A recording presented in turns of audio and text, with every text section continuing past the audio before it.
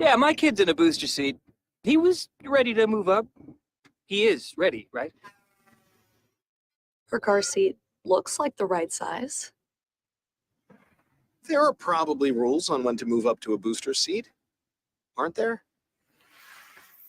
Rear facing, forward facing. I think I have it right. Car crashes are a leading killer of children 1 to 13. Are your children in the right car seat for their age and size? Don't think you know. Know you know. Go to safercar.gov/the right seat. I know my child's in the right car seat, or else I wouldn't get in the driver's seat. Brought to you by the National Highway Traffic Safety Administration and the Ad Council. You don't usually get a stock tip from a 16-year-old, but I'm here to tell you about a different kind of stock. It's called Better Futures, a stock for social change that's not about making money. Instead, you invest to help students like me go to college. This is beyond a simple donation. It's the opportunity for America to invest in its kids and take an active stake in the future of the country. The return on your investment isn't money. What you get back is knowing you protected our potential. So one day, that potential can grow up to become surgeons and architects, executives and engineers, people who can change the future just by being a part of it. My name is Alicia, and I'm your dividend. Invest in better futures with UNCF. Visit uncf.org/invest. A mind is a terrible thing to waste, but a wonderful thing to invest in. A public service announcement brought to you by UNCF and the Ad Council. This is Nnamdi Asamoah. I play football for the Philadelphia Eagles, but what I do off the field with United Way might be more important.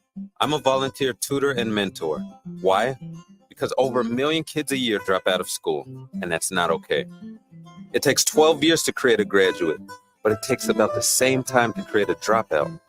And the difference between a child becoming one or the other could be me, or it could be you. Studies show that if we get to these kids earlier, their chances are better. And kids who read well by 3rd grade are more likely to graduate. So join me in United Way. Suit up and take the pledge. Become a volunteer reader, tutor, or mentor.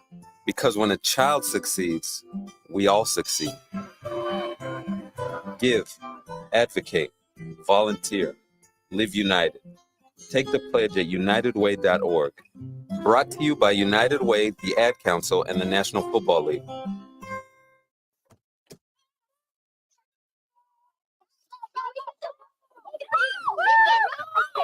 They'll challenge your authority. Seatbelt on. They'll try to break your will. They'll push you to the edge of your sanity. Because that's what kids do.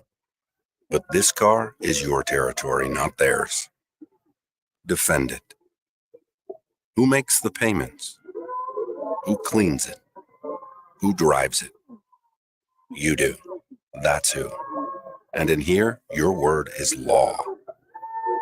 So when you say you won't move until everyone's buckled up, you won't budge an inch.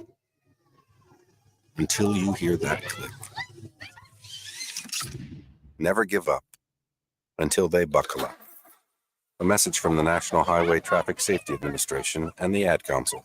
For more information, visit safercar.gov/kidsbuckleup. Let's go inside the mind of a 10-year-old. I should have worn those earrings today. I like those earrings. Gabby has those awesome earrings. I need to ask her where she got those, but that's just what she would want me to do. I'll have Michaela ask her for me. Buckle up, Sarah. Yeah, but then Michaela will be like, why don't you just ask her yourself? That's just like Michaela. Sarah, buckle up. Michaela's such a great name. I wish I was called Michaela. There's like a dozen Sarahs in my class. Hey, we're not hitting the road until you buckle up, honey. Oh yeah, seatbelt. I forget sometimes because my brain is like busy, you know? I wonder if there's pizza at school today. Sometimes it can be tough to get through to your kids, but it's not impossible. Always make sure they're wearing their seatbelts, even on short drives. Remember, you have the keys, you have the power. Never give up until they buckle up. A message from the National Highway Traffic Safety Administration and the Ad Council. Visit safercar.gov/kidsbuckleup for more information. Ranger Station, Ranger speaking. Hi, I'd like to report a bear hug. Uh-huh, okay. Well, we were building a bonfire, and I saw some, like, dry brush and leaves around, so, I said to move the bonfire somewhere else, and out of nowhere, Smokey Bear shows up and hugs me. So you noticed some wildfire hazards and moved your bonfire to a safer location. Yeah. Yeah, that's Smokey, all right. He likes it when people help prevent wildfires. It hits him close to home. Not everybody gets the hug, my friend. So that's pretty special to get a hug from Smokey Bear. So it was him. Guys, I told you it was Smokey. Okay, well, congratulations, my friend. And thanks for calling. There are many ways to prevent a wildfire. Learn how you can do your part at SmokeyBear.com. Only you can prevent wildfires. Sponsored by the U.S. Forest Service, Ad Council, and your state forester. Hope you enjoyed your meal. And I just want to say, he's lucky to have a brother like you. Lucky? Caring for my brother is far from easy. Waking up every day, lifting him from the bed to the wheelchair to the car to get him to therapy on time. It's no small task between the doctors and the diagnosis, but nothing can disable this love. This is my big brother, my hero. He's part of me, like my arms and legs, so I'll be his. See, there's no time for tired. This starts again tomorrow. He'll be waiting for me. I wake up for him. I know he needs me, but I'm the lucky one, even though I need help now and then. If you're caring for a loved one, visit aarp.org/caregiving for care guides and community, or call 877-333-5885. Caregiving Resource Center. Support for your strength. Brought to you by AARP and the Ad Council.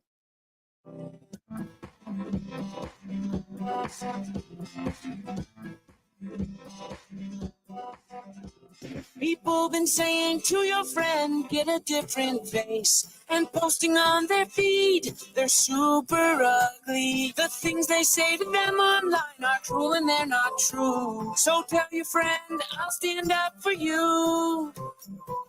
Don't worry, I know what to do. Tell the world I see with an emoji to stop the bullies. Know someone who's being bullied online? Send the witness emoji. It looks like an eye in a speech bubble, and it's in the symbol section near the clocks in your phone. You'll let the world know it isn't cool, and you'll let your friend know you care. Learn more about the witness emoji at eyewitnessbullying.org. Brought to you by the Ad Council. It may be hard to believe, but people just like you are already saving money. FeedThePig.org makes it easy. Their simple savings plan teaches you how to start saving without going overboard. So you don't need to mooch off your friends. You gonna finish that grape? You mean the one in my mouth? You don't need to stop buying the necessities. What you're smelling is a natural musk. Ew. You don't need to be a medical test subject. How do you feel? Mostly okay. Sometimes, though. You don't need to get a second job as a stuntman.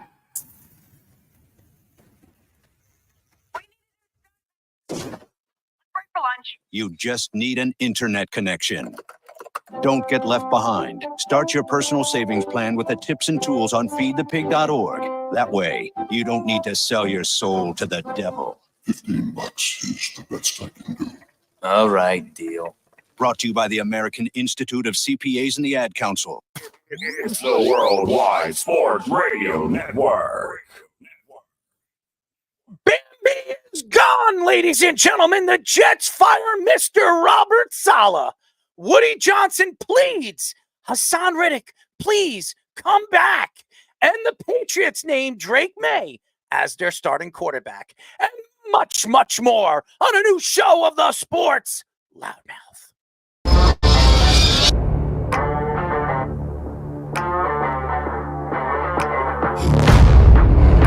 Doc Rivers is going to have Damian Lillard run very fast out of town.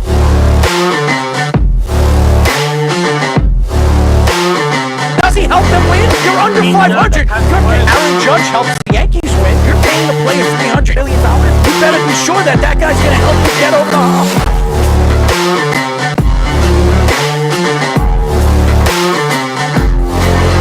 For some reason, this guy is completely lost on calling plays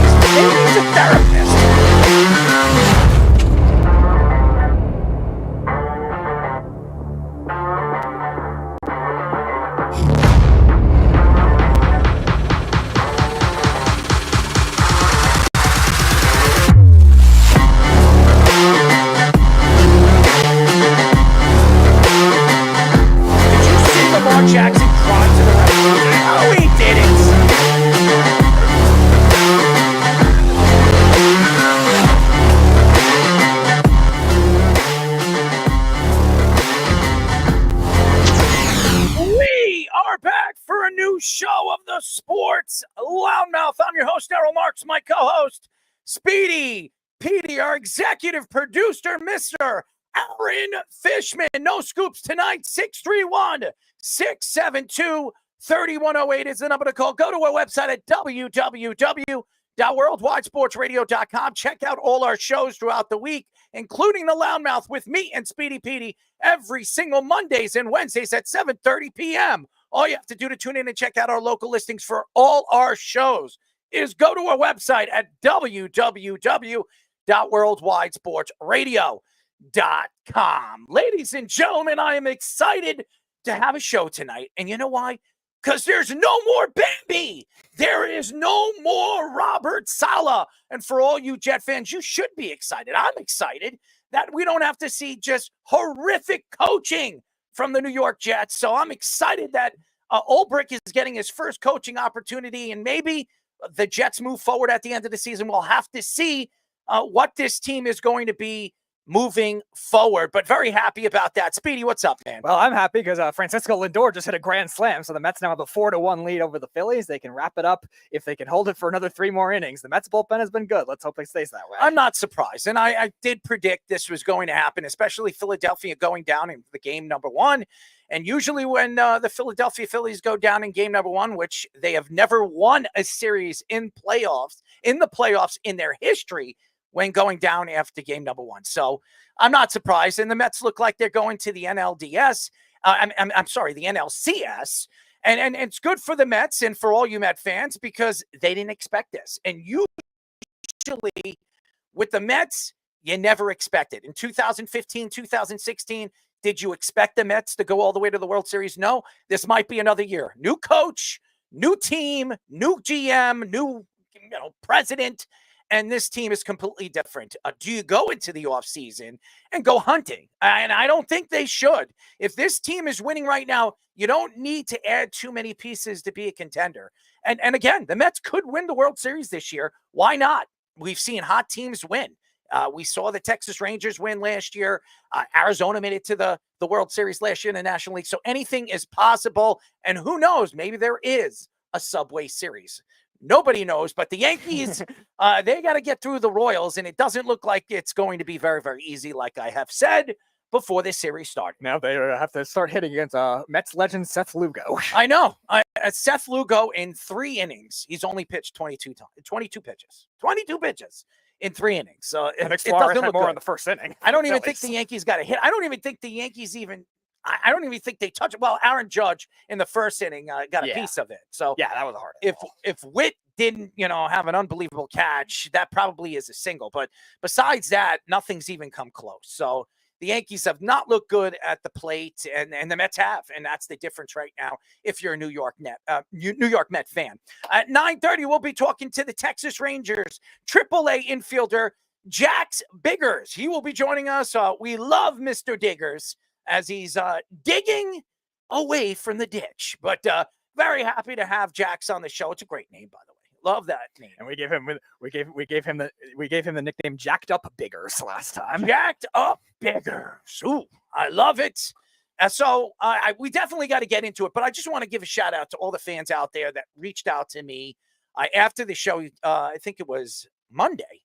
Reached out to me and it gave us a lot of good compliments. So I want to thank all the fans that reached out to our Yahoo, and that I said I was going to give them a thank you. Thank you for the 3 emails that I got telling us how great of a show that we have and one of the better shows right now, not only in the New York market, around the country. So thank you to the fans that wrote so many nice, over the last couple of months, written to me and said some nice, kind words. So thank you to the fans.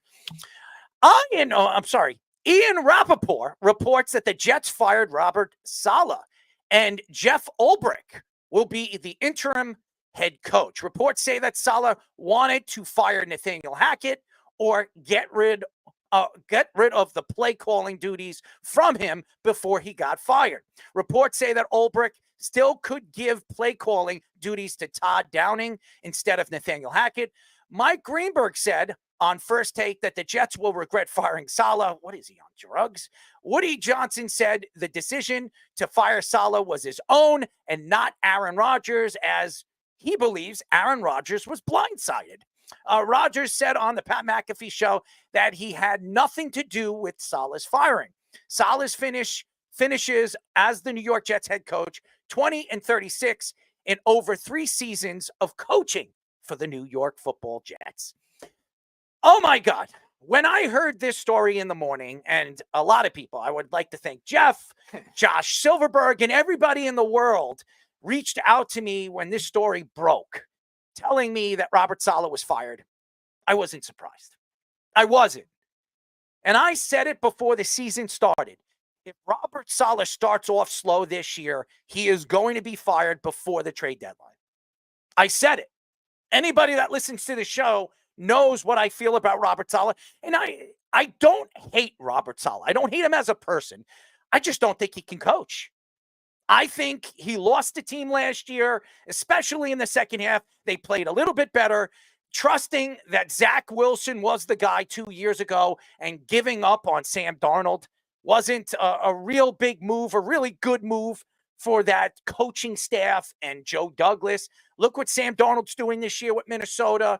Look at what he did on Sunday. And he didn't have such a great game against the New York Jets. He really didn't. 170 yards. It wasn't something that just like popped out at you. He did throw an interception too. But he wins. And that's something that the Jets are not doing right now. And that's winning. This organization needs a turnover. And to me, Jeff Ulbrich is the perfect guy to take over for this team. Jeff Ulbrich, who a lot of people thought he was going to go to San Francisco in the offseason. The Jets didn't give him a chance to interview for the position as the defensive coordinator. So the Jets gave no options for him but to come back as the defensive coordinator for the New York Jets. And the Jets were a top 5, top 6 defense all season long last year. And right now, even though they can't stop a lick on third downs, the Jets have one of the top 6, top 7 defenses in all of football. The problem is Robert Saleh lost the team. That's the facts, ladies and gentlemen. He lost the team. And maybe something with Aaron Rodgers had something to do with it. I do believe Aaron Rodgers wasn't fully behind it, but I'm sure he spoke to Woody Johnson. I'm sure there were a lot of players that reached out to Joe Douglas and Woody Johnson saying that Robert Saleh's lost the team. I don't think anybody was blind to see where this organization was heading if Robert Saleh was going to be the coach. They're not running the ball very well. This was one of the best running teams in all of the NFL last year. Breece Hall comes back last year, all-purpose scrimmage yards. I think he had close to 1,700. Right now, he's averaging about 30 yards a game. Last week, I don't even think he got 30 yards. The week before against the Broncos, he had 9. That's the problem. If you can't run the ball and you become one-dimensional, what happens? Teams figure you out. And yes, Nathaniel Hackett is the offensive coordinator, but you heard what Robert Saleh said in the beginning of the season, that every single play call goes through him. So if it's going through him, he has a lot to do with the failure of this offense. And Aaron Rodgers, you saw against the New England Patriots on Thursday Night Football, was not getting along with Robert Saleh. And I know they played it off like it was nothing at the press conference. Him and Aaron Rodgers and Robert Saleh played it off like it was nothing. It was something. And right now, this is an organization that needs to win this year. This is an organization that needs to make the playoffs. And going into Monday Night Football, another primetime game, and could be another embarrassment, the Jets decided no more of this embarrassment as Robert Saleh was the head of the table. They decided to say, you know what? I'm not doing this anymore. I'm not taking this anymore. I'm firing his ass. And now the Jets, going into Monday Night Football, has a chance to take full custody or full throttle into first place in the AFC East. This is their chance. Buffalo, which they're 1-0 in their division. The Jets are 1-0 in the division. Whoever wins this game is going to be in first place. So that this is a very important game for the New York Jets. This is a very important game for Buffalo. Buffalo's lost 2 games in a row. The Jets have lost 2 games in a row. Both teams are trying to figure this out. And they're in a division where there's New England that sucks and Miami who doesn't have a quarterback. And this is a defense that's still elite, even though, like I said, they can't stop a lick on third downs. Offensively, they don't have an identity. There is no identity to this offense. Now, I don't know if Downing's taking over. I hope he is, because Nathaniel Hackett can't hack it. I said this over and over and over again. It doesn't matter who the coach is. If they don't figure out what is going on with this offense, they're not going to be a contending playoff team this year. As good as this defense could play, even though they make so many mistakes in the secondary, if they can't put the ball in the end zone, they are going to have problems all season long. And I don't want to hear that Aaron Rodgers is washed up. I'm so tired of hearing every single person speak about this guy like he can't throw the ball anymore. He can't move inside and out of the pocket and make plays. He's proven that he can. He's proven it. Now, he has to go out there and not open his mouth on the Pat McAfee show and show people up. Show that you have the ability to do what Aaron Rodgers has done in Green Bay. The success that you've had over the years as one of the most accurate quarterbacks in the NFL. Last week, it didn't show that. He threw 3 interceptions, 2 in the first half. Aaron Rodgers needs to be Aaron Rodgers if this team is going to compete in a very weak AFC. This is not a good AFC. The Kansas City Chiefs, yes, they're 5-0, but there's a very good chance as their schedule gets harder after their bye week where they can lose 2 games or 3 games in a row. They're not as dominant as they've been over the years. Even this defense is not as dominant as it was last year. They're beatable. The AFC is winnable. But if this team doesn't figure out what this offense's identity is, there's no chance in hell that they're going to be able to compete against these weak AFC teams. And what I mean by weak, when you watch Baltimore is not an offensive juggernaut. But they're putting up enough points, even though their defense isn't showing up week by week. Pittsburgh is not an offensive juggernaut. But their defense, when it's playing at the top of its game, is almost impossible to score on. You don't need an elite quarterback. The Jets have the running game. Braylon Allen can run the ball. Breece Hall can still run the ball. Why aren't they running the ball? Why aren't they running double backs in the backfield in some of these plays, on some of these plays? It makes no sense. Situational football, when you are an elite running team, and they can be, why aren't you using different running backs, different schemes with double running backs in the backfield? It's a big problem. And I'm going to tell you this right now. I don't know if 1 week with Jeff Ulbrich as the head coach, he's going to figure it out. But I think the team is going to play for him. I think that every single one of these players wanted Robert Saleh out. And this offensive line has not played well when it comes to finding holes for the running game. But pass blocking, they've been pretty good.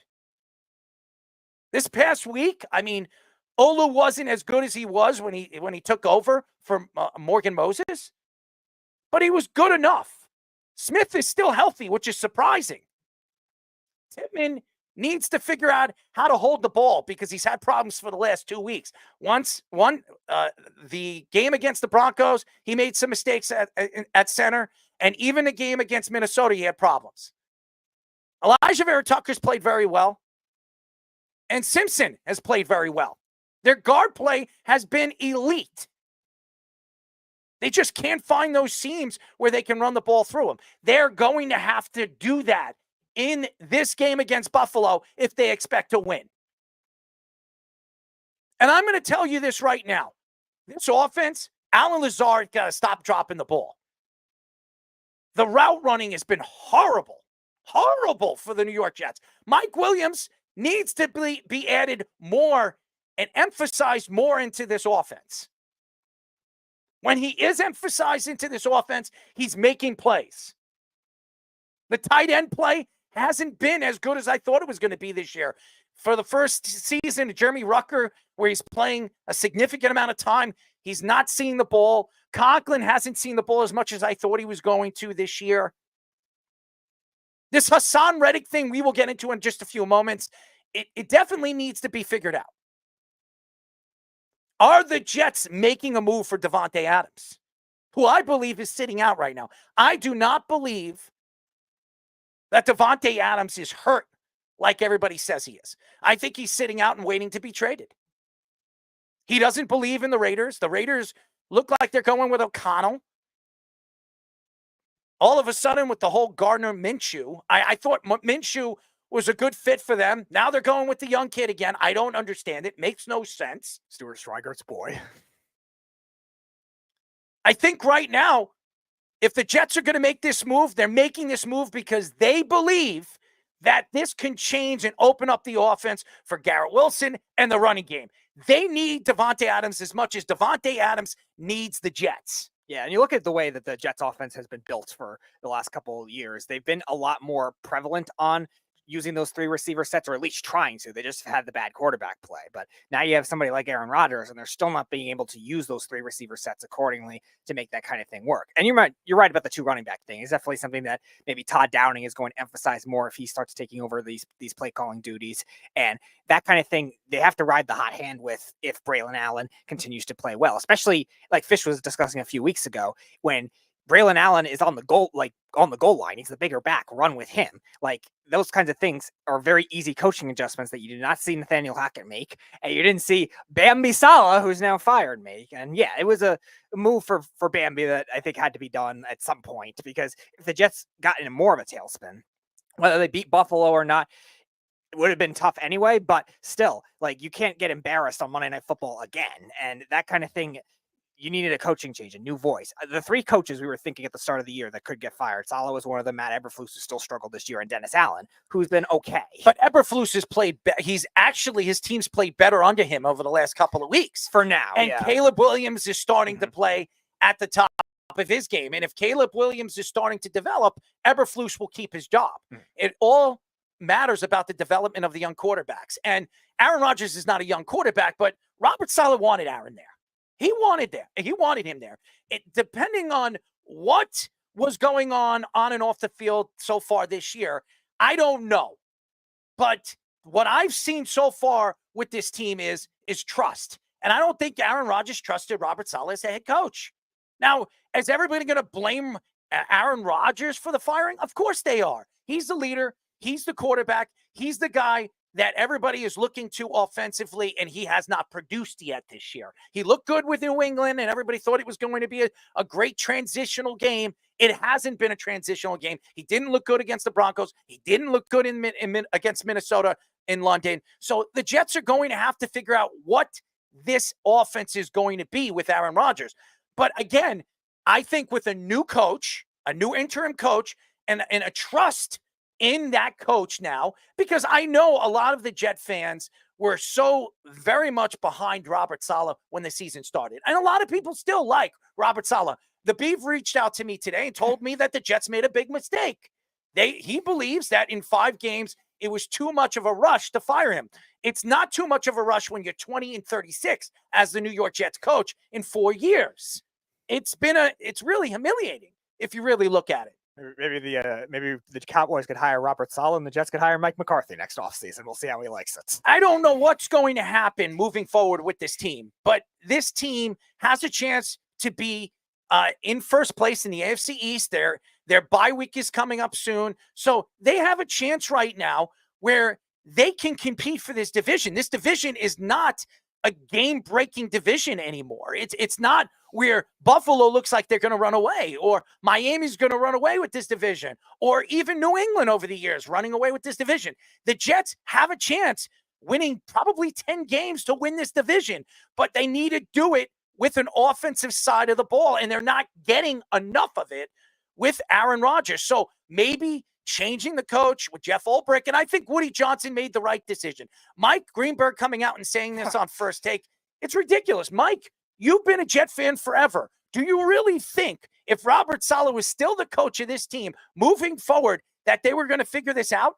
If they were going to figure it out, they would have figured it out a long time ago. How about at the end of the season last year, even without Aaron Rodgers and with Zach Wilson, they couldn't buy a win. And this is the problem with the New York Jets. Even in preseason, which they won every single preseason game. And I know it's just preseason. You can see that there were some deficiencies with some of these second-tier players that we saw with the New York Jets. They have no pass rush without Haason Reddick, but they found the player in Will McDonald. Now, say whatever you want right now. The problem doesn't lie with the pass rush, as much as everybody thought it was going to after losing a guy like Jermaine Johnson. It hasn't been, because Will McDonald has stepped up. He's got 6.5 sacks. He's, tied for 5th right now in the league? He's a young player, second-year player. Nobody would have thought that he was going to pick it up as fast as he has. So it's not really the pass rush, and they don't need to really rush in and try to go after Haason Reddick, even though Woody Johnson wants to figure this out as soon as possible. What they need to figure out is, where is this offense?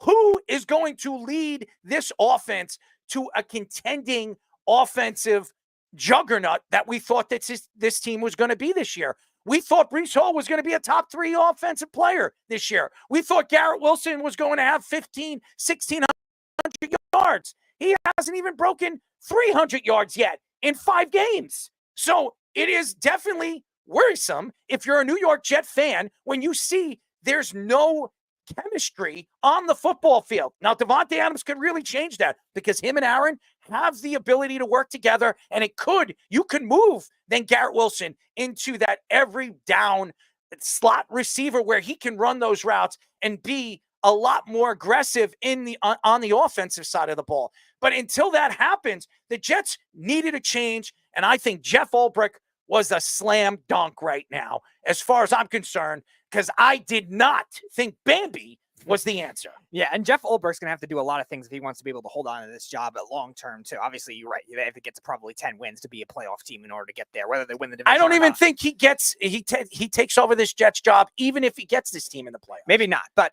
even so, they have to. They're bringing an offensive coordinator to take over this team. They're not going defense this time. Yeah, that's why I'm saying, I think they need to establish a culture now with a guy like Jeff Ulbrich to be able to do that. Try to get rid of the stuff that Robert Saleh was emphasizing. And all those coaches I mentioned before, all those guys have had issues with the team culture in the past, too. Dennis Allen's probably been the best one of the 3, but Eberflus, there was the issue last year with Justin Fields, and Robert Saleh, there's been issues galore, taking receipts, sticking up for Zach Wilson, then slamming Zach Wilson, and then a bunch of other things. It doesn't need to happen this way. The Jets have to avoid that kind of drama, and they have to avoid that kind of thing with Nathaniel Hackett, too, because otherwise that can get out of hand quick, as we discussed with the Giants, too. The Giants had 3 different play callers, it didn't really work for them, and the Jets can't avoid that rabbit hole. Robert Saleh was the guy that said, all right, I want to have 4 different play callers this year. Hopefully Jeff Ulbrich sticks to 1. And I think he will. I don't know if it's going to be Downing. I don't know if it's going to be Nathaniel Hackett. Maybe it's Aaron Rodgers. Maybe Aaron Rodgers will take over the offensive play calling. I don't know. But all I want to see is this team actually play for their coach. They haven't played for Robert Saleh, and it's been a huge problem right now for this team. And I do believe that Robert Saleh lost this team before the season's end last year. So it's good news if you're a Jet fan and you expect this team to be contending for at least a playoff spot, or maybe a Super Bowl, maybe contending against the Chiefs. If there's any year that a team is vulnerable as they've been Super Bowl champions, the Kansas City Chiefs back-to-back years, it would be the Chiefs. They're vulnerable. They're not the same team they were over the last couple of years. And I don't care what anybody says. Patrick Mahomes is not the same quarterback, maybe because of the talent around him, as he has been over the years. There is a beatable thought and a beatable look to this team. And even though they're 5-0, and yes, they're 5-0, we've seen this before with the Kansas City Chiefs. We've seen this with Minnesota over the years. We've seen this with different teams where they're barely winning games, and then they go into the playoffs and they walk into a team that's hungrier than they are, and that's going to beat them. Eagles last year, a good example of that too. They were 10-1, but their point differential was horrible. Minnesota was 13-5 when they played the Giants. They were a juggernaut. They were the best team. They were arguably the best team going into the playoffs from the NFC, and they lose against the Giants. Yep, Daniel Jones with his 300-yard game with nobody to throw to. Speaking of Daniel Jones, let's bring our Giants fan in, Mr. Fish. I'm sure it won't surprise you that I had him on fantasy that year in the finals and didn't start him in favor of Trevor Lawrence, who did absolutely terrible, and it cost me the finals. And I would have won by like 20 if I started Daniel Jones. That's where I'm at with him. We'll talk about him another time, I'm sure. Guys, I don't understand this move. I understand it because Saleh is terrible, but I don't understand this move right now. This is about the offense, not the defense. How does this move fix the offense? If that's the issue that with the team, how does getting rid of the defensive-minded coach fix the offense? He was apparently 2 hours before they fired him. He was removing play calling duties from Nathaniel Hackett. So all of that's up in the air. Now we have to decide who's going to do it with a first-time ever head coach who's never been more than a defensive coordinator, taking over on an interim basis with a makeshift staff of guys he didn't pick. How is this going to work? Especially with Aaron Rodgers, with having the ego that, his way is the right way with whoever comes on it. It's going to have to be Rodgers running the show. And let's face it, he doesn't have the physical tools that he used to have, and he's calling stuff that might not work. Well, look, maybe they make a more creative system without, Saleh in there or something like that he wasn't allowing, or maybe he was overruling things. We don't know. We're not in there. But I'll tell you what I'm worried about is this is not going to be something that gets fixed by firing the defensive first head coach. You're not bringing in an offensive guy. It's another defensive guy, and nobody trusts the offensive guy. I don't think that matters right now. They need to get another voice in that locker room. And Ulbrich is really a yes man, sir. He's a yes man guy. Is this? Look up. Is this going to be a run? Is this going to be a run? Does Soto get? Yep, he's going to get a run. The Yankees are up 1-0. Aaron Judge still can't get a hit. Giancarlo Stanton delivers. By the way, for all those Yankee fans that couldn't stand Giancarlo Stanton, he's been, Mr. Playoff for the Yankees over the last couple of years when he is healthy. So big time double for Giancarlo Stanton. We'll see if they can hold up. It is Clark Schmidt, so it's not Garrett Cole. It's not one of their top pitchers. But getting back to what you were saying, I think this is a good move for the Jets because they need another voice. The locker room right now didn't believe in Robert Saleh. And yes, he's a defensive coordinator, and you would have thought, hey, maybe they give the reins to Downing, maybe letting him take over because he's an offensive mind. The thing is Ulbrich was going to get a coaching job at the end of this season anyways. He was interviewing for coaching jobs before last year. So it's not like he's not qualified to become a coach. Now, he didn't expect to be the coach this season, but nevertheless, he's got his chance now to prove himself that he can coach these guys. And I think he's qualified. I think that this team will follow him right through for the rest of the season.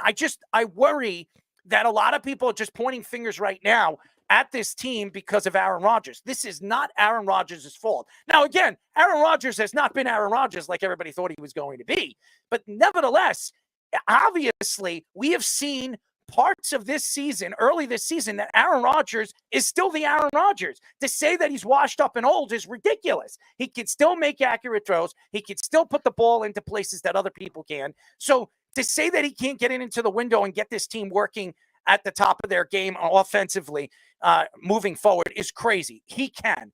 I just think that they have to make a decision. If they're making a run for Davante Adams, they have to do that in the next, I think, 72 hours and make sure that this guy is the guy running with this offense moving forward this season. And maybe this was Woody Johnson's, decision, and his decision-making might cost the Jets, but it could also give the Jets the confidence moving forward that Woody Johnson is behind this team, and he believes that this team can compete for a Super Bowl or even a playoff run. Jamie Lee in the comment section. Errol, it's your fault Saleh got fired. Woody must have been watching your show. Also, give some credit to Fish, though. He wrote an article. Was it yesterday, Fish? You wrote an article about Saleh as well? Farewell to Bambi. But here's the thing. I've been saying this for a long, long time, and a lot of these Jet guys, and I'm not going to mention these analysts we had on this show before that loved Robert Saleh and stuck behind Robert Saleh. I'm not getting paid by the New York Jets. I am a Jet fan, but I'm not getting paid by them. And I'm not throwing anybody in the bus. That's why I'm not naming their podcasts. I don't get paid by the Jets. So even though I am a Jet fan, I'm an honest guy. And right now, this team had no chance of making the playoffs with Robert Saleh. Will they have a better chance with Jeff Ulbrich? Only time will tell. But we understand right now that this team was not clicking on the same page. So I'm happy as a Jet fan that they're moving forward without Robert Saleh. ESPN's Rich Cimini reports that Woody Johnson has pleaded to Haason Reddick to come back this week. Woody said he never has seen a holdout like Reddick's in his life. He added that the Jets will welcome Reddick with open arms. Reddick has forfeited $4.2 million of the $14.25 million he is making this year, missing the 5 games. Reddick would have to play 2/3 of the snaps and get 10 sacks for the Eagles to get a 2026 third-round pick to become a second-round pick. The Jets' defense has 18 sacks this season. It's 4th best in the NFL. Now, when you see that, they're 4th best in the NFL, do they really need to rush Haason Reddick? No. And if this move for Davante Adams actually happens, maybe he's a trade chip. Maybe you bring a third team that's looking for a pass rusher, a Lions team that could be, they've been interested in Haason Reddick. How about the Philadelphia Eagles that's looking for another pass rusher because Huff isn't working out for him? Maybe another team that's looking for another guy to add to that line. Maybe that could be that chip that can land Davante Adams, where the Jets don't have to trade a 3rd-round pick or a 2nd-round pick. It could be a 4th-round pick, and they can get Davante Adams for Haason Reddick in a 4th-round draft pick with 2 other teams. So I think that the Jets need to make a decision on how this is going to work moving forward. Haason Reddick there, Haason not there. I don't think it makes a difference. This team is an elite defense. This is an elite defense. If this defense can stay healthy and believe that they can compete against any offense in the league, which I believe they can, and stop making stupid mistakes in the secondary, and you know who I'm talking about, Sauce Gardner and DJ Reed, who's made plenty of them so far in 5 games this year. They've made plenty of mistakes. This team needs to figure out what they're going to do moving forward as an identity rush. And by the way, it's not like Buffalo has these game-changing wide receivers. Okay, Coleman's good, but is he a game-changing wide receiver? He's not. They don't have the wide receivers on the outside that is going to dominate against the New York Jets. So the Jets have a chance. They have an advantage going into this game on Monday Night Football. And again, I like Haason Reddick. I think Haason Reddick would be a great addition. But is he the addition that you want right now with a rookie coach? You're going to bring in a personality like that with a guy that is not only coaching the defensive side of the ball, but now the offensive side of the ball? I don't know if you want that pressure if you're Jeff Ulbrich. So maybe it would be smart for the Jets to decide, hey, you know what? Maybe we should move off this Haason Reddick thing. Let's move him now and get something back for him. Because if they don't do that, and Haason Reddick decides to hold out throughout the trade deadline, he's going to be back here next year, and they're going to be in the same predicament next year with a new head coach. So it doesn't make sense. Rich Cimini wrote an interesting story about the whole Woody Johnson thing. Of course Woody wants him there because he believes that adding Haason Reddick will change this defense even more. I don't know how much more is it going to change. So I just think sitting here today as a Jet fan, as good as Haason Reddick is, I would try to use Haason Reddick as a trade chip to get the player that you've been looking to get since last year, and that's Davante Adams, who I think is a game-changing wide receiver.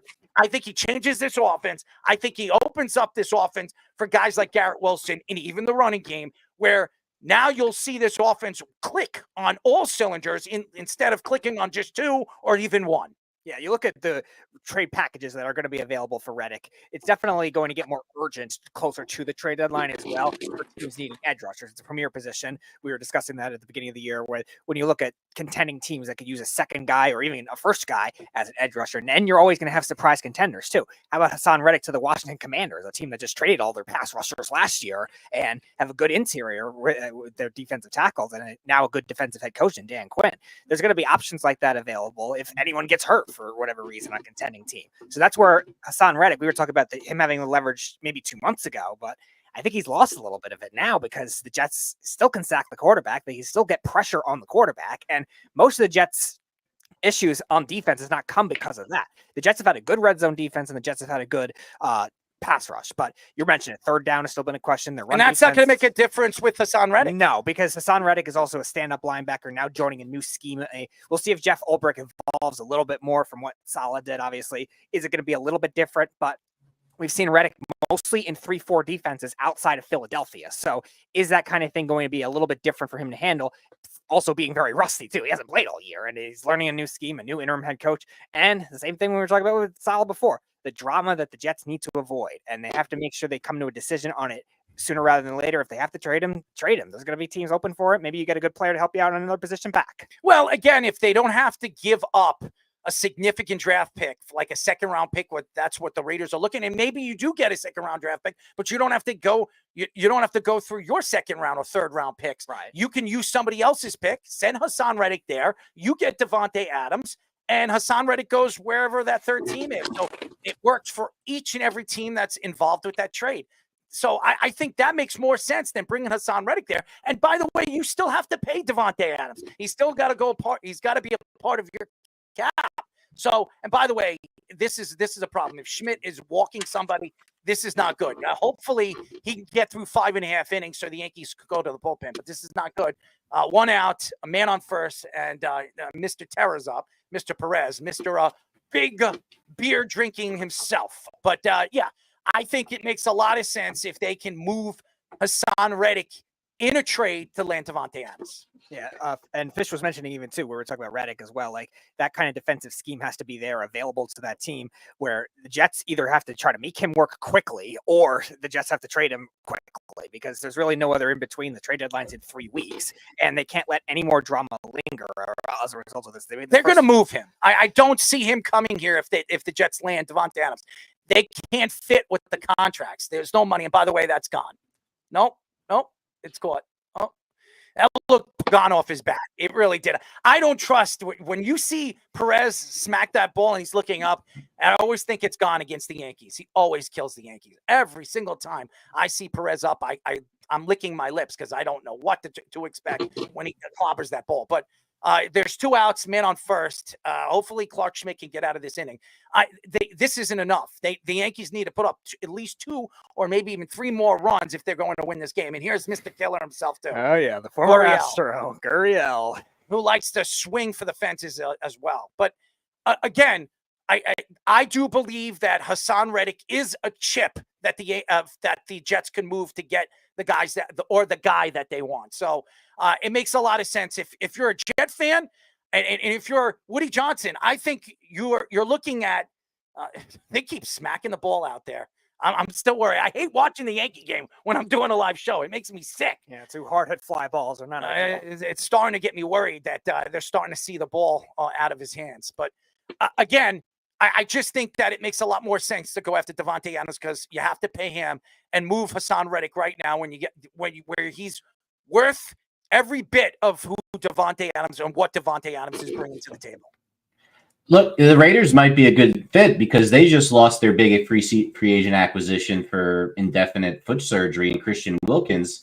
Different position on the D-line, but they're going to need to find a way to generate that pass rush. You're going to have to pay Reddick, though. If they can't trade him to a team that's not going to pay him because he will do the same thing, and no one's going to take him. The Jets were dumb to take him without intending on paying him, and that's what the situation they're dealing with right now. You guys, it doesn't make any sense why a team like the Jets wouldn't pay this guy if they traded for him. This is the same talk we've been having since the draft when they made this decision. Look, They can put him out there. He's a wide 9 in a 4-3, or he's a 3-4 outside linebacker. He can rush the passer. He's one of the best at it in the last decade. The problem is, if you don't have a good pass rush, complementary pieces, then he's not really that great. He would fit in really well with the Jets. So pay him. I think he actually does have leverage because Woody Johnson obviously just did a panic move and fired his coach. So Woody Johnson might follow up a panic move with another compounding panic move and giving Reddick this money, even though Will McDonald looks like an adequate, similar type of player that they have. And when Jermaine Johnson gets back next year, they don't really need to have 3 defensive ends like that. So to me, it just doesn't. It's kind of like they should have never made the move in the first place. Maybe they could get the Raiders needing a defensive presence to take on some of that salary and actually pay Reddick in turn for taking the Devontae Adams salary. That could just be a perfect fit for them. Or you're going to have to look at the Eagles in a situation. Maybe they just undo it. Fish, they made back for Reddick. Fish, they made the move because Haason Reddick told him and told the organization that he will play out his contract. That's why they did it. That's the only reason why they did it. I know everybody wants to point their finger at Joe Douglas, that it's Joe Douglas's fault. He was told by the agent and Haason Reddick that he will play out his contract and they can negotiate a deal before the trade deadline. It didn't work that way. He wanted a deal before the season even started. He didn't even show up to camp. It's a big problem. And I just don't think you want to bring this problem into the locker room right now with a rookie coach who's getting his first opportunity as a head coach in the NFL. I think it's a bad move. I think Devontae Adams makes a lot of sense. He's a team leader.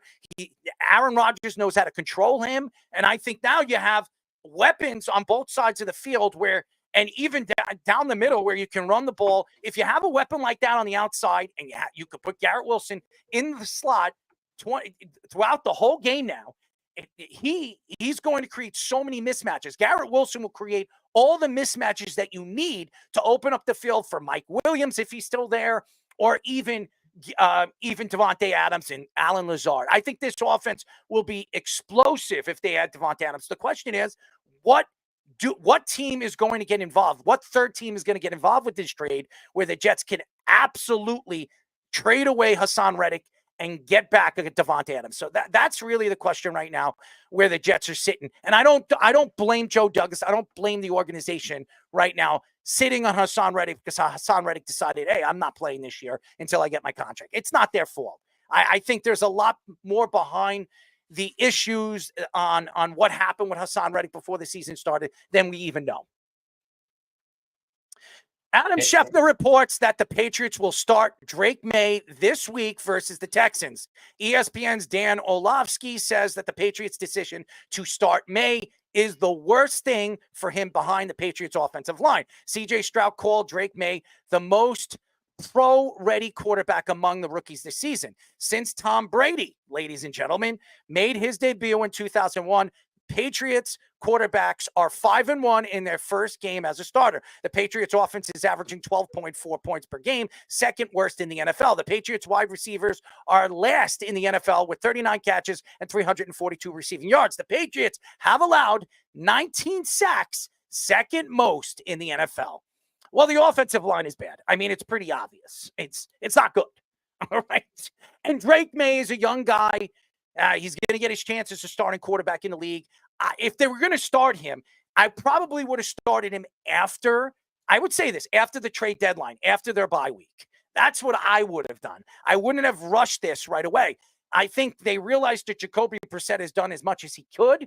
And now the organization, as the organization is starting to grow with a new coach, wants to figure out what Drake Maye is. Is Drake Maye going to be this team's future quarterback? I don't know if you're going to know that this year, but we'd like to see this kid throw the ball, like to see what he can do inside and out of the pocket as a starting quarterback, as a young quarterback that has a tremendous arm that we've seen in college for Carolina.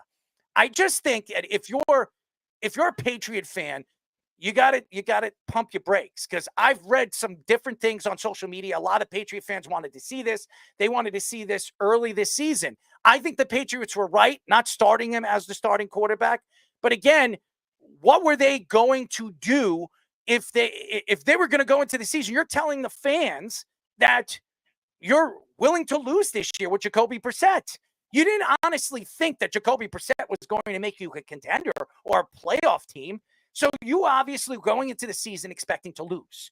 So you're telling your fans that you're giving up on the season. And as Gerard Mayo is a new coach, I think you want to go with your best option behind center. And I believe a guy like Maye was the best option for this organization. But again, I'm not a coach in the NFL, and I'm not going to sit here and try to make something up.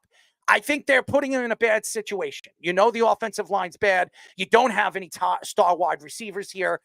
You go into the draft next year looking for a wide receiver, and in free agency, T. Higgins, there's a couple of good wide receivers that are going to become available next year. You bring somebody there to play with Drake Maye before you put him in harm's way. He's got nothing to throw to. And the running game is good, so you'll see a lot of Stevenson. But what happens if Stevenson goes down? What are you going to do then? You're depending on a rookie to get the ball down the field. It worries me. If you're a Patriot fan, it would worry me that your rookie quarterback is being put in harm's way. Now, we've seen this before. We've seen these young Patriot quarterbacks. We've seen one of them in 2001. He got a chance, and he really flourished. This isn't Bill Belichick, and this isn't Tom Brady. Now, that doesn't mean that Drake Maye can't be one of those guys. He can't be a Tom Brady in the future. You're putting him with a new coach, a new offense, a new scheme that he's trying to figure out. And again, I don't know what this team is. And if this team is good enough right now to put a rookie player in behind an offensive line that is arguably the worst offensive line in football. Yeah, they've allowed the second most sacks. And the only one that's worse is the Browns. So the Browns have been banged up all year. Like on paper, like the Patriots offensive line outside of Owenu is not very good. And that kind of thing, the Patriots, if they're going to make this move, have to be able to adjust to make sure they could keep him out of harm's way. Because a lot of Patriot fans said they liked the move to start Brissett at the start of the season and not let Drake Maye get hit so badly so it doesn't turn into a whole Andrew Luck-like situation. And obviously Brissett wasn't going to last. He's a flash in the pan type guy. He had one good half of a season with the Colts when Andrew Luck retired, and that whole season they started 6-3. They fell apart. And then the Browns with the year Watson was suspended the first year they got traded for him. He played well that season, overcoming adversity. The Browns roster in 2022 and the Colts roster in 2019 are much better than this Patriots roster. So there was no way they were going to win anyway. So Drake Maye has to learn. He has to get his reps in eventually. So this move had to come at some point. But wait after the trade deadline. You have to be careful, though, with the way you're calling the plays. The Patriots don't run a lot of motion, and they don't trust their receivers, so they're running a lot of these tight end sets. And there's a reason why the Patriots wanted Brandon Ayuk and a couple other wide receivers. They need something. I don't think that would have made a difference if you brought Brandon Ayuk right now. Do you think they would be a better team right now with Brandon Ayuk? I don't know if they would. They don't have enough time to get the ball out. And Jacoby Brissett has been getting killed behind the line of scrimmage. And now you're putting Drake Maye in harm's way. Now, I would have waited until the trade deadline because obviously after the trade deadline, their games get a little bit more easier or they're playing easier competition where then you put Drake Maye in a position where he can get more confident and he put him in a position where he can succeed, not be put in a position where he could fail. Now you're putting him early in the season in a position where he's going to be playing good defenses and defenses trying to kill him, trying to take his head off. What are you putting your hands up? What's going on? It's over. No, the Mets move on. All righty. Made it interesting. 2-on for Schwarber, but didn't happen. I thought this was going to happen. And now the Mets have a chance to sit back. And Met fans should be happy, ladies and gentlemen. I'm congratulations to the New York Mets. It's well-deserved. They've been craving this for a very, very long time. Nobody expected this, and this is what usually happens. Teams that you're not expected to go as far as they have, go this far. And I wouldn't be surprised if the Mets go to the World Series. I wouldn't be surprised if the Mets win this year. And if the Mets win, ladies and gentlemen, I'm just speaking the truth. If the Mets win the World Series, do they go after big-name guys like Soto or Burns when they know and they believe that this team can compete with the top National League teams or American League teams? Yep. I wouldn't go out there and dig in my pockets. But again, I'm not Steve Cohen. But we'll get into the Mets a little bit later in the show. Yeah, look, I'll just say this about Brissett. There's not a lot of quarterbacks in the league that could have played behind that kind of a line. We've talked about it with Daniel Jones as Giants fans for the last few years. When the line can't block basic things like stunts, where they can't protect for downfield plays, there's no chance of pushing the ball downfield, even if you got a quarterback with an arm. I would argue Brissett doesn't really have, the great on the roll, looking downfield type of skills that you need to play behind this type of a line. And it showed. They just had no offense whatsoever. Now you bring in a rookie, like Orlovsky was saying, this is not a great situation for a rookie because he's not going to have any time. So what do you do to do this? You need to have a really smart offensive coordinator, and you've got to basically run the ball. You got to run loaded tight end sets. You got to run a lot of play action. You got to get some pick your spots. You can't throw the ball more than 20 to 25 times a game.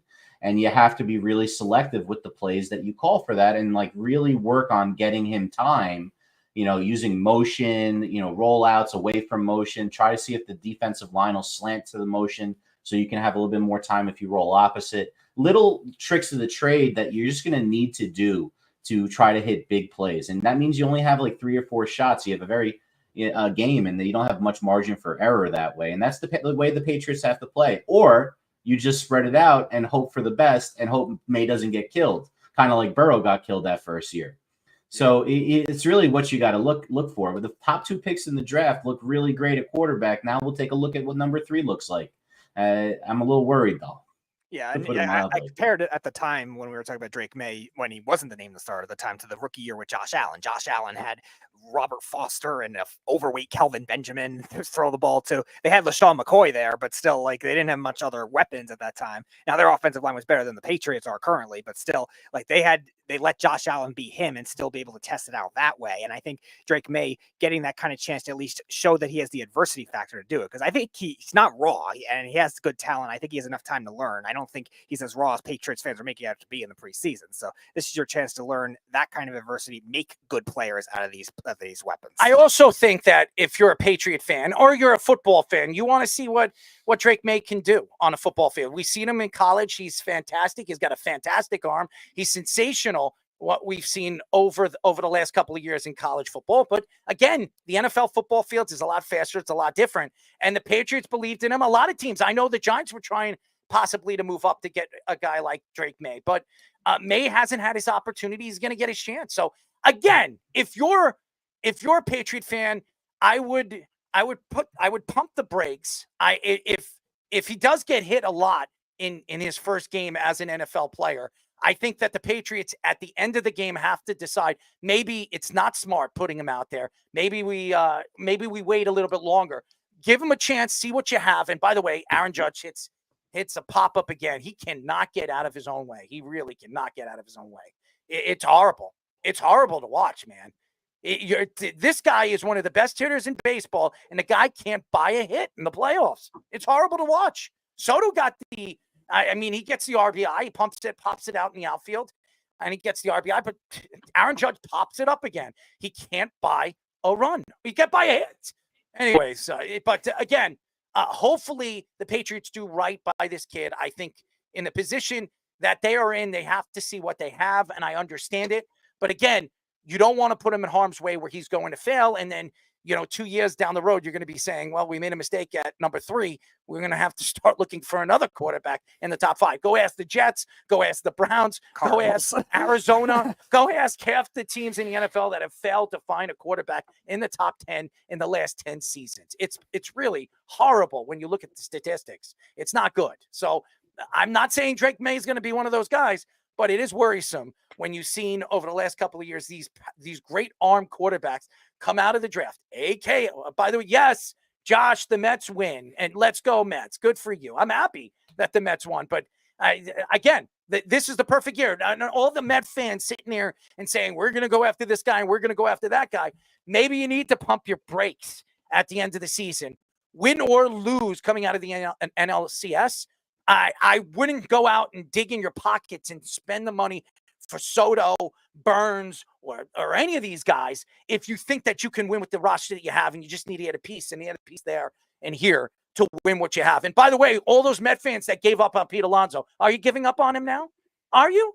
I'm just asking you, are you giving up on him now? Because he's done pretty well in the playoffs every single year he's been in the playoffs. So I don't know. Don't give up on Pete Alonso and actually pay the dude. ESPN's Mike Reese reports that the NFL has put Jabrill Peppers on the commissioner's exempt list after being arrested. We're not talking Mets, if that's Josh. Being arrested Monday for possession of cocaine and assault charges. Reports say that Peppers strangled his girlfriend and had a violent altercation with her. The police report says that Peppers hit his girlfriend at least 6 times and choked her. Peppers will have another hearing on November 22nd, and the NFL is not expected to let him come back until then. The NFL league office also said there's been less arrests in the NFL ever since Ray Rice's incident. There have been only 38 total arrests last year compared to 74 in 2014. But there have been more domestic violent incidents now than there have ever been. I mean, right now the NFL has a big problem. They have a huge problem. They don't know how to control these players. These are multi-millionaire players. These guys are making millions and millions of dollars. They're the best players in the world. They should be happy that they're playing professional football in the NFL and they have a chance to make millions and play in front of thousands upon thousands of fans. But they're not. Because everybody keeps bringing up the Ray Rice thing. Ray Rice has been a good Samaritan since he's done that. He's been raising money for women's awareness and protecting women's rights. I mean, he's done all these different things. What has Greg Hardy done? He's fighting in the UFC after he got another extension by the Dallas Cowboys after doing what he did to his girlfriend. It's been a problem over the last couple of years with the NFL. Kareem Hunt, he's still playing in the NFL. He goes back to Kansas City, ladies and gentlemen. This guy kicks a woman, beats a woman up. It's taped, just like Ray Rice. TMZ got it. He's still playing in the NFL. It doesn't make any sense. Now you have Jabrill Peppers. He's not Peppers. He's not the only one that sniffs cocaine. He's not the only one that smokes weed. He's not the only one that beats up women. Rice, this offseason, look what he did. He beat up a photographer. He ran a stop sign going over 100 and some odd miles per hour and almost kills somebody, totals his brand new car, and goes to a club that night. The NFL didn't suspend him because he's part of the Kansas City Chiefs. This is the problem. Ownership, Roger Goodell, need to figure out what is going on with these players on and off the field. And if there needs to be a curfew and they got to be treated like kids or NCAA players, then so be it. If you want to make that kind of money. You can't control your players. That's a problem. If you have to be a drill sergeant, then so be it. I don't understand this. I can't understand why the NFL hasn't figured out a way to control these. Now, obviously, they're grown men. You can't control grown men all the time. It's just impossible. They have their own situation. By the way, what are you doing, Volpe? I mean, what are you throwing at? It's ridiculous. They have to figure out how to demand these players to do the right thing when the season is going on. Whatever they do off the field after the season, they'll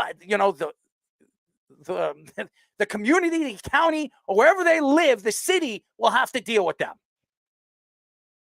And then if you want to obviously suspend them for all the things that they do off the field, then so be it. You take some money away from them. But right now, the league, these players, the league doesn't know how to control them. It doesn't matter what position they are. They could be a quarterback, Ben Roethlisberger. They can be, I don't know, a safety, Jabrill Peppers. They could be a corner or a safety like Thomas. Or you can be a placement kicker in Brown. It doesn't matter what position they play now. They're beating up women. They're threatening people. They're doing drugs. There's no control. There's no control. And yes, I am going to scream on the mic. For all the fans that tell me, what do you do? All you do is scream? Absolutely scream. Because guess what? The NFL needs to listen. And maybe screaming will sink it into their heads on what they're not doing that is setting this league apart from all the rest. Everybody keeps talking about the MLB with the steroids era. or all the other stuff, the sticky stuff, the substances that they have. Nobody gives a crap about that. That's not going to hurt somebody. That's not going to kill somebody. That's not going to put somebody in harm's way. The NHL, some of the stuff that they've been caught with, ecstasy pills and all that other stuff outside the game, and some of the other stuff that you've heard. Yeah, there is domestic violence. Nowhere close to what the NFL is producing. This is a problem. And it doesn't seem like it's going to be fixed overnight. It hasn't. Does anybody remember who Aaron Hernandez is? Aaron Hernandez killed 3 innocent people, one that he was accused of. Now, brain trauma has been a big problem in the NFL. It's been a huge problem in the NFL. Now, I'm not saying every single one of these players, Jabrill Peppers, has brain trauma, but who knows?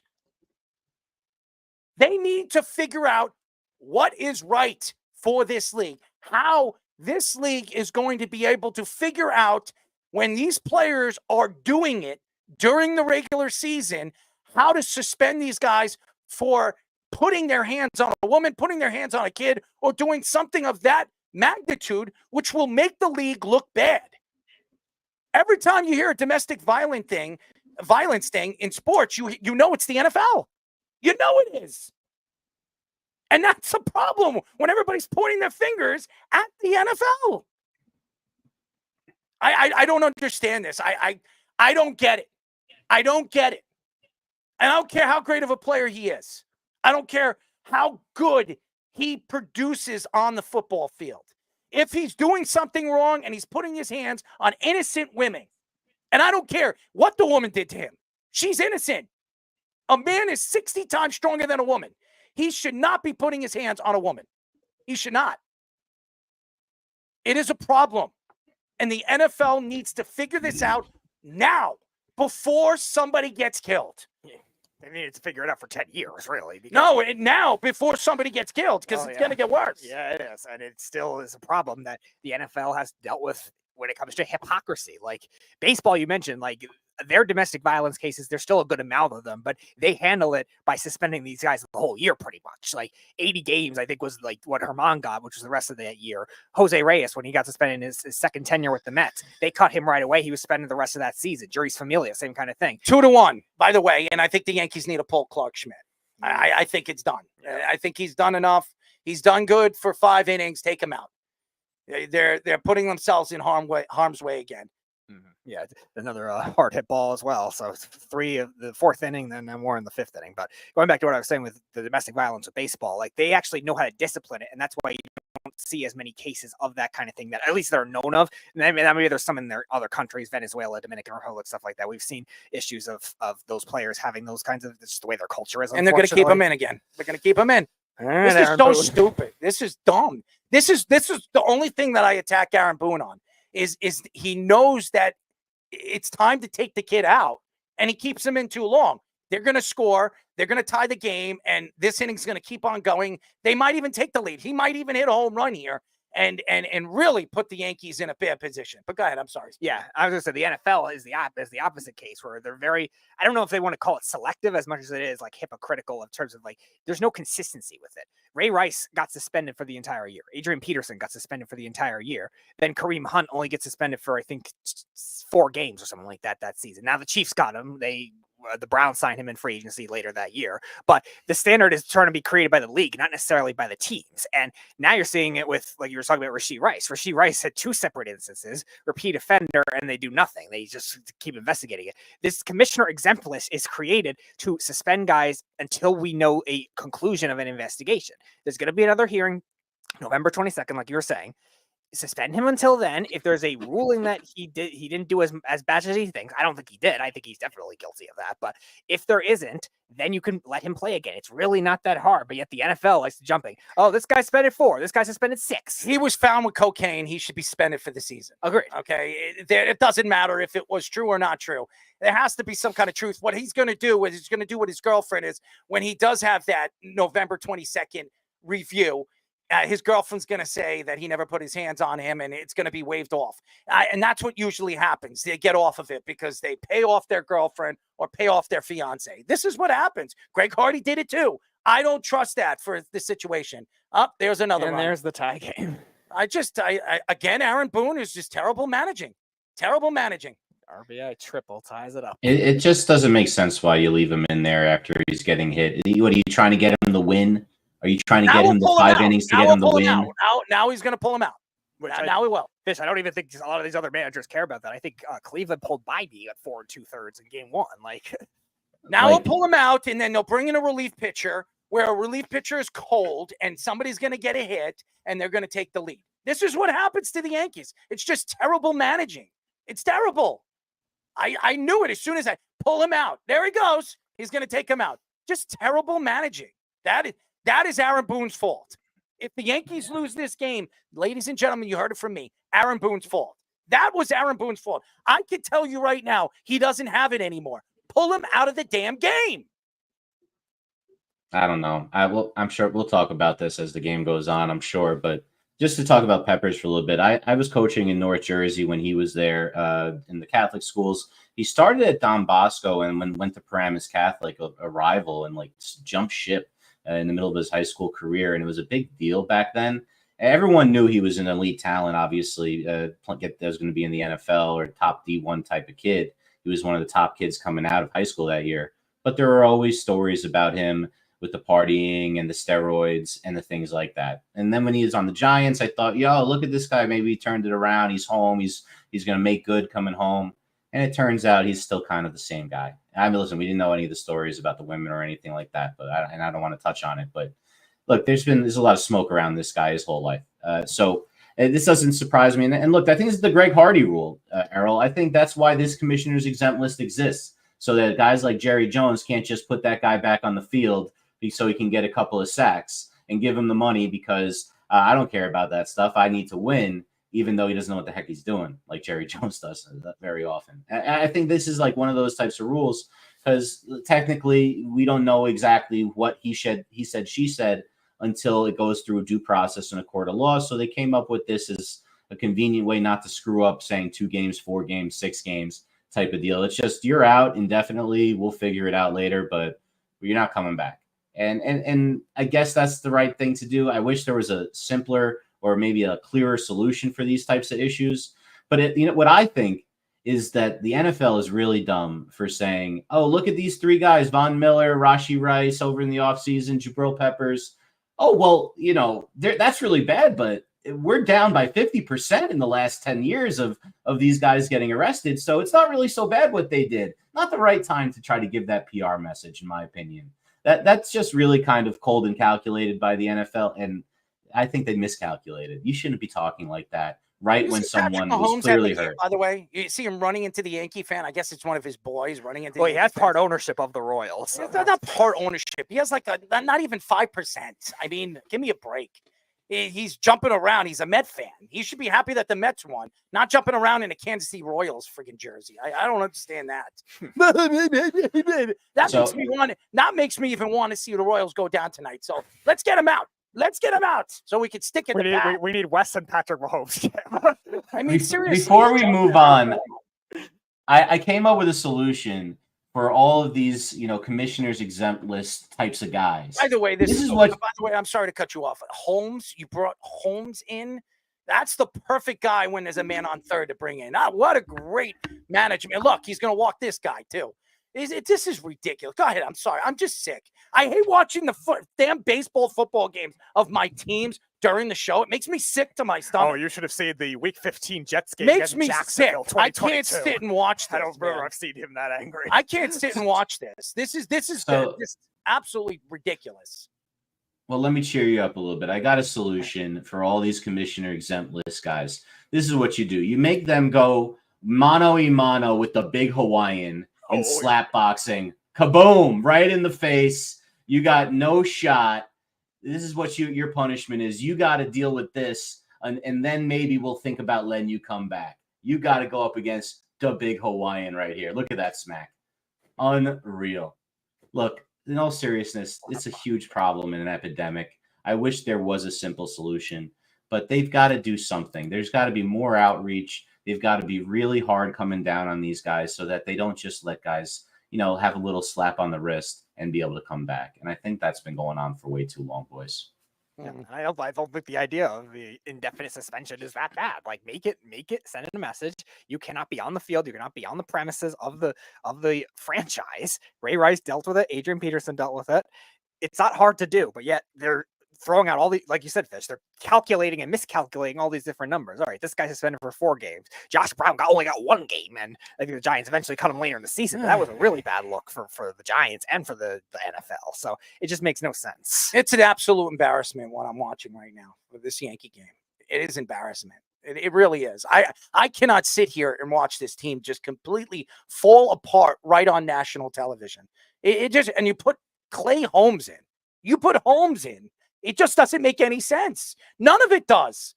I stick up for this guy all the time. This is a ridiculous move. And if he gets a hit here, and I believe that the Yankees are in a lot of trouble, I bet you before this inning is over, it's 4-2. That's where this game is going. And the Yankees are going to lose this game. And it's going to be another game that, Aaron Boone is going to be shaking his head where he should have said, you know what?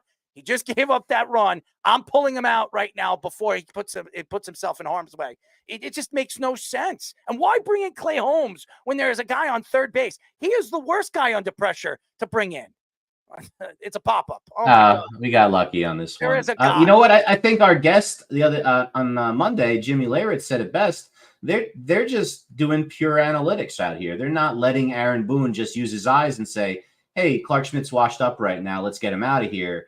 And maybe Clay Holmes shouldn't come in with a runner on third base. We're going to get lucky if that's the case, if we're getting out. Maybe we should use him, in less pressure situations since he's completely melted by the way, out. and Keith, you say Clay Holmes has been great. Good. He's been great. And every time there is a man on third base, and that's probably him. It is him. I don't care what he says. Listen, before he even comes on, because we're not talking about the Yankees, and we're not talking about Clay Holmes. So, Keith, if you're calling about the Yankees, when we get into baseball, we're not going off target for you to get into the Clay Holmes thing.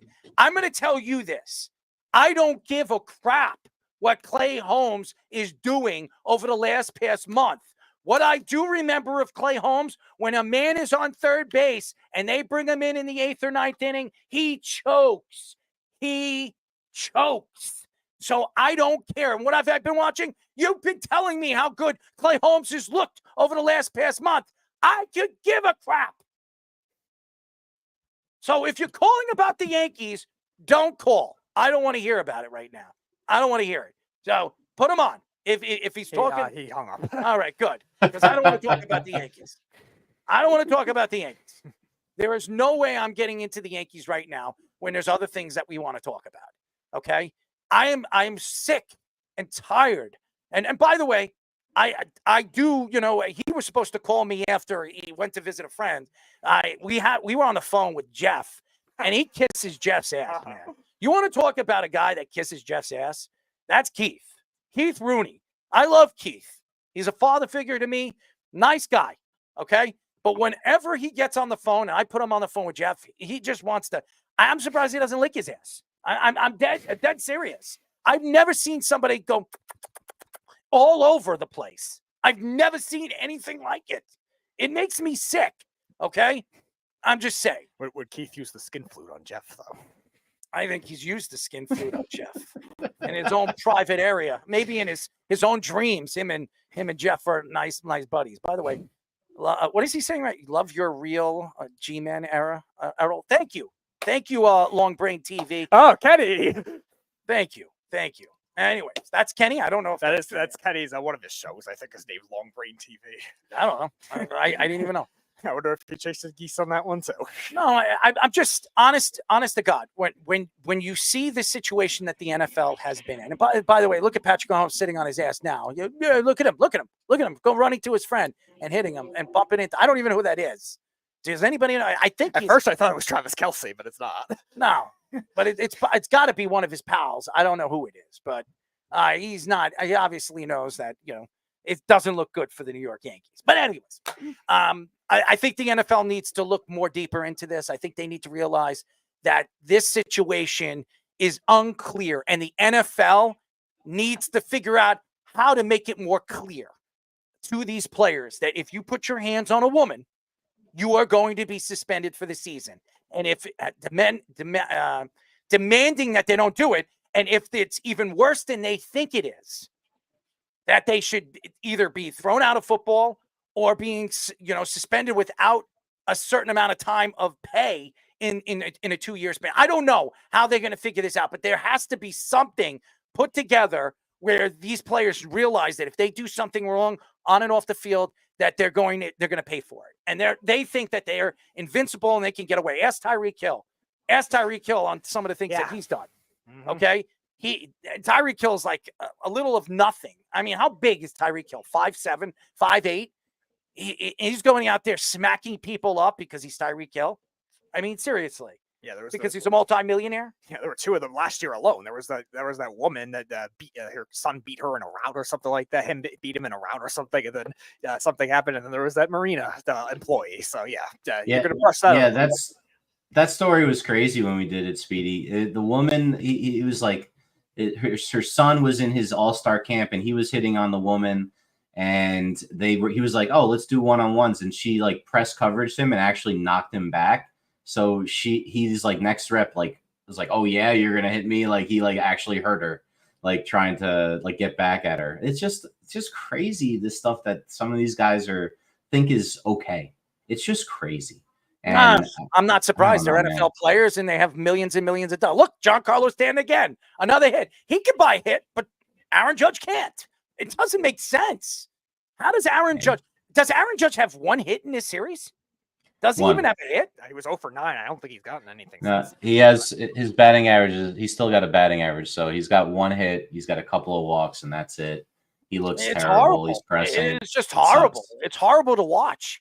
It really is. And if the Yankees lose this series and this guy can't buy a hit, what are the fans going to say in the offseason?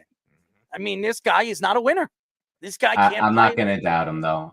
We've saw the best baseball season. In the last 25 years this year. But when it comes to the playoffs, he chokes. And let's see.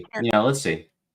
And again, the Yankees, when it comes to relief pitching, I'm not going to bet on the Yankees relief pitching over Kansas City. That's what bothers me about this game. It's just if it's one-on-one back-to-back, I don't see it. I would love to see the Yankees shove it down, Patrick Mahomes' throat.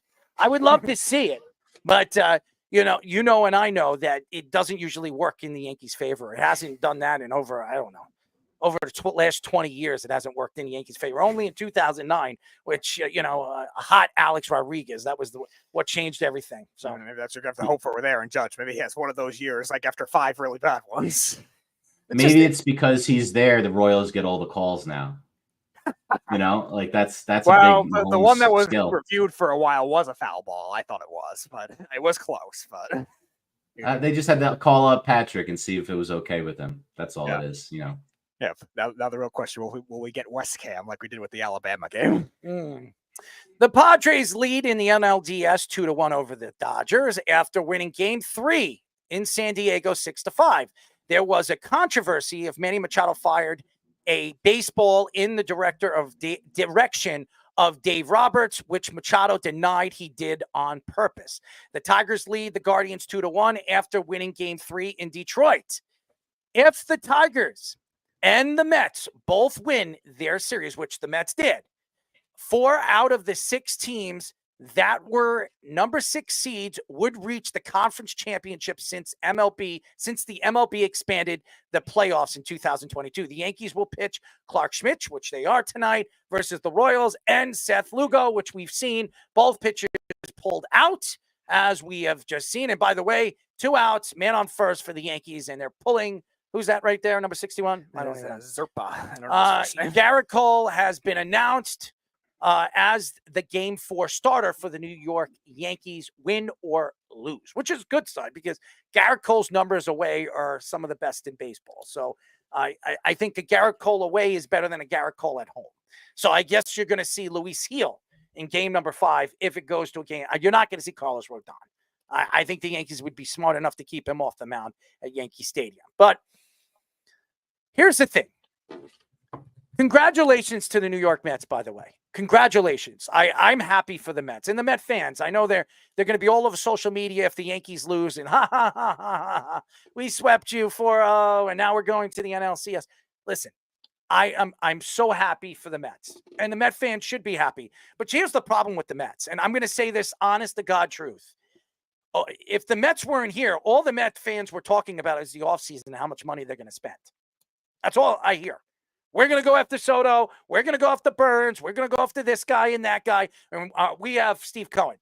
Now, what are you going to do in the offseason? Are you going to pay Pete Alonso? Because I know a lot of the Met fans told me a couple of weeks ago that no way in hell do we pay Pete Alonso. But guess what? Pete Alonso has 3 home runs in the playoffs and helped you beat Milwaukee, and now it just helped you beat Philadelphia. So now, in the offseason, do you pay Pete Alonso because he's a game-winning player in the playoffs? The answer would be, yes, I would. Okay? Yes, I would. So I don't want to hear from the Met fans, we're not overpaying him. We're not. The guy helps you win. You paid Lindor, you got to pay Alonso.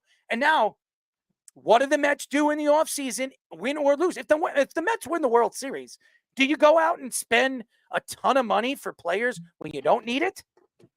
I wouldn't. But, Uncle Stevie is all about that. He loves to spend money. He hasn't last year, this past year. And by the way, it was probably the best thing the Mets ever did.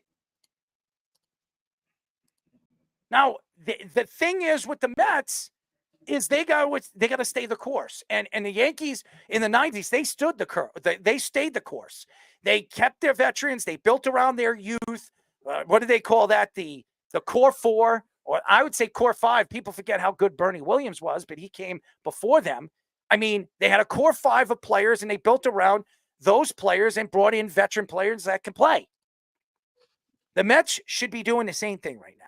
They have a bunch of young players right now. Nimmo, who's not young anymore, but he's still a player that came from their farm system. They have this kid, Mark Vientos. He looks like a player. Pete Alonso is another player that the Mets have brought, obviously drafted and built their team around. They have players that they're coming from the farm system, and they're building around the farm system. That's what the Mets need to continue doing. Stop going out there and spending money. But I'm not even done. Congratulations to them. I don't want to talk about the offseason until the season is over for the New York Mets. It's a sensational thing. I would love to see both New York teams go in the ALCS and the other one go in the NLCS. Maybe you see another Subway Series. Who knows? That would be fun to watch. It really would. It would be great for New York. It really would. I mean, as a Yankee fan, I don't want to see it because I don't want to see. If the Mets beat the Yankees, you won't hear the end of it. Luis Torrens walk-off home run. You wouldn't hear the end of it from the Met fans, ever. Even if the Yankees win 3-4 World Series after that, it won't matter. We beat the Yankees in 2024. That's what you're going to hear. But nevertheless, I think that if you're a Met fan, you should be excited. I think they match up very well against the Padres. They match up very well right now against the Dodgers. And if it is the Padres, you're seeing the 2 hottest teams in baseball head off to the NLCS and may the best team win. Mm-hmm. The Mets have been the hottest team in baseball, I think, since May 30th, and the Padres are the hottest team in baseball since the All-Star break. So definitely going to create an interesting dichotomy and kind of different identities too. Like the Padres, they're scoring early. Like you saw them put like 5 runs on the board last night against the Dodgers, and they almost blew it because they allowed a grand slam after that, but their bullpen held their own. The Padres bullpen has been, besides probably Cleveland, the next best in baseball after that. And the starting rotation is very good. The Mets have done it with like scrap Pete pitchers, ex-Padres. They're not scrap Pete pitchers. They've proven that they're not. And Maye is a good pitcher. He's been a successful pitcher in the league. They have successful. Quintana has been a successful pitcher for what? Almost 20 years of his career in the major leagues. So to say that they're scrap Pete pitchers, they're not. They're not. I'm so tired of hearing that from the Met fans. That's not true. And you bring up a good point, too, with the offseason when it comes to, like, the big spending. Like, I think the Mets, in those types of years, a la 2022, when they went out and got... Pay Pete Alonso. Yeah. when they went out and got Max Scherzer, when they gave Lindor the contract before that, but they spent on all those older hitters. Like, it didn't work. That wasn't baseball anymore. It's becoming a younger game, and now they're finally embracing the younger players this year. Besides Brett Beatty, like everyone else that were top prospects have developed, and you even saw them bring up Acuna at the end of the year when Lindor got hurt, and he's gotten a lot of confidence. He had a couple hits in the Brewers series as well. So you're seeing that kind of thing be a real culture change for them, kind of thing too. And I think you need to have them avoid that kind of reckless spending that you're going to see the Mets do in the past. And the Dodgers have done that recently. And where has it gotten them? It hasn't really done much for them in the playoffs. They're down 2-1 and they still can't pitch to save their lives. And the Mets are doing it with these gems pitchers that they find. And they beat the Phillies, a team that everybody thought was going to the World Series and had a chance to win the World Series. They couldn't buy a hit in that series, as well as the Yankees can't buy a hit against Kansas City. And that's what happens when you're a good team and you're a playoff contending team. You find a way to get a hit. The Mets have done that. They have been one of the hottest hitting teams in baseball. So have the Padres. And that's why they're both. I believe the Padres will end the season for the Dodgers this coming tonight. What time are they starting? They should be starting any minute now. I think it's 9:08 or whatever. something. They're going to be starting soon. I think they're going to beat the Dodgers no matter what. And that's what you're going to see in the NLCS. As far as the American League, the Guardians down right now to the Tigers 2-1. I'm not surprised. The Tigers are a surprise team. They've got Screwball, who's been one of the best pitchers in baseball, probably going to win the Cy Young in the American League. I'm not surprised at what you see right now. And by the way, Cabrera's up 2-2. He's probably going to strike out. The Yankees have first and second. And by the way, Giancarlo actually stole a base. Who would have thought that? Yeah. Who do we have? You want to take Keith now? Go ahead, put him on. All right, Keith, you have about 10 minutes. Chaz is coming in about 10 minutes for Let's Parlay. Yeah, no Yankee talk. We're good. As far as the Mets, yeah, man, I think they're going all the way. Well, them and the Padres are probably the two best teams in baseball right now. Playing the best baseball for sure. Yep. I think the Mets. I just think the Padres are good too. To say that if the Padres go, the Mets are going to have their problems. I mean, the matchup. It's 7 games. It's not 5 games. It worked in the Mets' favor. Going into the wild card 3 games and 5 games. Now it's a 7-game series. It's really the battle of the rosters and who has the deeper roster. So that's that. I don't like how baseball does this. The NLDS and the ALDS should be 7 games. That's not fair. And I think you've earned the right to play in these positions. Why the hell is it 5 games? It doesn't make sense. It's bullshit. I agree. It doesn't make sense. Nah, I don't like that either. Because usually the best team usually wins in a 7-game series. Mm-hmm. If anything can happen in 5. I agree with that 100%. Like you said, the Yankees won the division. They should be able to play 7 games, all the games. Fuck 5-game series. Same thing with the Phillies. Same thing with baseball, the Phillies. But it's going to go to the end, right? Go to the end of November. So I think the Mets are just playing better with baseball. I definitely thought the Mets would beat the Phillies, like you did too. I really did. I had no doubt about it. I knew after the first game, and I heard the statistic that Philadelphia has never won a series in the playoffs after losing the first game. I knew that they were doomed. I knew they were doomed because statistics do mean a difference in sports. I know people don't look at that and say, well, what does that have anything to do with the past? It has a lot to do. It's mental. It's mental. And if you're a betting man, you're going to bet. You're going to bet on that because of statistics. You go by past history. Yes. That's what you can go by. Mm-hmm. And again, that's why going into this series, it didn't bode well for the Yankees. Well, that's why I thought the Yankees would win, actually, because of past history. The way it's gone for years, they've owned Kansas City, even this year. But we know in a short series anything can happen, and if Judge don't fucking do something, they're not going to win. No, it's been horrible watching this, and But now on the other hand, Witt's been awful for Kansas City. Thank God. Now, honestly, Errol, I didn't say Holmes anything about him. He has pitched well for the playoffs. He has. He's He's been their best pitcher in relief. He has.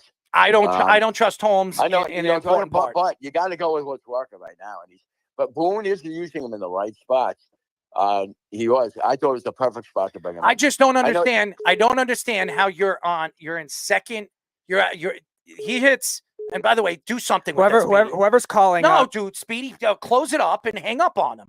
If I told you to do what I told you to do, what are you going to do? Whoever's calling, do not call right now. Are you listening to me? Hang up. All right, Keith, you're there. Okay. Hold. I just want to speak again. When I tell you to do something, you do it. You hear me? Do you hear me? Go Who are you ahead. talking to? I'm talking to Speedy. Go ahead. Oh, I thought. Go ahead. I'm being a good boy. Go ahead. No, you were speaking. You were speaking. No, go ahead. Go ahead. I'm and worried. I I'm know you worried. don't- I see You that want me stuff to? at What do you home, want to too. do? You want me to speak or you want to speak? Say whatever No, you want. I said for you. All right. So Go ahead. I just let you speak, and then you say, no, you speak. So I'm trying to speak. I just think right now, if you're a Yankee fan, you can't be happy. You can't be excited of what you see right now with that. And being that Schmidt got into trouble early in the 5th inning, after that run came in and there was a man on second, I would have pulled him. I would have pulled him out of the game. That's what I would have done, and I would have put another relief pitcher. I would have put Holmes in, or whoever you're going to decide to bring in. You gave Schmidt. Now Schmidt, he loses the confidence. So now, if you want to bring Schmidt in a game 5 in extra innings, it puts him in a bad position. So I just think it was a bad move by somebody like Boone, who I've been sticking up for all season long and over the last, I would say, 2-3 years, that I think he's a pretty good manager. This was a bad move for him to go. If they don't win this, he's gone. He's got to go. I don't know. Why?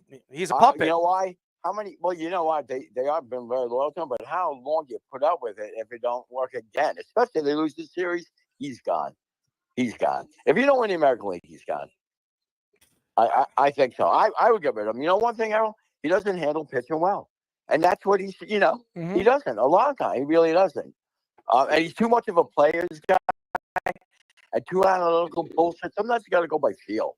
You know, I like Fishy. I agree with that. You got to go by feel. Everything can't be analytic. I've told everybody I like Mark Del Rosa. I would definitely interview Del Rosa if he becomes available. I don't know what that sound is, Keith. If you can mute that, whatever's in the back, because we hear something in the background.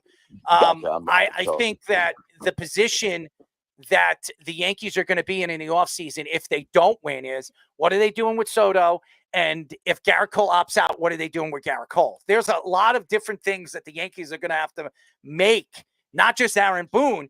And again, they have some youngsters that they could bring up. Dominguez is hasn't stayed healthy.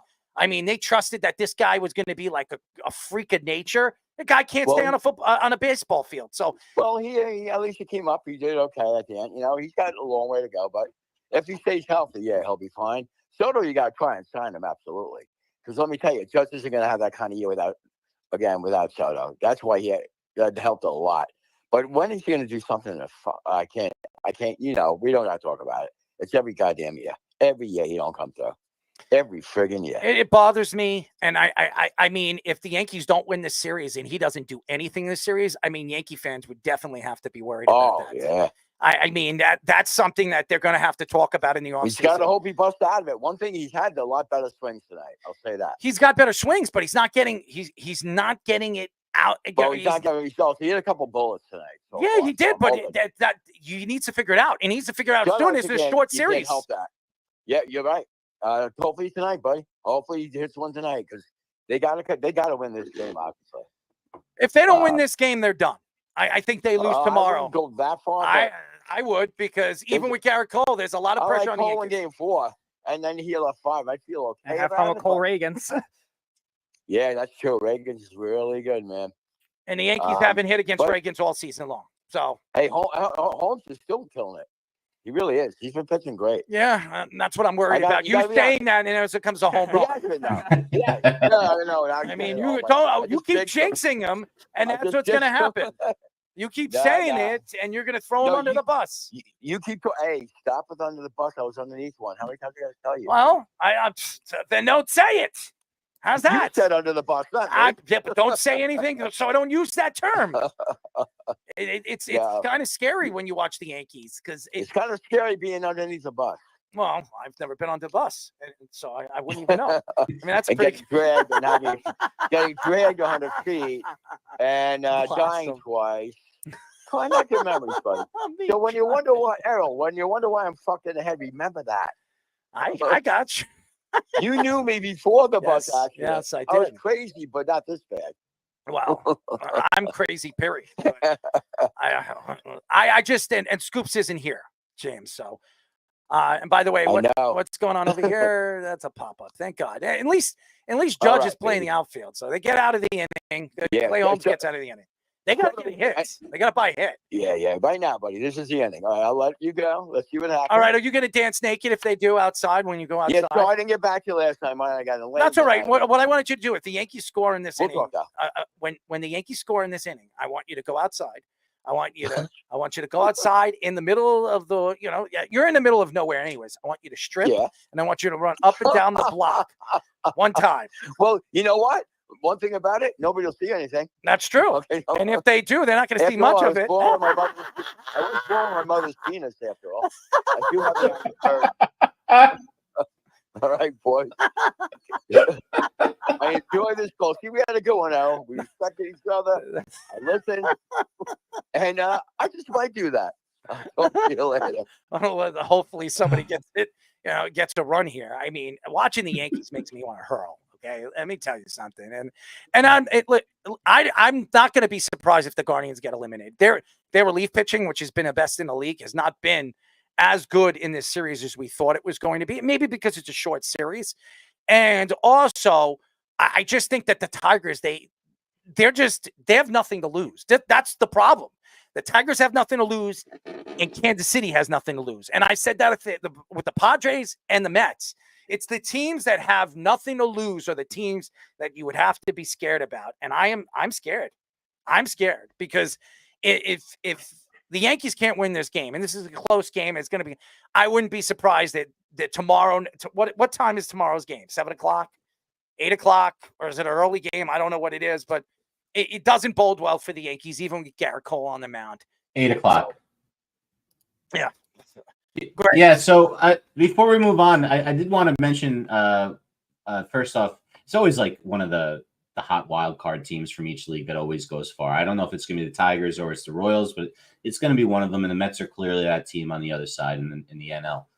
The guy that's the most impressive in the playoffs right now is Fernando Tatis Jr. Fernando Tatis Jr. is hitting .560 with 4 home runs, 10 hits, and 18 at bats. Just dominating over there. Oh my God. Honestly, I never thought they'd have a chance at Soto. I thought they'd have more of a chance at Tatis after the suspension, the shoulder issues. I thought he'd be more available than a guy like Soto. Turns out they decided to hold on to him. He became a pretty good fielding outfielder after starting at shortstop. And he's stayed a little bit healthier and he looks pretty awesome right now. So, and the Dodgers being hurt, Freddie Freeman's not playing tonight in a must-win game. He must be really hurt trying to get out there. Their whole staff is hurt. Kershaw's not coming back. Buehler, like all these guys. It's amazing they were able to piece it together to get to this point. Buehler. So it's that. And Mets fans, thank you for blowing up, my phone with all of your celebratory things, celebrating your team. Congratulations. We'll give it to you. I heard it. All right. We'll talk about the next round. Maybe we get to that Subway series. It'll be wonderful. Ball out of here. I would love to see it. I mean, Verdugo lost his spot after Dominguez came back. He earned his spot back at the end of the season, and then go out there and smack another ball out there. I mean, that would be nice to watch. I'm not going to predict that to happen, but hey, anything's possible. NBA insider Mark Stein reports that several executives have told him that Giannis and Jimmy Butler are two next NBA superstars likely to be traded. And by the way, he's out. Stein says Butler is likely to enter free agency next offseason, even though he has a player option for that will earn him $53 million. Reports earlier this offseason said that Jimmy Buckets would not extend the Heat this season after the beef he had with Pat Riley. Reports say many teams will be ready to aggressively go after Giannis if the Bucks start to unravel again with Doc Rivers. The Bucks have only won one playoff series since their championship run in 2021. Well, Giannis is a big name. He's a very interesting name. I thought Giannis would have been likely to go to the Knicks. I didn't. No, obviously, Karl Anthony Towns has always wanted to be here. This is his hometown. He lived in New Jersey his whole life, and he grew up a New York Knicks fan. So, I mean, he's coming home. It might change everything for him. He is a great player, but he could be something even more interesting, coming back to New York. Giannis is a guy that's very interesting and very intriguing because of what he has done over the last couple of years. I still think he's a top 5 player. And I think Milwaukee has, aggressively tried to bring in a player to play with him. Now, they still have, obviously, Dame time there, but Dame is on his final year of his contract. Is he going to stay there? There were stories coming out that he would have liked to go to Miami or go to a playoff contending team. So it's very interesting right now to see the position that the Milwaukee Bucks are in this year. Now, this is their year. If they can stay healthy with Dame and this roster can figure things out and maybe make a trade at the trade deadline, maybe they can compete for a championship. But I think they're done. I think their run is over. I think Giannis believes their run is over. As far as Jimmy Buckets are concerned, it's Miami's run has been over for about 2 years. This is a team that's getting older. Bam is their best player.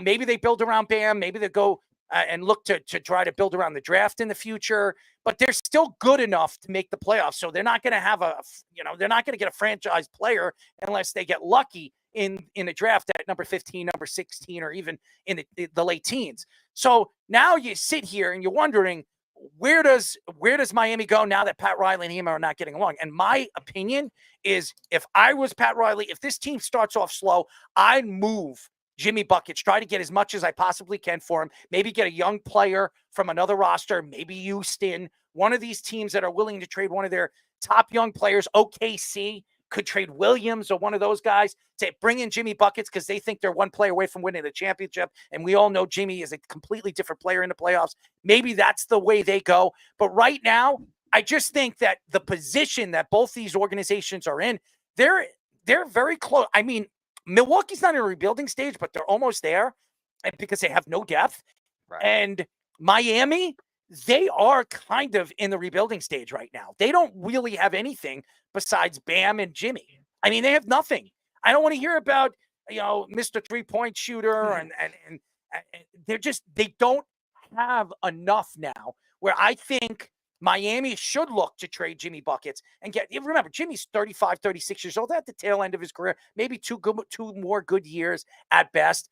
I think that if you're a Miami Heat fan, you can only hope that they move on from Jimmy Buckets this coming season than sitting back and waiting for it to completely fall apart. Yeah, quickly before we get Chaz on for Let's Parlay. By the way, Aaron Judge is up.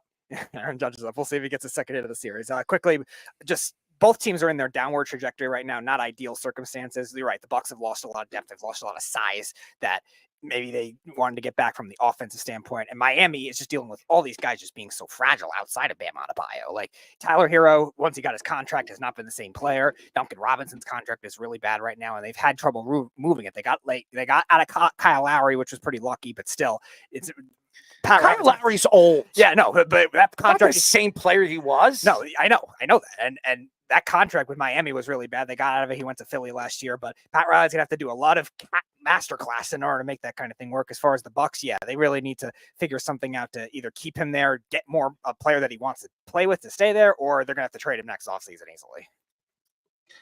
The Royals are bringing in a starting pitcher to face Judge Brady Singer right now. That's interesting. Really? Uh-huh. Yeah. But I'll say this: Jimmy Buckets, it's a real thing. The playoff Jimmy mentality.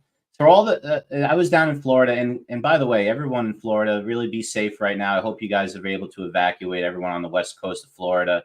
A bunch of friends out there, guys. I know I've heard from most of you. If I haven't heard from you, but all our best wishes for you. Please stay safe with the Hurricane Milton out there.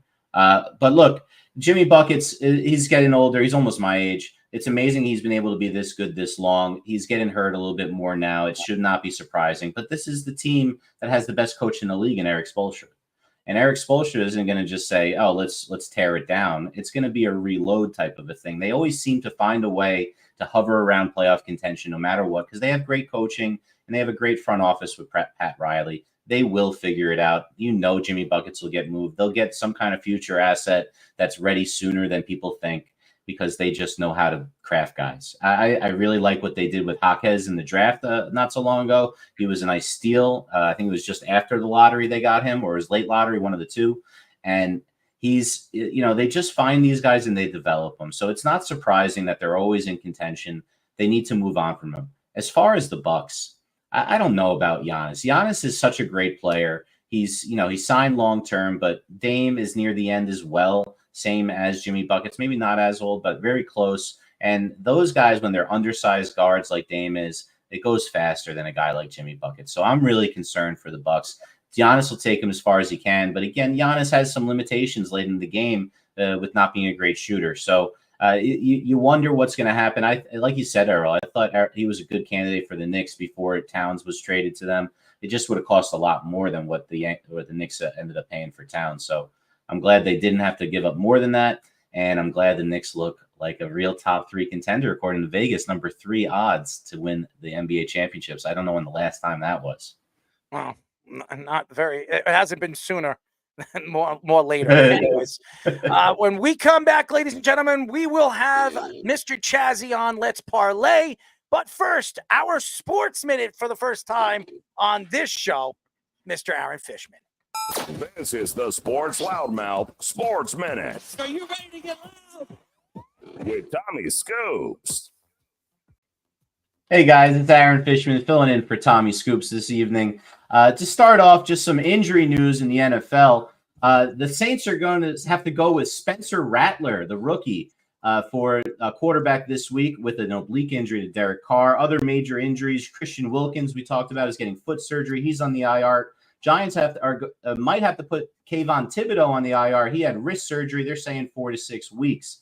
Michael Pittman Jr. and Nico Collins, both with leg injuries, or both with injuries that have multiple weeks. Collins on the IR. The Raiders will bench Gardner Minshew for Aiden O'Connell at quarterback. Wrapping up some football news for you. Right now, before we head to the scores, we also have the WNBA Finals coming up tomorrow starting. It's the Lynx versus the New York Liberty. Minnesota Lynx, New York Liberty starts at 8 o'clock tomorrow night. So far, we have the beginning of the NHL season. A couple of games in action tonight. The Rangers are picking up where they left off last year, kicking the Penguins' ass like Batman. It's 4-0 at the end of 2. And the Canadians are up on the Maple Leafs 1-0. Games coming up later tonight. We have the Oilers and Jets, Canucks and Flames, and Vegas Golden Knights versus the Colorado Avalanche. In baseball, as we've talked about, it's now 2-1 series lead for the Tigers over the Indians after a 3-0 shutout with 6 pitchers pitching for the Tigers in that combined shutout today. Freddie Freeman not playing for the Dodgers tonight, but it is already 1-0 at the end of the first with a Mookie Betts home run. And the Yankees, as we've been talking about throughout the show, tied 2-2 currently with the Royals. The Mets move on after beating the Phillies tonight with a grand slam by Francisco Lindor. We're coming back with Let's Parlay. This guy's coming back to you, Errol, Speedy, and the show. Sports Loudmouth, back to you, boys. This is the Sports Loudmouth.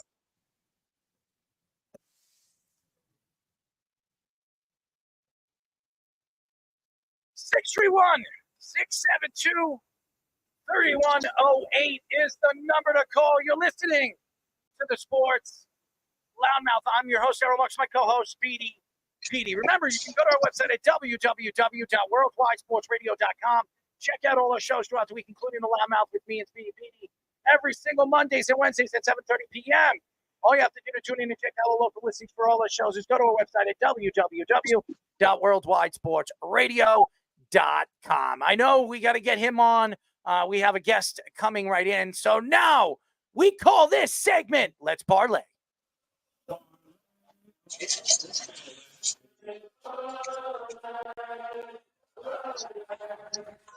It's time for Let's Parlay. All right, Chaz. Wes is over there at the Kansas City Royals game, enjoying himself, getting drunk, probably doing other things in the boys' bathroom. He did send in some picks, though, so I will give them out to you too, Chaz. Oh, good for him. Anyways, hopefully they lose because I don't want to hear him after the game. But anyways, Chaz, how are you, my friend? I'm doing well. Everybody can hear me okay? I guess it's that game's tied at 2, right? Yes, we hear you. Yes, the Padres. Yes. No, I'm talking about the Yankees game. It's tied at 2. Yes, it's tied at 2. Yeah, I've been watching. My kid's at the game tonight, so he's at game. What's it? Game 4. So I'm watching his dog. So I had to go pick up his dog. But the Mets game was amazing, wasn't it? Holy cow! Just amazing. Good for the Mets. So you guys don't know. You know, as you know, I'm back from back there, and if you knew me as a kid, I was the diehard Mets fan. But there was a strike once, and the guy that was pissing and moaning, they showed his batting average. He was making like 980. He was making $980,000.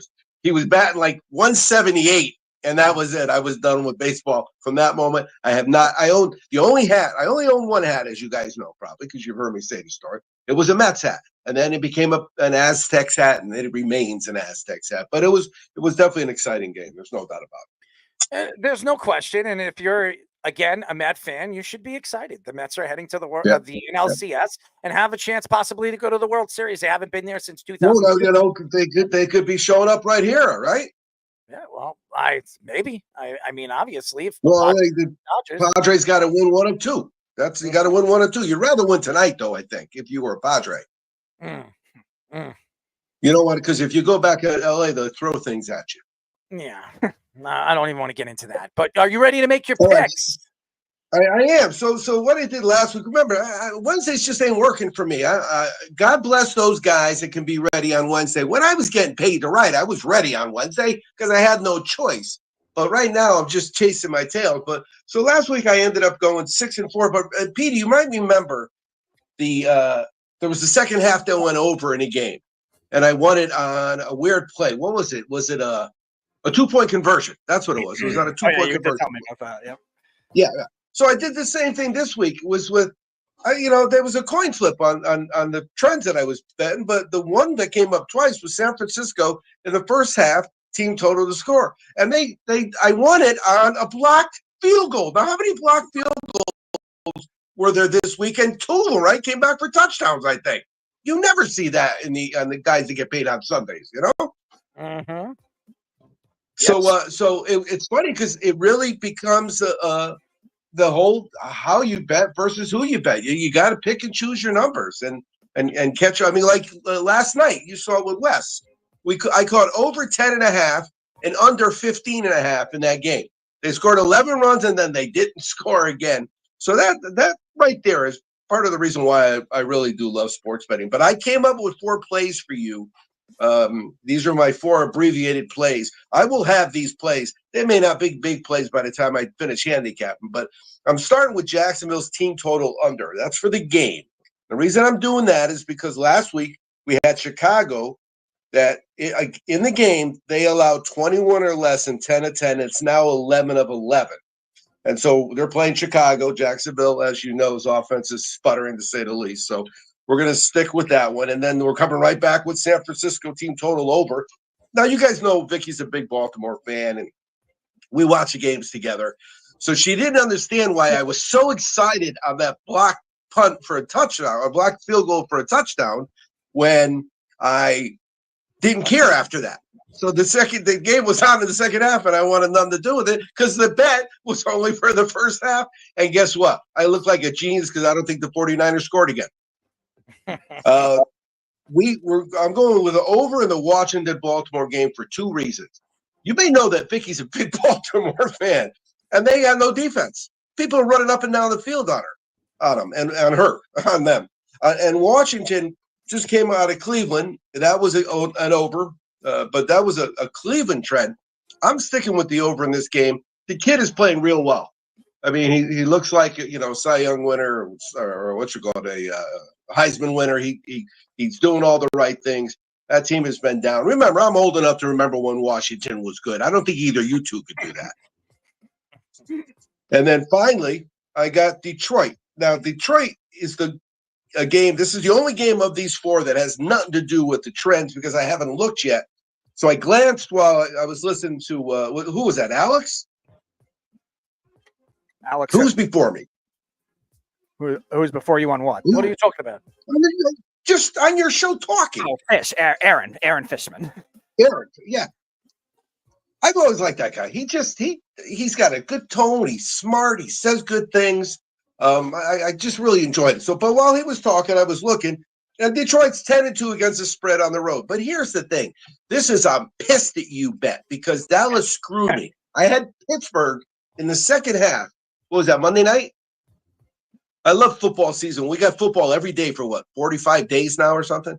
Mm-hmm. Right? because there's Tuesday back action, Wednesday's the other action. But I had Pittsburgh, and I just needed the game to end, and they let Dallas march down the field, and Dallas scored and won, and I lost both bets. I lost the second half under, and I lost the Pittsburgh bet. So I'm coming back with Detroit, just hoping that Dallas will come back to reality because I'm not a big fan of the Cowboys. So those are my 4 plays. All right, so Wes had these 5 plays, actually. He has the Browns plus 8.5. He's got the Bears minus 2.5. He's got his Ohio State Buckeyes over 13.5 in the first half. He's got Rutgers minus 2.5, and he's got the New York Jets on the money line.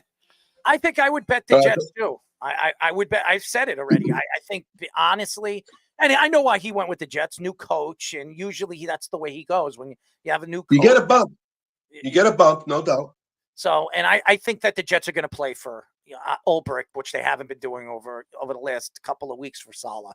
I think they're going to be a different team, a different offense going in to the next game on Monday Night Football with Buffalo. But Chaz, thank you for joining us as always. Hey, well, one quick before I let you go. Saturday, we've got our annual 2 games, 1 day. I didn't go last year because I was in New Orleans at the Tulane game, but we're going up in the morning. We're going to go to the Coliseum. We're going to see USC and Penn State, and then we're going to the Rose Bowl in the evening, and we're going to see Minnesota and the Bruins, and we're excited. Mm-hmm.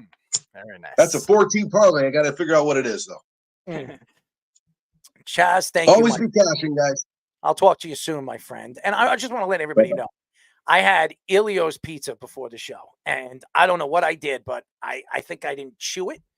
And it got caught in my throat, and I scratched my voice box. I don't know. I've been trying. I thought it was stuck in my throat, and I've been trying to drink water to try to get out of it. I don't think there's any. You know how you have that feeling when you're swallowing something? It's like it feels like something is there. That's what it feels like right now. So I think I scratched my voice box or scratched my throat, my inner throat. It's a terrible feeling. Anyways, I don't know why I got into that, but anyways, so. Let's go to a quick break. When we come back, I know he's been waiting patiently. We will be talking to the Texas Rangers AAA infielder Jax Biggers. He's been on a show. Let's go with you again, Mr. Fish, because we haven't had you really all show long because we had so much content to get out. We still have a couple more things to talk about. Aaron Fishman with our Sports Minute. This is the Sports Loudmouth Sports Minute. Are you ready to get loud? With Tommy Scoops.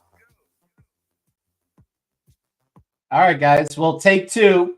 Right now, we have WNBA finals coming up tomorrow night between Minnesota Lynx and the New York Liberty. Liberty have never won the WNBA championship, and they are favorites for that this season.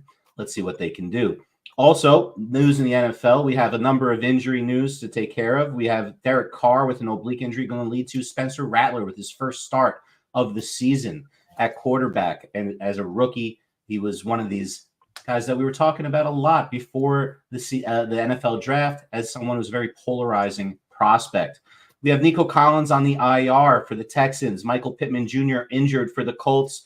Thibodeau for the Giants had wrist surgery. He's going to be out 4 to 6 weeks, they think. And Maye on the IR. And the Raiders, with their star free agent acquisition, Christian Wilkins, ending up on the IR with foot surgery. In Major League Baseball playoffs, we know that we have advancing to the NLCS, the New York Mets, with a 4-1 victory over the Philadelphia Phillies, winning that series 3-1 on the backs of a grand slam by Francisco Lindor. The Tigers go up 2-1 on the Guardians after a 3-0 shutout today, 6 pitchers combining for the shutout. The Yankees are tied right now 2-2 against the Royals, entering into the 8th. By the way, It is now. By the way, Giancarlo Stanton just hit a home run. So, and we have now a 3-2 lead for the New York Yankees, and that's because Giancarlo Stanton is having himself quite a day with a home run and a stolen base, putting them up 3-2 in the 8th inning. And we also have early on in the Dodgers game. Right now, it is 2-0 Dodgers on the backs of a Mookie Betts home run and a Shohei Ohtani single. Just a little bit of NHL action going on right now. The Rangers still kicking the butts of the Penguins 4-0. Goals by Kreider, Hedel, Lafreniere, and Carrick. And late in the third, the Canadians lead the Maple Leafs 1-0. Guys, back to our show and our first guest tonight. This is the Sports Loudmouth.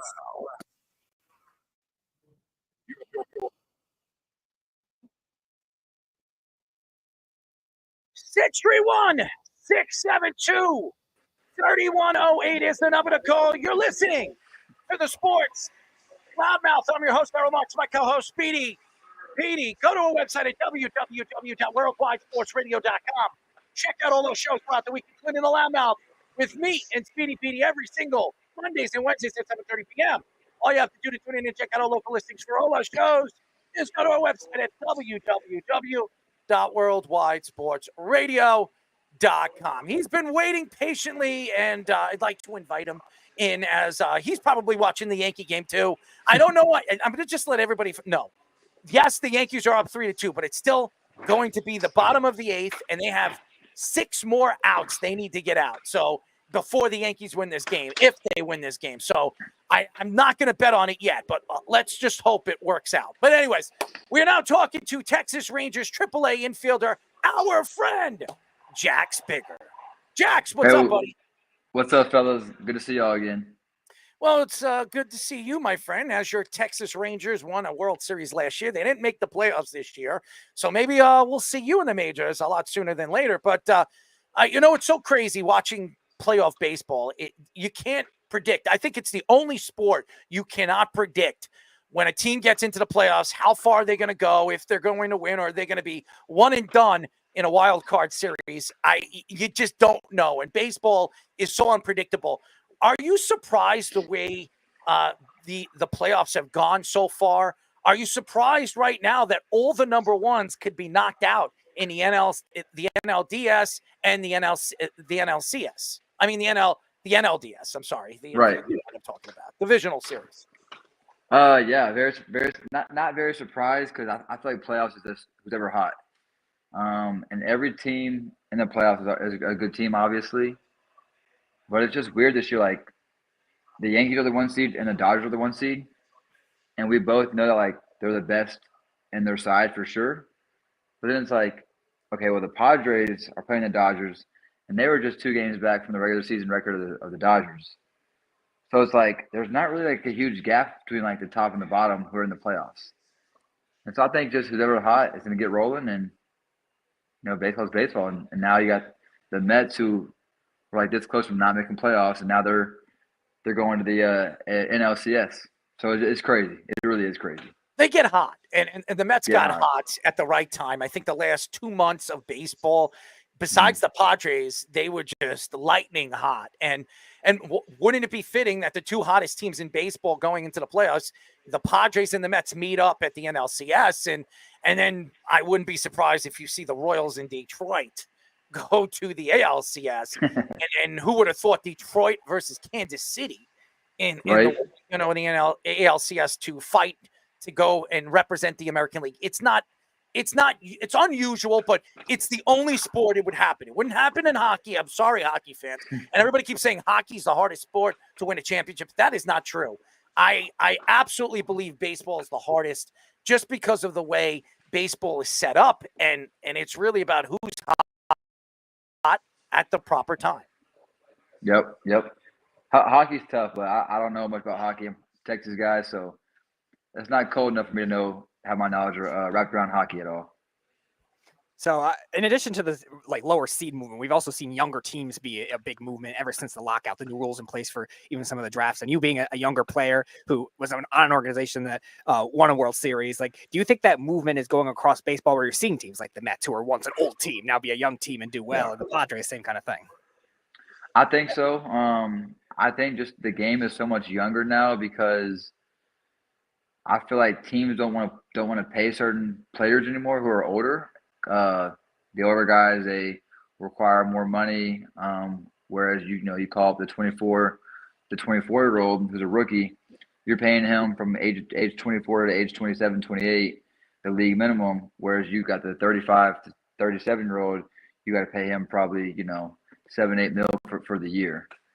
So not saying who's better, vice versa, or whatever. Just saying I think the owners are starting to save a little money, and the GMs are on board with that too. And I could be wrong. I'm usually wrong, so don't quote me. But that's just what it seems like the game's trending to be right now. We are talking to Texas Rangers AAA infielder Jax Biggers. Jax, we talk about baseball, and baseball is so hard to predict. And again, I think the hardest thing to do in professional sports is go up to the plate and guess what pitch is coming. I've never played in the minor leagues. I've never played in the majors. I did play, high school ball. I've traveled over the years playing baseball. I've always find it very difficult when you see a guy throw, when you're trying to predict when a curveball's coming, when a changeup's coming, when a fastball's coming. It's so unpredictable. What is it like standing up at the plate and sitting, and you're waiting, you're sitting on a fastball, you're trying to sit on a curveball, and it doesn't come? Yeah, you just if you're gonna sit on a pitch, you hope you guess right. If you guess right and it's a strike, you want to try to get it, but it's just hard. You really can't guess anymore, or you can guess. But for me, guessing's never worked out well for me. I just try to be on time for the fastball and just react to anything slower. But if I'm on time for the curveball and they throw a fastball, I got no chance. So it's hard. I do think it's the hardest thing in sports, but you definitely got to be on time for the fastball, in my opinion. So the rule changes have been a big controversy the last 3 years, really, since the lockout, and a lot of the rules are tested in the minor leagues and before they're brought to the major leagues. So for you, is there any rules that you like that are new rules, and any rules that you're adamantly against? Yeah, I love the pitch clock. I think it's great. 3 or 4 years ago, games would take 3 hours and 30 minutes, and you'd call it a short game. And don't get me wrong, I love playing baseball, but games at 7 o'clock, you don't finish till 10:30. I'm there for almost 12 hours a day, which is no complaints again. But now the games are going 2 hours and 30 minutes, and sometimes you get a 2 hour and 15, and now you get a 3 hour game. It's like this game's kind of long, so it's nice. We play so many games. It's nice to sometimes finish the game early, get a real dinner with family, because restaurants are still open now. So I love the pitch clock. The ABS, have you heard about the ABS challenge system, kind of, right? Like the balls and strikes? A little bit, yeah. They got like the challenge rule where each team gets 3 challenges. The pitcher, the catcher, or the hitter can call it. Mm-hmm. I love that. I love that rule. It takes away all the complaining. So if I got a problem with the umpire and he's screwing me or whatever, I can just challenge it. If I'm right, it goes my way, and if I'm wrong, I can't complain. I gotta shut up and swallow my tongue for a little bit. So I enjoy the challenge system. I enjoy the pitch clock. I really do enjoy all the new rules. I adapt to them pretty quick, pretty easy, as well as most of my teammates do. So I think it's going to be hopefully in the major leagues in the next 2 or 3 years. The challenge system, the pitch clock's already there. Well, my partner over here, he likes to swallow tongues. So, just you like to swallow your tongue. Speedy likes to swallow his. But the Rangers, I'm very surprised that the Rangers didn't make the playoffs this year. They won the World Series last year. Bruce Bochy, who I think is one of the best managers in baseball history, he's been in the World Series with 3 different teams. How many managers have ever done that? I think he's the first to ever do that. And win it with 2 different teams. It's pretty incredible what he has done. Why do you think they didn't make the playoffs this year? And what do they need to do in the offseason that can make them a contender again? Yeah, good question. Have you heard of the Bochy effect? No, but you can give me the Bochy. I got you right here. The Broski effect. No, the Bochy. I know. I call it the Broski. Let's call it the Broski. Gotcha. The Broski effect. Okay, this is crazy. When Bochy won his first ring with the Giants, they won 3 in 5 years. They won it the next year below 500. The next year they won it. The next year below 500. The next year they won it. So if the Bochy effect is in play with the Rangers, then I think this year going under 500, not making it to the playoffs is in a good spot for next year. I don't know if you've heard this stat before, but before he was with the Rangers, he announced his retirement with the Giants. during the season, at one point, he had a career managerial record of 1995 and 2019, which would have been the same years he would have spanned managing. And I said, Oh, that is crazy. Who needs 2,000 wins? That is a much better stat. He should have just retired after that game. I think it was in August or something like that. Just retire after that game. It would have been one of the coolest things. So That would have been crazy. Yeah, I wanted to ask about some of the younger players. I think you have experience playing with them in the minor leagues too. Evan Carter was a big prospect for them. I think he was up and down between the majors and the minors this year. You saw somebody like Josh Smith play very well. Josh Young was a good rookie last year on the World Series team. So what is it like playing with them, and what are some of your impressions of them as players and teammates? Yeah, it's cool. I'm hoping Evan can get healthy. I know he struggled this year with a bunch of injuries. So hopefully Evan gets healthy because he's crazy athletic, crazy talent. And also a really good kid, really good dude. Comes from a good family, so you root for Evan. Played with Smitty for a year in AA, and then played against him in college. Also another great dude. Comes from a great family. So it was really cool to see him have his first real success in the majors this year. I think his first year and a half. Not like a struggle, just he didn't get consistent at bats, and it's tough going from playing every day in the minor leagues to okay, you're batting 2-hole, 3-hole. Now you go to the majors and you're hitting 7, 8, 9. You're playing Tuesday, Friday, Sunday. Nothing gets in a rhythm for him. And so it was really cool to see him this year get that rhythm, have that consistency. And y'all saw what he did when he got that. So kudos to Josh for taking advantage of an opportunity when he got it. And then Josh Young's a stud. He's been a stud since he got drafted. And just hopefully he can have a healthy a full year of health, good off season with some more health, and then he comes back ready to bang next year. We are talking to Texas Rangers AAA infielder Jax Biggers. You've been playing in the minor leagues for a little while. Who's been the most impressive player you've seen in the last couple of years, and even this year? And who do you think that you've seen this year is a future star in the major leagues? The most impressive players that I saw in 2021, it was Bobby Witt's first full season in the minor leagues. So he was 18, 19 in AA. I was 23 or 24, give or take. And it was stupid. He was hitting balls off batter's eyes, and I was like, this kid's supposed to be a freshman in college, and he's doing things that nobody on the field could do but him. And then the year after that, I played against Corbin Carroll for a full season, and he had a crazy year. So those two are the most impressive I got to see for a full season. Just like the things they did were just everything was electric. I don't know. It's just like you can't really describe it. Just they're different. And then what was the last question? This year. Who do I think? This year, who did you see this year that was the most impressive, and who do you think is a future star in the majors? Let's see.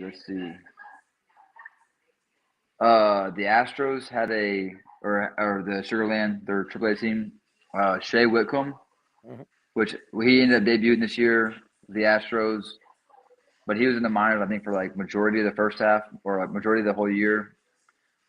But his year was crazy. I think he hit 30 homers in Sugarland where the ball doesn't fly very well. But it felt like every time he was up to the plate, he hit the ball hard. So I give it to Shea. I think he'll translate to the big leagues very well and continue to hit. So my team, the Mets, have a guy that used to be in the Rangers farm system with Luis Angel Acuna. Oh yeah, Louis. Yep. I don't know if you've had any experiences with him, but if you have, what is he like as a teammate? And are you surprised that he came up with the Mets and played well at the end of the year?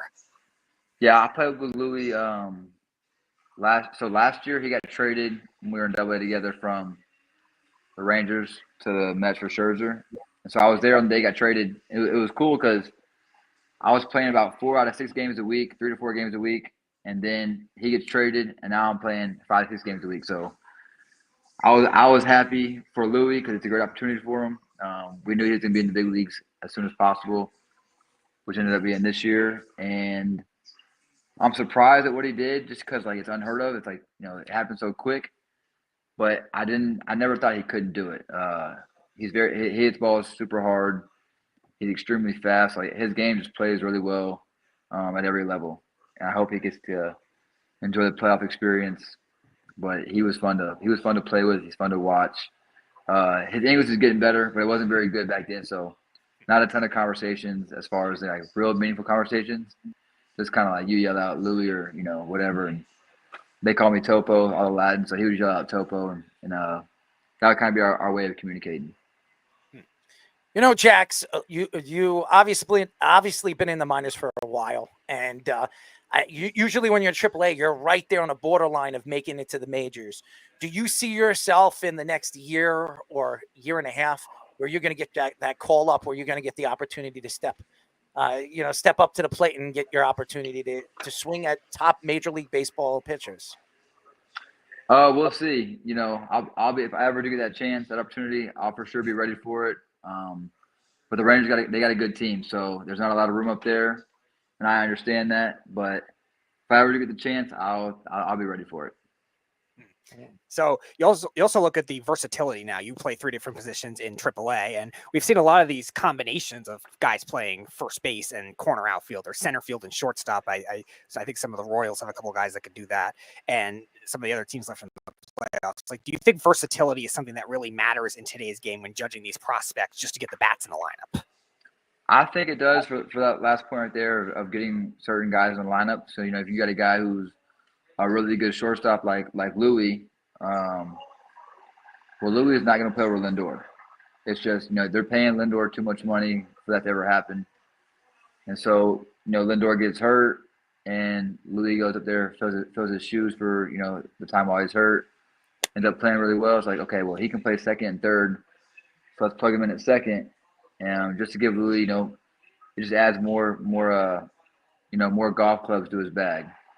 And, the more clubs you got, the more shots you can take. So I think it's a huge deal. But I think once you solidify yourself as, a star in the show, you'll stick at one spot. But I think to get up there for guys who aren't like superstar potential, like me or whoever, has to play multiple spots and be good at playing those spots. Well, the Yankee Volpe just robbed a base hit, and Witt is on first base.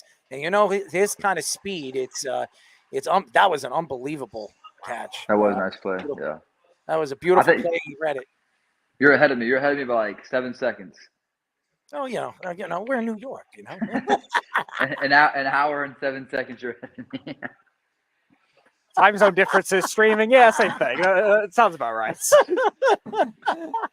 Are y'all Yankee fans or Mets fans? Or I'm a Mets fan. He's a Yankee fan. I'm a Yankee fan, but I'm a radio guy. So when you want to hear a cool Met fact? Go ahead. Let's hear it. So the Mets beat the Brewers in the playoffs this past week. Mm-hmm. Every team that beats the Brewers in the playoffs goes to the World Series. Ah, I like it. And now they're only one round away. So they're only one round away. Maybe it lasts longer. We'll see. Well, you know what lasts longer? I'm not watching Perez come up to the plate.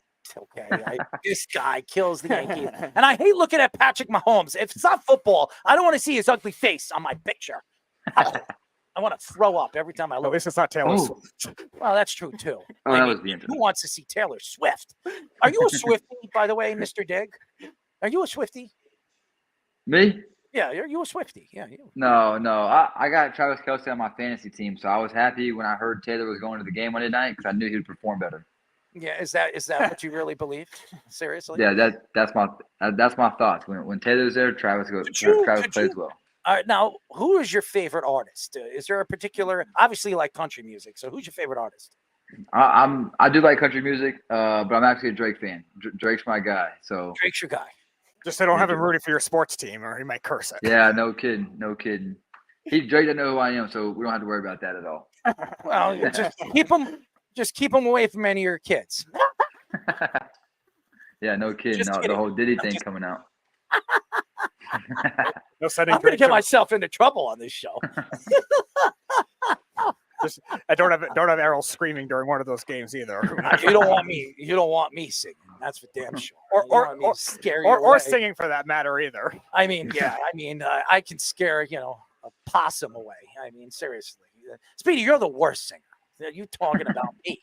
You're the worst. Oh yeah, but don't have me sing Ed Sheeran. That was an embarrassing one for what? For Fish. No, Fish. Oh, that's true. He's an Ed Sheeran fan. That was a rough moment. Could you hit a tune? Are you good with the notes? No. Mm-mm. You're not? You can't hit a note. Is there a particular song, if you did karaoke, you would sing? Yeah, I sang. I actually sang the other day. I sang. Oh God, here we go. We were playing OKC for one of our last series, and me and some guys went out during one of the games, or after one of the games, for karaoke. Mm-hmm. I sang. What did I sing? I think I sang "Burn" by Usher. Oh, how wonderful! How That wonderful! was sick. Everybody, nobody clapped, but everybody drank more. So Well, worked out It needs well. to feel the burn. Here we go, ladies and gentlemen. Man on First and third. 2 outs. Perez gets a single. The two best hitters in the lineup are on base. And now the Yankees got to figure. I trust Luke Weaver. If there's somebody that's going to get out of this, I think it would be him. I mean, he's been the Yankees' best relief pitcher in the past 2 months. So I'm going to believe that he's going to get out of it, but I don't know. How did Bobby get on? Single. I mean, it was a pretty good single right through the shortstop and third baseman. And now you have this guy, Gurriel, who's been a Yankee killer. Yep. He's been a Yankee killer. He's not cheating anymore, though. That's true. I mean, he was doing steroids. But, hey, well, and stealing signs and Well, he music was doing- buzzers and a bunch of other things. Well, I don't know if he was doing steroids, but I'm predicting that he was, And look, Patrick, is stamping his feet because, that's what Pat does. When he's on a football field, he's on a baseball field. Well, I would love to see Patrick Mahomes actually, a baseball field. He says he can pitch. So let's before we let you go, let's see if the Yankees can get out of this. If they don't, I might pick up this computer and throw it.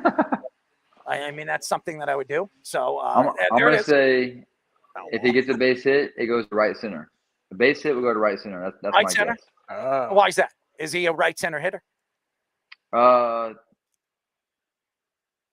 Is he pulling the ball? What do you see as a hitter? I'm behind you, so I was watching the foul ball swing. All right, I'm just saying. What do you see that we're not seeing here? No, nothing. You're seeing everything ahead of me. You're way ahead of me. No, the reason we asked this is we last year we had NFL he's gonna get out of this. He's gonna get out of this. Bam, Judgy. I trust Weaver. If there's anybody I trust on the mound for the Yankees as far as relief pitching, it's him. And I don't trust Holmes. I don't trust anybody. But I think the Yankees brought him in early, and he's going to come back in the ninth inning because he's been the most reliable Yankee relief pitcher. And he didn't pitch in the last game, so he's got time. He's been sitting and waiting to get the opportunity to get back out there. So I think the Yankees are going to bring him back out in the ninth inning, and hopefully he gets this win, and the Yankees could move on to game number 4 tomorrow. And we all know that at least whatever happens, if they win tonight, it's going to a game 5. No matter what, it will go to a game 5. And, I'd rather the Yankees end it tomorrow with Garrett Cole, and that's what you expect from your ace. But they're also bringing their ace on the mound, too, tomorrow. So I just want the Yankees to win the game because it's a sigh of relief. And then Speedy already told me that he is going to jump on this desk and dance. He never said that. He said he's going to dance. No, he's going to You were dance. telling Keith when he was on the phone. Speedy. No, Speedy. it wasn't me. Speedy. It was Keith. I am going to. It was Keith. Just so everybody knows. It was Keith. Speedy, he can't wear a man thong because he doesn't shave over there. Jax, he doesn't shave over there, unfortunately. That is okay. You're going to see a bush come right out of his pants. You don't want to You will not see anything of the sort, Jax. Don't you worry. What Errol misremembered is one of our callers, Keith, had to go outside without stuff on. Jax, he's not going to dig on you. I am not going to dig on anything. So don't worry. I appreciate it. I appreciate it. Speedy, get the shovels out. Get the shovels. I have no shovels on me. Neither at a beach nor shoveling a Somebody's got to shovel something. driveway. You like to shovel crap, right, Speedy? No, I don't. What do you like to shovel? Nothing. What do you shovel? I don't want to shovel anything. Would you like to shovel anything that Diggs has at his ass? First of all, his last name starts with E. Second of all, no, Diggs. I'm calling Diggs. I'm calling him Diggs. All right, if you want to accept that nickname, Jax, fine. Jax Diggs. Yes, he's digging. He's digging out of the trenches. By the way, what was the nickname that I gave him last time? Jacked up. Jacked up. I'm going to call you. Now you're going to be Jax the Diggs, okay? The Diggs. Because you're digging for home runs, right, Speedy? It'll be Jax. If you do accept that nickname, You'll be he'll be his favorite digs in Texas because he doesn't like the two digs in the NFL. Well, thank God it's That's true. Thank That's God true. it's not Dix. I didn't give you the nickname Dix. I mean, that wouldn't work. I mean, Speedy might like it, but No. you don't like that name? No. I'm sure you do. Look at it. Are you going to be his Huckleberry? Are you going to be his Huckleberry?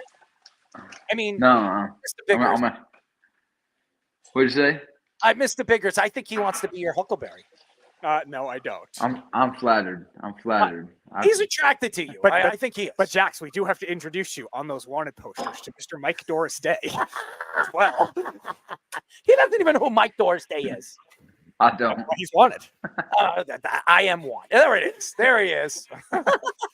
No, it's Who is funny. that? Oh, that's me. He's gonna explain. Oh, that is you. He's gonna explain. You know what's so funny? We had an analytic guy who's very popular on social media. He's been on our show quite a few times, and when he came on, I pretended that I was Mike Doris Day. He knew who I was, and it kind of like it dragged because he says, "Who the hell is Mike Doris Day?" And he's like, there's no way you're Mike Doris Day because you have the most unique voice. I know exactly who you are. I've been on many, many different shows from the MLB Network to all these different podcasts, and you have the most unique voice. There's no way your name is Mike Doris Day. So it was funny the way he kind of fell into the joke. But nevertheless, we really appreciate the time, man. Hopefully the Yankees win, and we can celebrate. And Speedy, if you watch a little bit longer, he's going to be dancing. He's going to be dancing. Any ideas of that happening? Listen, when you get into when you play your first game in the major leagues, you just let us know. I will fly out there and actually get the Hell yeah. play, man. I want to see you play. I'm excited to see. And by the way, how old are you, Mr. Biggers? 27 now. Oh, you're a kid. You're still a kid. You still have a chance. I want to see you. I want to see you in the major league. So if you want me to reach out to Mr. Bochy, I'll do that for you. Okay. Yeah. Give him a call when you get a chance. I'm gonna get. Listen, we gotta. He's very butch. That's why they call him Boch. Speedy, you like butch people, right? He likes Butch is a name, but he likes Butchie. And by the way, he actually knows how to play the skin flute. Oh God, he does, Jax. Oh, good. Yeah, he's very good at that. Good. The skin flute. He likes to blow into it. How long do you want your skin flute? I don't care. I mean, I don't remember. That's all your. I think you said 6 inches. All right, whatever. It's your shenanigans.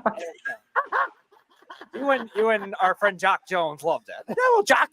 By the way, remember Jock Jones, right? No. No, you're too young. But by the way, Aaron Judge is up again. We'll see if he can get out of this absolute slump. I mean, there's a man on first. I mean, this could, end the game if he smacks the ball out. That would be nice. It'd be something to watch. I mean, Soto's on first again. Here we go. Yeah. Judge needs to get hot. No. I think Glaber's on first. No. I think it's Soto. Wait, did Glaber get out? Yeah, I think so. I think Soto's on first. I think. Soto? Yeah, the old soap bag. I think Soto is the best player on the team. I think he knows how to play the skin flute too. I think he needs to hang out with Speedy. No, he'll stick to his professionalism with that. He's the better skin flute player. 6 inches. You heard that, Jax. You just heard that. He's all into that 6-inch skin flute. Just a half of a foot long. Yeah, half of a foot long. That's good. Foot longs are good, right, Speedy? You like a foot long? Yes, sandwiches, not skin flutes. Jax, we love you, man. Oh, look at that. I appreciate it. We love you. Stay away from the sticky stuff, okay, my friend? Yep. Yeah, I'll leave it alone. We love you. We'll talk to you soon, buddy. All right, y'all. Thanks for having me on. Absolutely. Jax Biggers. We love him. We love the kid. He's great. He's doing great things. Look at him. I mean, Speedy, you're attracted to him, right? I mean, he can get any woman he wants. Yeah. Look at him. I mean, this guy is the man. Mm-hmm. And you, would you actually use his skin flute? No, I'm not using his skin flute. Why? What's wrong with the skin flute? I will let him keep his skin flute to himself. So you wouldn't use his skin flute? No, Jax can do whatever skin flute thing he sure wants. You don't want? He doesn't need me. I mean, he has a pretty, a skin flute that you can sing along with. I don't care. You don't care about the skin flute? No, I think you do. Jax can do whatever he wants with his skin flute. All right, that's good. That you would absolutely believe. It doesn't need to involve me. I think it does. I'm sure you do. You sure you do. You. Well, we all do. Okay. Anyways, Kenny's calling back. Sorry, Kenny, we couldn't get you on before. Kenny, what's up, buddy? Hey, what's up? Kenny, Well, that real. I think you're right. People are not trusting Jones to be the franchise quarterback, and they should realize he is. Just give him 1 to 2 years, and he might bring home the gold. there you go. The gold? Is there a gold medal? Yeah, like the rings. Like he might bring home he might bring you a promise, man. There you go. Would you? Let me ask you something, Kenny. And by the way, we're talking to Kenny Rayner. He does his own show. He's all over the podcast world. He's got a unique personality. He likes to chase geese. We all know that. Kenny, have you ever played the skin flute before? No. You've never played. Well, if you could play the skin flute, how long would you want your skin flute? Oh no, man. How about 12 inches? I heard serial killer Ed Gein has skin flute. Oh, did he? Oh, really? I mean, why did you bring up a serial killer? I'm starting to worry about you, Kenny. You're talking about skin flute. I mean, he made a skin suit. How the hell would you know that? Did you hang out with this guy? I'm writing a horror film. That's how I know that. Oh, you're making a horror film. What kind of horror film? Hold on. I'm writing a horror film. I have to study that, man. Oh yeah. Well, What kind? So could I actually be in this film? Could I be the killer? Could I be that guy? Oh no, man! I'm probably gonna film in the West Coast somewhere. All right, so so you fly me over there. I mean, it's inspired by me. I mean, you could call it Rolo the Mad Killer. How about that? How about that? You could give it a good name, Rolo the Mad Killer. I don't know about Subway Series. Tigers might stand in the way of that. Oh, I didn't say that the Yankees are going to win this series. Okay, I didn't say the Yankees are going to win this series. Rolo the Mad Killer. They may not even win the series. Who knows? Yeah, well, that's what I just said that. I mean, are we lost here? I mean, I just asked you if you play the skin flute. You're unsure about that, and then you're talking about serial killers. Then you say you're making a movie. I asked you if you would call it Rolo the Killer, and you don't even know what I'm talking about here. What's going on here? I have a different name for it. What is it? Let's hear it. Let's hear it. Massacre in the Woods. Sounds like a great name so far. Really? Massacre in the Woods? I mean, that really sounds like a good name. I mean, that sells it all, ladies and gentlemen. Massacre in the Woods. Let me ask you a question. Let me ask you a question. Since it, since it's called Massacre in the Woods, okay? Because it's obviously something very interesting. I mean, is it about somebody getting killed in the woods? It's about probably a few people getting killed in the woods. Now, being it's in the woods, Kenny, is one of those Bambi Saleh. Oh, well, how about that? Really, just a working title. I could always change it later. Why don't we introduce everybody for his first movie appearance? Bambi himself. Bambi will be your first victim. I mean, that would be nice. Look at him. I mean, now look at that face. Right That's a face you want to chop up. I mean, seriously. I think they should have held on to Saquon, but he was. Well, hold on one second. We're not talking about the Giants here. We're talking about Bambi. You know who Bambi is? Yeah, I know. I'm just saying. Who's Bambi? I think they should have held on to him, but when the team won't give you the money that you want, you got to go somewhere that well. You're absolutely right, Kenny. Before we let you go, Kenny, what did you? Neighbors is great. Neighbors? Oh, he's unbelievable. Yeah, he's amazing. I mean, would you play his skin flute? Oh no, I'd have to think about it. Stop jinxing the Yankees. Talking about this game on air, you're going to jinx them. I'm not jinxing anybody. No, he's trying to reverse jinx it and jinx Wes. I just want to see them lose. I mean, Wes goes to games and they lose. Okay, I would love to see Wes's face when they lose. Okay, so if they win, Wes is going to be hopping around, dancing around, prancing around like he won something himself. When Wes hasn't won crap. Okay, maybe he should hang out with Patrick Mahomes and his wife. I'm sure he'd love that. That youngster is probably right about the Brewers theory. Whoever beats the Brewers wins the whole thing. Could be happening. I know that's an interesting stat he brought up. But yeah, I know the Dodgers have done it when they've beaten the Nationals. It does make sense now. Whoop! There it is. Did you ever hear that song before? Yes. Okay. Very good. Well, so now we're in the ninth inning. Okay, Kenny, what do you got for me? What do you got for me here before we let you go? On what? What do you got for me? Your prediction for the ninth inning, Kenny. What do you got? I think the Yankees are probably going to hold on. That's why I think. All right. They And better hold on. If they do, would you actually go outside your building right now and dance around and prance around naked? Yes or no? No, definitely not. All right, you have to run after a Not goose. like I'm in the middle of nowhere. You got to run after a or goose or a something. possum. A goose or a possum. Which one would you go after? I don't own a farm or anything, so I'm not gonna be prancing around there. How about the farmer in the dell? What do you think?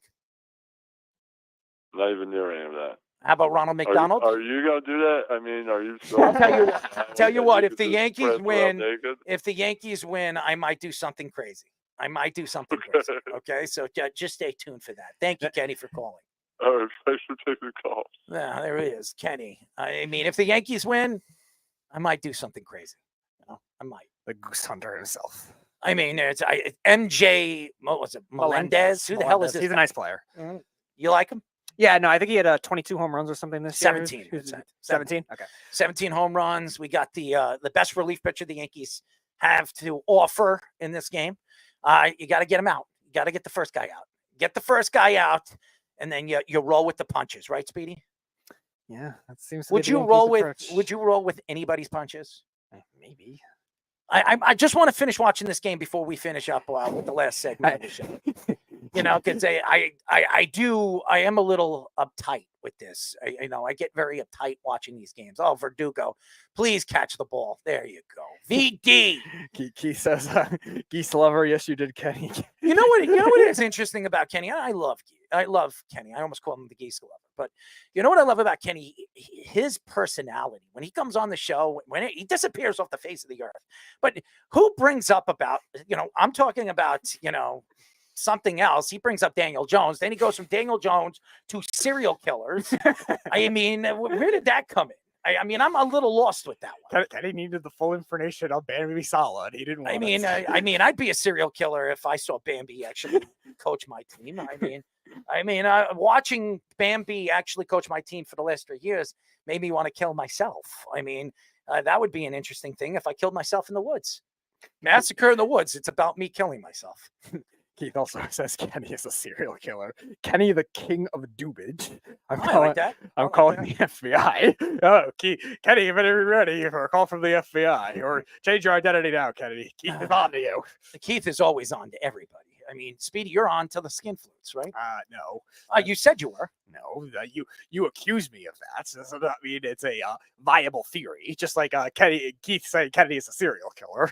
Well, maybe we'll see. But only a theory right now, Keith. That's not a theory. That's some kind of truth to it, isn't it? Maybe, I don't know. I hate watching these games. I hate watching the Yankees with these close games. It always makes me want to throw up.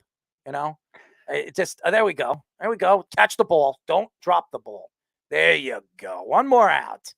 Let's at least it gives us a guarantee that there will be a game 5. That's something good, right, Speedy? Yeah. You gotta hope that the Garrett. I just want to to see Wes's head drop. I want to see Patrick Mahomes stop dancing around out there. He's so good at that because he's a Swiftie. You're a Swiftie.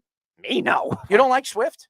No. Swift wind, What? Swift wind, No, I don't. Your nickname is now Speedy the Swift Wind, Petey. What do you think? Swift. I have no idea what to think. Could you blow into the mic? Okay. Now, when you blow into the mic, I want you to make a sound while you're doing it. What the hell are you doing over there? Making a sound. What does it sound like? I don't know. You want me to make a sound? Could you make like a sound that would scare somebody away? Give me something. What the hell is that? I'm trying to do my laugh that you love on the soundboard while also blowing. No, you got to give me like some kind of like high, pitched noise. Keith's calling back. Oh, do we need Keith? We do need Keith's accusations of Kenny right now. Keith, you're accusing Kenny of something. I say. Kenny is a classic individual. No, he's classic, all right. Every time I go to the bathroom, I think of Kenny. Well, so does Speedy. No, now listen, no, I did not think of Kenny in the bathroom. There's 2 outs, by the way. You guys are like 5 minutes. No, it's 2 outs. We said it was 2 outs. Oh, okay. And here's number 3. Yankees win. There it now, is. Speedy, how many games did I tell you Yankees going to win in? What happened? How many games, Speedy, did I tell you the Yankees were winning? You said 4. 4, right? Yeah, that's right. They win tomorrow, buddy. They win tomorrow. and then you three have to go outside. You, Fish, L. I'll tell you what, Ellie, I'll do it for free. I'll do it right now Yes, if you're wait a around minute. to. If I, they win, when they I'll win, do it for right now. I will go into Miller's house, house, and might get arrested in my underwear and a T-shirt if they win tomorrow. Okay, but if they lose, Stanton and Weaver and Canley and Holmes. no, it was John Carlos Stanton that won this game. That's what I said. It was John and, Carlos. and the great relief pitcher. Yes, but John Carlos, and I just want to let everybody know. Offense. Stanton was all the offense. Aaron Judge needs to show up. Aaron Judge blows. He needs to show up. He's not gonna. He needs to show up. He needs to show up. Well, you know what? The good sign is they're winning without him. Yeah, but they can't keep going like this. He's got to show up his right. He needs to show up. He struck out again. He looked horrible on that last at bat. You know, and look at Witt's face. Witt knows, you know, he needs to show up tomorrow, and they know they need to show up tomorrow. And the Royals are not done. I'm just letting everybody know. Hey, listen. I think they are. I think Cole wins tomorrow. Yankees are better on the road. I wish they could stay on the road. If they do move on. They're only going to for 3 games. All right, so we have two more things that we have to get into. We're going to get into this story. We're going to get into the story. I'm sure you're going to like it, and then we're going to get into our picks of the week. We're going to go to our NFL picks. Are you ready? All right, sounds good. I'll be in. All right. All right, bye. Thank you. Have a good night, bud. Keith. Bye-bye. Keith's happy. He's excited. Speedy, you're excited? I'm not a Yankee fan. I'm excited about the Mets. All right. How excited are you? I'm excited about the Mets. Is it exciting for you in your pants? What? Are you excited in your pants? Why would that correlate? But you're excited. Why would that correlate? I mean, I'm excited. Okay. So if I'm excited, there's nothing to do with the pants. Well, it does. No, it doesn't. It's exciting, you know. I am excited in my pants. Congratulations. You're congratulating me about my pants? Yes. But what about you?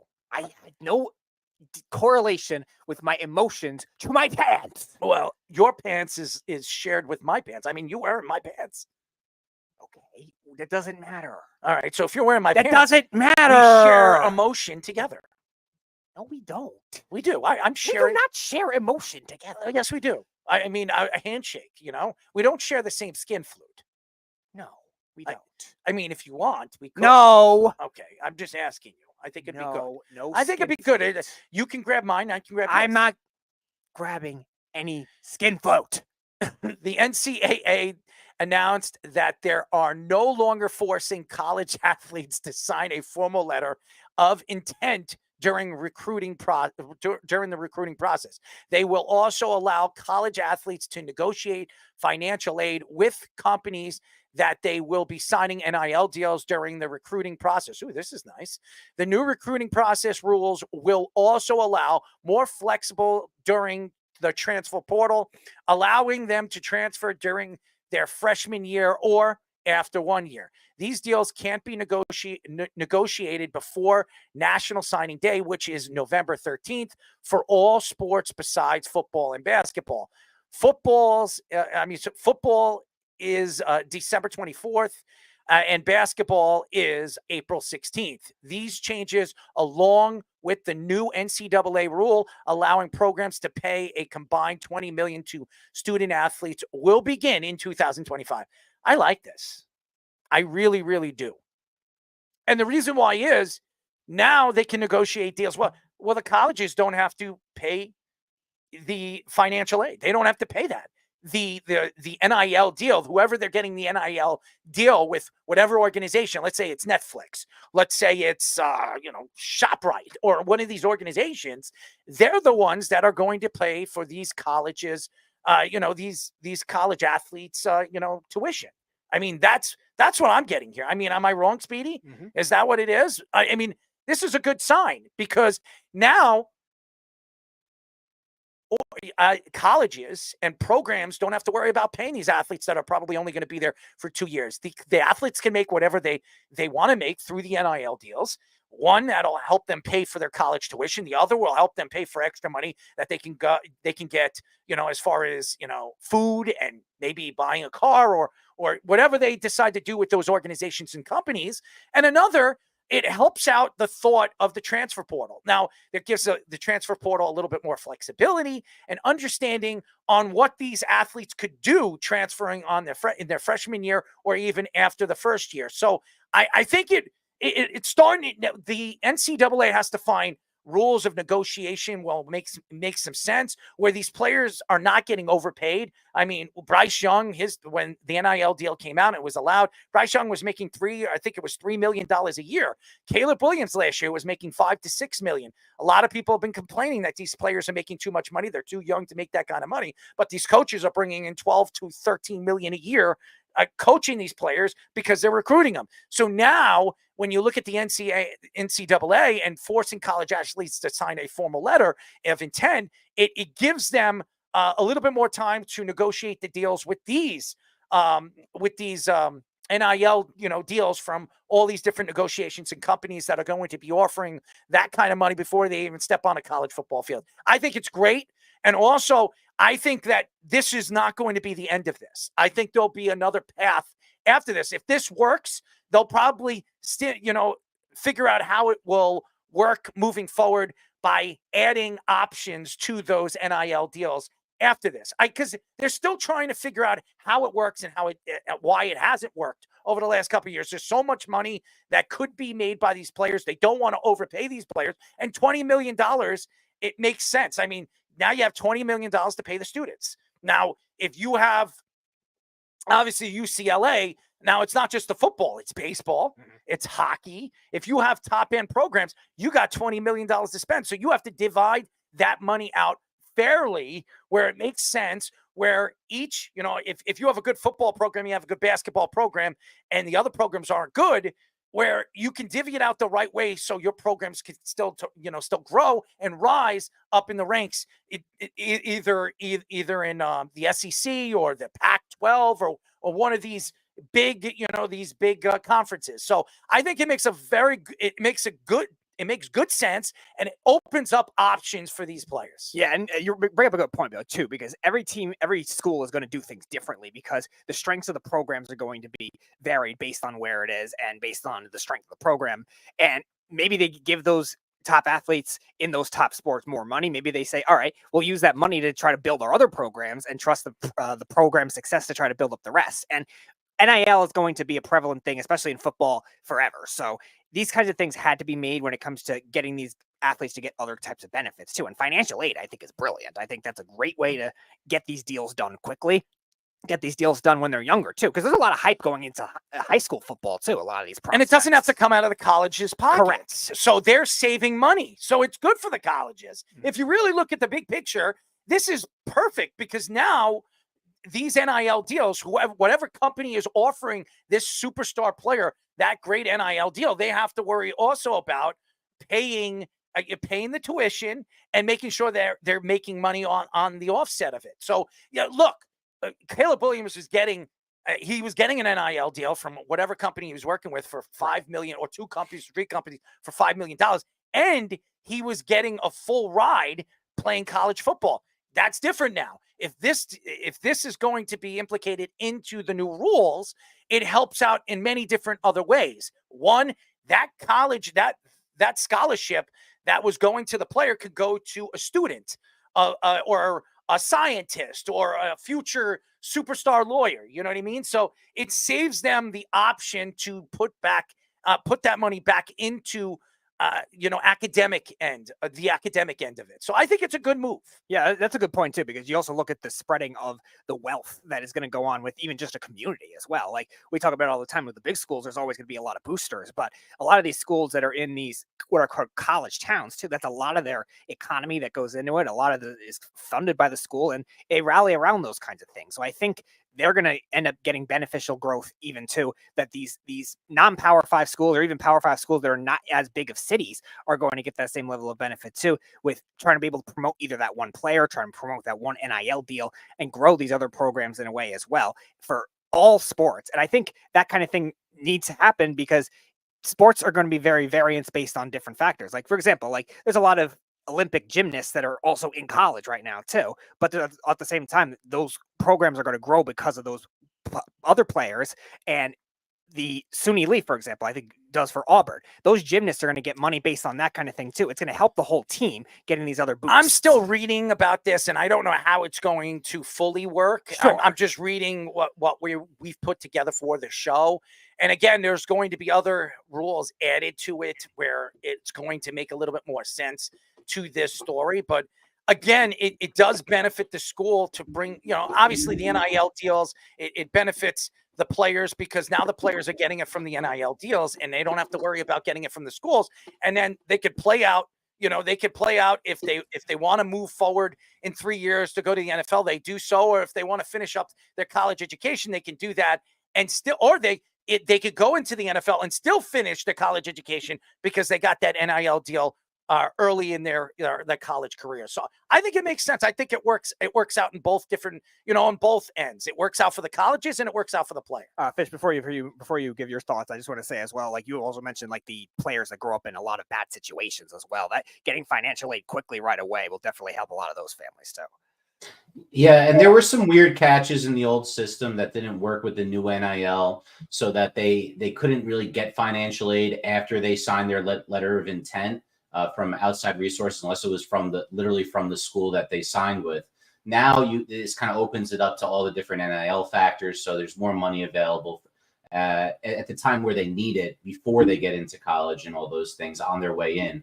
So that's a really good thing. The transfer window part is also really important, more flexibility, but also it's shorter. They shortened it from 45 days to 30 days to try to appease these guys like Nick Saban and all the old-timey coaches that the transfer window is not a constant thing. So I think they're trying to really balance, what's going on here. We've been talking about it. This NIL system is new. There's a lot of, kinks in the system. They have to figure them all out. This is just the NCAA realizing the letter of intent process was just archaic for this new system.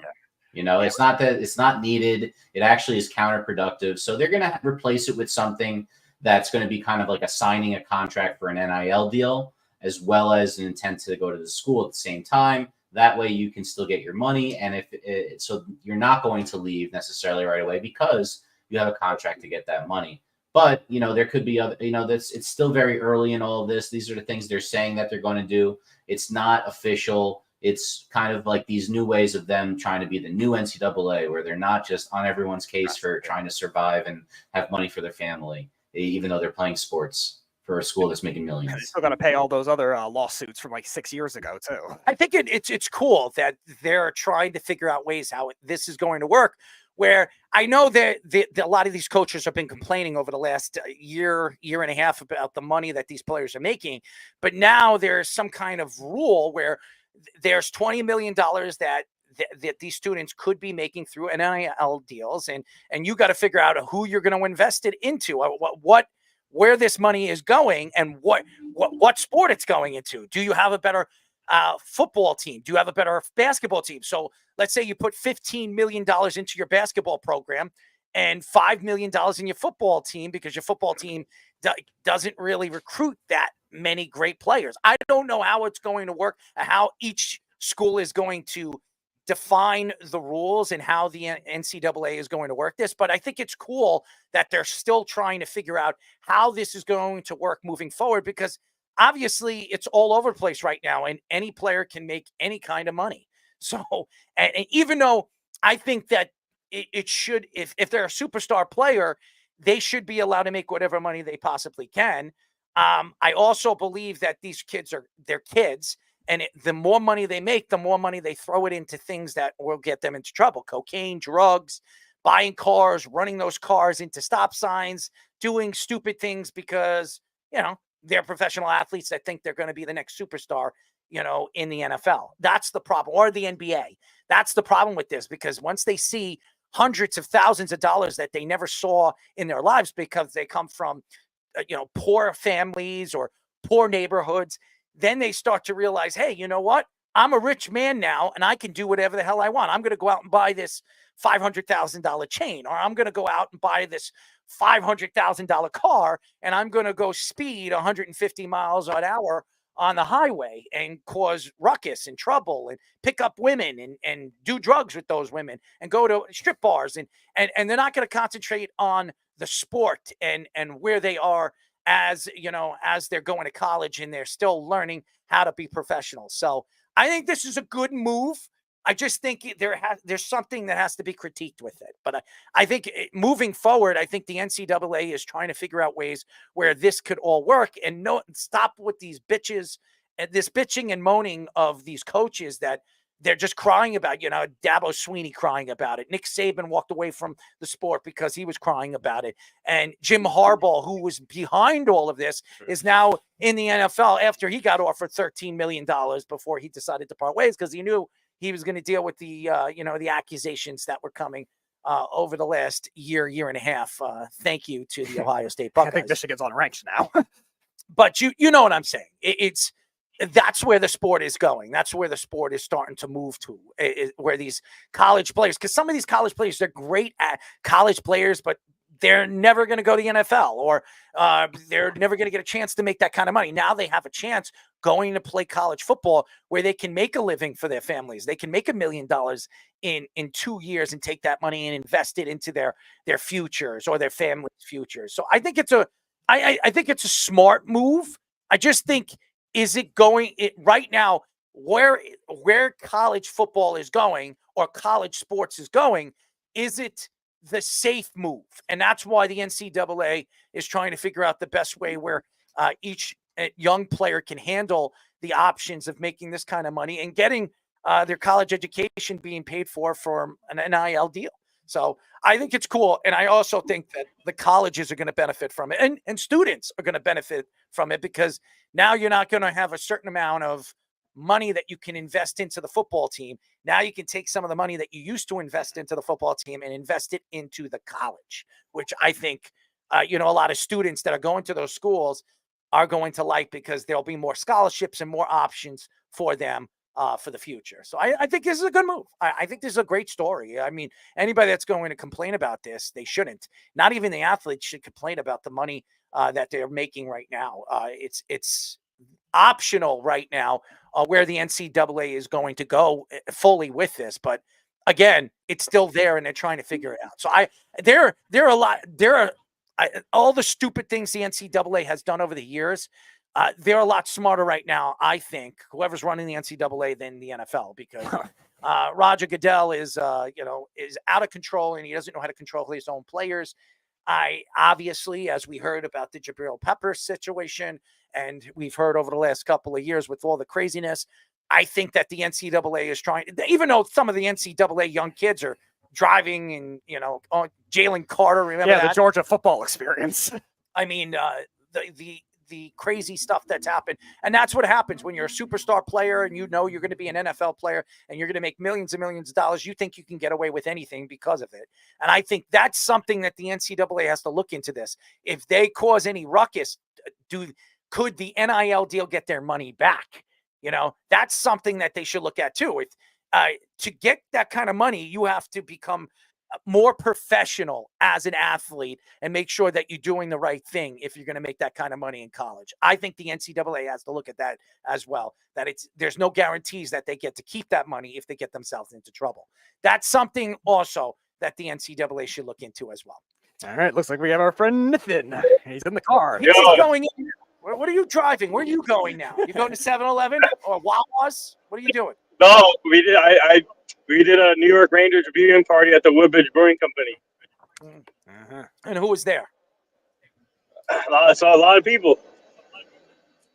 And what about me? Why wasn't I invited? You're like 2 hours away, man. You're doing a show. I could have done it in my car like you are right now. I mean, look at you, Nathan. I mean, you're going to get yourself into trouble if somebody's watching. I mean, they could be looking, the I-95 over there. They'll get you in trouble over there. No, I'm good. You sure? Yeah. What's up, Fit? It looks like a cop right beside you. What's up, Nathan? There's no cop around me. You sure? I see someone right on the side of you right there. Nath, you got to stay out of trouble. I mean, by the way, great show as always. You guys are the best, and I love writing articles for you guys. And I I got some good content with Sauce Garner at the Woodbridge Brewing Company, and more things to come there. Now, I heard that Sauce Gardner allowed you to play with his skin flute. Is that true? Wait, what? I heard that Sauce Gardner allowed you to play with his skin flute. Is that true? No. Really? I thought it was true. No. That's Well, Speedy. If it wasn't in Nathan's article, it didn't happen. No, also, I just want to let you know we had Kenny the serial killer on. I mean, I'm sorry, Kenny Rayner that was on. He was talking about making a movie about serial killers. Are you, if he actually offers you a role in the movie, would you actually be a part of that? Yeah. Serial killer? Yeah, well, you'd be one of the people that serial killer killed. And guess who the serial killer is going to be? Who? Yours truly. So I get to run after you in the woods. After he takes out Bambi Saleh. Oh, you're gonna be in the movie? Oh yeah, I'm gonna be the killer. Nice. They call me the Rolo. The Rolo. Oh wow. Rolo's coming! Rolo's coming! By the way, big Yankees win today. Big Rangers win. Congrats to the Mets. Man, all New York sports. What was the score? Of the Ranger game? Six bagel. 6-0. Oh yeah, who did they play tonight? The Penguins. I mean, the Penguins. Oh, they played a crappy team. Hey, come on. Yes, a very crappy Penguins team. I mean, I'm surprised Sidney Crosby wasn't traded in the offseason, or Morgan. I mean, I thought that, and I expect Sidney Crosby before the year's end is going to be traded. I think he's going to ask his way out of Pittsburgh. I know a lot of people don't believe it, but I still believe that he has enough in him to win another Stanley Cup. If he goes to the right organization and right team, he can win a Stanley Cup. I mean, he was still one of the best players in the league last year on a very bad Penguin team. So I just think he deserves an option and deserves another chance to win a Stanley Cup. So, and by the way, 5-0 right now, LA Dodgers. Almost 6. Jackson Merrill just made a nice catch. How about his skin flute? Would you play with his? No. Why? I'm not playing with Jackson Merrill's skin flute. He's got 6 holes in his skin. I believe it. That doesn't mean that he's going to care. I mean, which side would you blow into? Neither. Why? I'm not blowing into Jackson Merrill. I mean, his skin flute. Oh. But you know, he has a different sound. I believe it. I mean, how would it sound like? I don't know. I mean, what would you? I mean, give me a sound. I have no idea. Just give me a sound. Give me a. You're asking me to Merrill, who I barely heard speak. It'd be good. Like, give me the sound. He's younger, All right, so it'll probably be higher pitch. Let's go.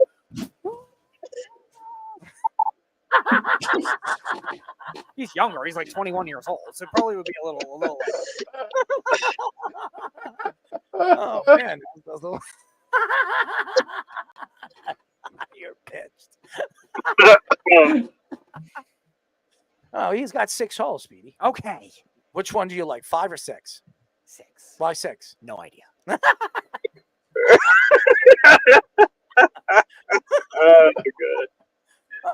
You know what's so interesting about you, Speedy, is you're so clear with the answers. It just comes out. It flows. It just you know, it's like a pitch, you know, like a yodel. Could you give me a yodel?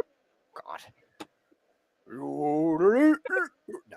No, what the hell's yodel? I don't think I could do like a what are you, a rooster southern, or something? Yeah, I can't do southern accent. Yeah, come on, give it to I me. can't do southern accent. All right, just give me like something that. I can't do it. What the hell is that? Yeah, I can't. Sound like you have something in your mouth. I can't do. I mean, what would you rather, put in your mouth? A devil dog. Okay. Are you ready? A coffee cake or a large Butterfinger? I go with the Butterfinger. A large Butterfinger? How large do you like your Butterfingers? Hungry. Well, but how large? Do you like the miniature ones or you like the big ones? They're You like the both long the one? same flavor. But which one would you It like? depends on if I want a lot of chocolate or not. I mean, but which one? I think you would like the long one. All right. All right. Why would you We'll like do the long one, whatever.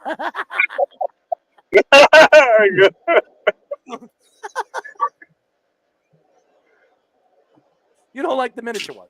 They're fine. It's the same thing. How about if you threw it in the air? Would you catch it in your mouth? Probably not. Why? Tough to do. What's tough to do?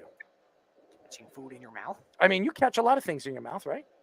What are you even talking I mean, do you catch things in your mouth? Not really. So there's nothing that you catch in your mouth. No. So there's nothing that Not really. I'm not like some kid that has to like do that challenge where they try to toss candy in their mouth. I would you toss anything. I mean, you can toss anything. You like I toss salad? could. I just don't want to. Do you like tossed salad? It's fine. I mean, what's your favorite part of the tossed salad? Probably like for a garden salad, probably peppers. Probably for. So, do you like to get into that tossed salad? Do you like to get into that tossed salad? I mean, yes. Yeah, but I mean, do you really get deep into it? Depends. What do you mean it depends? How big or well it's mixed. Okay, I figured. You know, it's got to be big and well, right? Weld is not what I said. Well, but you said you like it. It's mixed well. If It might it's not mixed require me to go as deep.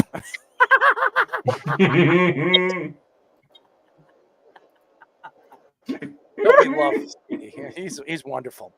All right. Before we go, we're gonna do our picks of the week. Speedy, are you ready for this? All right. Yeah, let's go.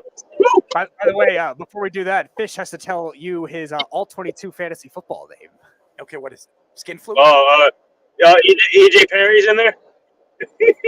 No, Nathan, it's named after you, my friend, from our last interview. It's a Nathan's leash. Great team. He named his football team, his fantasy football team, after you. For all the leashes you claim to put on women. You're very successful. Wait, what so is I was this? just trying to mock What is it? your skills. Oh, Tell him the name. What is the name? What is the name? Nathan's leash. Oh, You like that, Nith?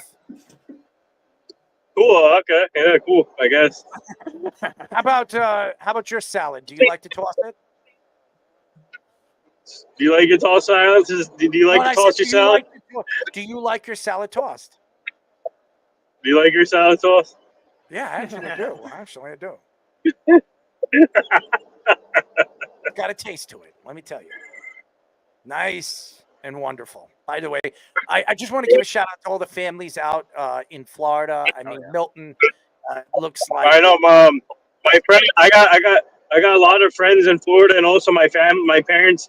They live in Sanford, Florida, but they're like 30 minutes away from Orlando. So, but I think right now they're getting rain and wind, and then most of my friends had to evacuate because they live in Tampa, and then also in other areas too. So, my parents praying for them, all of them. You know, we're praying for them too. It's horrible what's going on right now. It's a terrible time of the year to go down to Florida. I mean, the death toll from the last one and now this one, they're saying it's category 7. I mean, it's ridiculous. I mean, category 7s could wipe out a whole friggin' state. You know, so what are you looking at? Why are you making faces over there, Fish? You all right over there? I think there's the highest it goes is 5, and it's like it's going to be a 3 or a 4. But I think the flooding is what you're talking about. I guess the so. flooding is like they can't do it like it's like Why when did you get say category. Who told me category 7? I don't know. Whatever. But the flood, it's like one of those things where they get hit once and they get all this flooding, and then they take another hit so soon after. They didn't even recover from last time. I was seeing where I lived over by Pinellas County, by Clearwater Beach, one of the most beautiful places, Treasure Island, Madeira Beach, all these places wiped out, and now they're getting hit again right now as we speak. So, just wish all the best wishes to everybody over there, and I hope you guys evacuate into a safe place. Yeah, absolutely. It's a horrible story. Anyways, all right, guys, week 6. We're going to go through each game, not too long, quick, Speedy. None of this like. To me from 3 years ago, yes. Okay. Are you ready? Yes. So we'll start with Thursday Night Football tomorrow, an NFC West matchup between the 49ers and the Seahawks. I'm going to go with the 49ers in this one. Seattle, I think, is finally coming down to earth after that hot start, looking like the same team they were. Give me the Niners. I think it'll be a close, higher scoring game. Fish? Niners really struggling right now to get anything going. Jordan Mason is not Christian McCaffrey. He's been good at fantasy, but not so good actually in the game. They're not able to run as much play action. I got to go with the Seahawks. I think the Seahawks are going to really going to give us some trouble this week. Nathan, who do you got tomorrow? I got the San Francisco 49ers. I think this is they need to bounce back after the loss to the Arizona Cardinals. So I got them beating the Seahawks. Yeah, I got the 49ers tomorrow. Seahawks just didn't show up on Sunday against the New York Giants, and the San Francisco 49ers, even with the injuries that they have, they're a much better team than the New York Giants. So may God, watch over them. So I got San Francisco. All right, so the London game, 9:30, the Jags at the Bears. Even though the Jags have more experience in London, I'm going to take the Bears. It's going to be an ugly game, defensive duel. Give me Chicago in a tight one on like really low scoring. I don't know, Speedy. I'm thinking the other way around. I don't think defenses travel that well. So I'm going to say this is going to be more of an offensive game, but I also really like what I saw to Caleb Williams last week. Give me the Bears. Nip? I got the Chicago Bears also. Yeah, I don't like what I see with the Jacksonville Jaguars. I think the Trevor Lawrence thing is going to catch up and smack him right in the forehead. Speedy, you know all about that. I got the Chicago Bears, ladies and gentlemen, going out to London and, smacking Speedy in the forehead. I will not be in London, so don't get any ideas. All right, Battle of the Beltway, the Commanders at the Ravens. I'm actually going to go with Washington in this one. I like the matchup for them with the tackle position. The Ravens' edge rushing has not been as good this year outside of Oweh, and I think Washington's going to be able to run. I think they're going to – Jaden Daniels has another big game. The Ravens' defense, like we were talking about earlier, hasn't been that great. Give me Washington. So Jaden Daniels got slowed down a little bit in his statistics last week, but they didn't stop the team. He makes winning plays, man. And that Ravens defense ain't stopping a soul right now. Give me the Commanders. I got the Baltimore Ravens. I think this is going to be a good game. I can't wait to watch this game. But I got the Ravens. I got the Ravens too. There's no way the Ravens are going to go into Baltimore and lose this game against the Washington Commanders. The Washington Commanders have looked really, really good. Jaden Daniels looked really, really good, and their defense has played a lot better than I thought they were going to. I think the Ravens haven't even played their best football. I expect them to play a big game on Sunday. Give me the Ravens. All right, the Cardinals at the Packers. This will be closer than people expect. I like some of the matchups for the Cardinals in this game. Outside running, I think James Conner has been a lot better at this year. I like Trey McBride in this game. I just don't know if the Cardinals will have their secondary against those receivers. So I think the Packers win, but it's going to be closer than expected. I actually like the Cardinals this week. I think they're going to come off that last game with a lot of momentum. I really like Michael Wilson as number 2 receiver across from Marvin Harrison. Trey McBride, you said it, Connor. And the Packers have like half their guys are hurt on the receiving corps. So I give me the Cardinals. Yeah, I got the Arizona Cardinals also. I think coming off of the 49ers win, they're going to have have the momentum and confidence, and they're playing good football. So I got the Cardinals. I got the Pack. I think the Pack, being that they're going to be at home, the advantage goes over there. Arizona has to travel. They're not a very good traveling team over the years. So give me the Pack with Mr. Love Doctor, because Speedy loves the love. No, I don't. You don't like the love? I do not. You like the doctor? I don't know. Who do you like, the love or the doctor? I'll take the doctor. Why the doctor? Because love is a very vague term. So you rather the doctor, the Yes. DR? I'll trust the medical professional. All right. So No wise words for a soundboard. So he'll That's fix not you. here He'll tonight. clean you, right? If I need it. All right, let's move on to the Texans at the Patriots. No Nico Collins, like Fish was saying. He's on IR. And Drake Maye starting. I think this will be closer than expected. The Texans, I do think, win. They've been living on a thread for much of the year. I think the Patriots do cover. This will be close. I think with Drake Maye having no film, but I think the Texans hold on in a closer, lower scoring game. No Nico Collins, no problem. Drake Maye is not going to have time against that Texans defense. It's going to get ugly quick, and it's going to be garbage. This is a Texans runaway game. I got the Houston Texans also. Yeah, it's horrible that they're putting him in a bad situation against a very good team and a defense that, can be explosive. Give me the Texans heading to New England and hitting Speedy in the forehead. All right, the Bucks and the Saints. No Derek Carr. That means Errol's fourth least favorite athlete will be starting at quarterback, Mr. Rattler, and he's going to be rattled in this game because the Saints O-line has struggled in recent weeks. They were better at the beginning of the season. It looked like they were finally finding something, but this Bucks pass rush has to get going at some point. Tampa, I think, it'll blow out. Yeah, I don't think Rattler's going to get it done. Give me Tampa. They look real good this year right now. I especially Godwin having a real great bounce back year. Yep. I got the Buccaneers also. They're riding high right now, and obviously Baker Mayfield is playing. He's playing great football for Tampa. So I got Tampa. I got the Buccaneers. Yeah, Speedy knows all about riding high, right, Speedy? I don't know. Have you ever ridden high? On a roller coaster, yes. But how fast? I'm not sure exactly. It was pretty fast. You like it fast, right? Yes. I think anyone who likes a roller coaster likes it fast. Oh, I'm just saying you like. If you want to go on a roller coaster, you would hope it's fast. You like riding fast, right? If I like going on a roller coaster, yes, that's implied. 2 in a pick, 1 in a stink, right? What? 2 in a pick, 1 in a stink, right? I have no idea. I don't know. Just say yes or no. No. Then 1 in a pick, 2 in a stink. No. It has to be one. Neither. All right. I've got Tampa, ladies and gentlemen. They're going to go into, no man's land, with Speedy. And they're going to run all over the Saintwood. I don't like Rattler, as everybody knows. He's like a rattlesnake that doesn't go away. So give me the Tampa Bay Buccaneers. All right, the Browns at the Eagles. This will be the wake-up call for the Eagles pass rush against that awful Browns offensive line and the awful Deshaun Watson that love to hold the ball too long. Give me the Eagles. Yeah, I don't know. The Browns' defensive line is really strong, and I'm not impressed with Sirianni, and I'm not impressed with what Hurts has done this season. I think this is going to be the suckfest game of the week where it's just low scoring, very little happening. It's going to come down to, probably near the end, but no one's doing anything special. I like the Browns to cover, but I do think the Eagles are going to win this game. I got the Cleveland Browns. I think this they're gonna. Obviously, the offense is struggling, but I feel confident in the Browns defense. So I got the Cleveland Browns. Fly, Eagles, fly. You like that song, Speedy? No.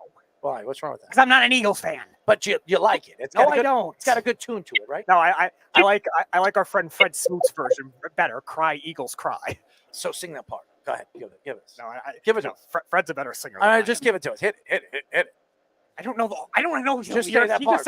Just say that part. Cry, Eagles, cry. This will do it too. You like the Eagles? Make the Eagle sound. Hurry up, quick. I can't make an Eagle sound. Just make one. I quick. don't know. Just give me an Eagle sound.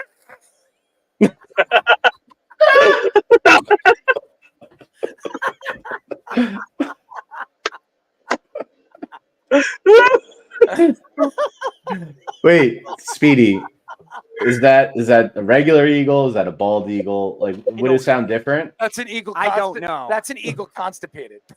Sure, I will say, Fish. The first time I went to Maine in 2013, it actually swooped by our fishing boat, so it was actually pretty close to it. And that's the sound it made? No. Errol.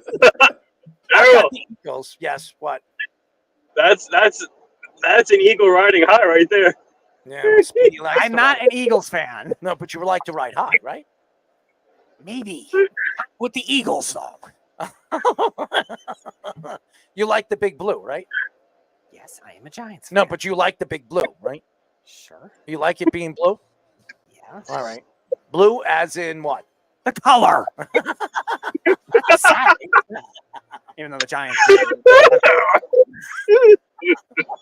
All right, I got the Eagles. Go ahead. Oh, God. All right. To the Colts and the Titans. This will be the end of the Joe Flacco big run. I think Tennessee's defense continues to be very strong, especially against the pass. The Colts have been awful this year at stopping the run. So I actually like Tennessee in this one. Jacoby Brissett was benched for Drake May. You're a little low over there, my friend. Sorry about that.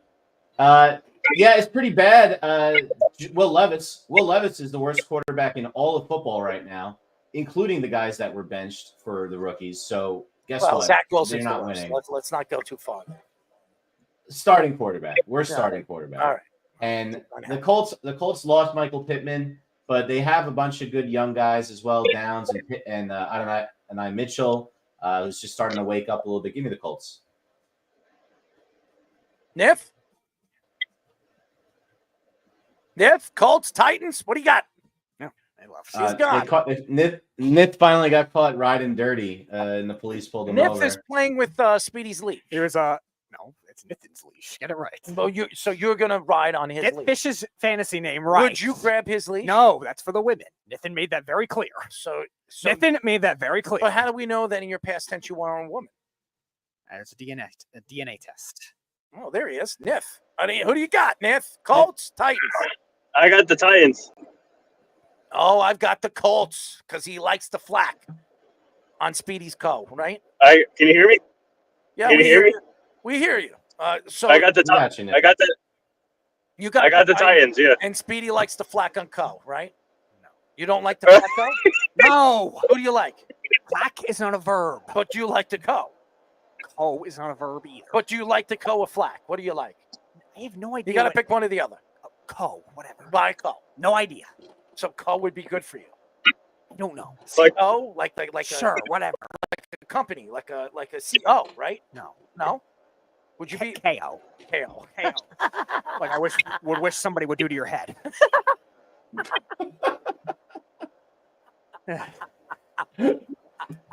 All right, before this gets out of hand, the Chargers at the Broncos. Believe it or not, I'm going to actually take the Chargers in a close game. Who would have thought that? I like them coming off the bye week. Jim Harbaugh to prepare. Broncos winning streak ends here. Give me the Chargers. I'm with you, Speedy. I trust in Harbaugh absolutely coming off. This Broncos team is 3-2, but they don't look like a 3-2 team on one side of the ball. Defense is real strong. Best cornerback in the game, Surtain, with the big pick 6 last week. I think Harbaugh's ready for him. Joe Alt was out. He should be back. Give me the Chargers. I agree with Speedy and I agree with Fish. I got the Chargers. I think, even though the Broncos are on a winning streak, but the Chargers are more. I think Jim Harbaugh will come up with a better game plan here. You know, I like herbs, and you like herbs, Speedy, right? It's fine. You like herbs? It's fine. What's your favorite part of the herb? I don't know. Do you like just herbs? You like just herbs? I don't know what that is. Do you like just herbs? I don't know what that is. Just herbs. What concoction you're creating out of the Chargers quarterback? But concoction? Yeah. Is that one of your favorite words? Concoction? Sure, whatever. Say it one more time. Concoction. Concoction. Say that. Thank you. Say Concoction. There you go. And there's no K in that word. I've got the Chargers, Jim Harbaugh. All right, let's go. All right, Steelers at the Raiders. This will be a lower scoring game. I think the Raiders defense keeps them in it even amidst all the injuries. The Steelers O-line has had struggles, but I think the Steelers hang on. I don't. I think the Steelers run away with this one. Give me the Steelers. I got the Steelers also, and I think this is going to be a bounce back win for them, and I think the Steelers are going to win. By the way, Rano in Duluth. I think that's how you pronounce his name. Last game as a starter for Watson on Sunday. Maybe. Could very much be his last game. Should have been last game. Yeah, I absolutely agree with you, Mr. Rano in Duluth. Anyways, where are we on? The Steelers? Raiders. I got the Steelers. It's not even an argument. Steelers win the game. Steelers losing that game last week against the Cowboys. I think they come back. Justin Fields shows up this game. You have O'Connell. No problem, Speedy. You like to Ocon the Connell, right? Nice. Are you a con baby? Are you a con baby? It'd be pretty impressive to pull off. But no. Are you a con artist or a con baby?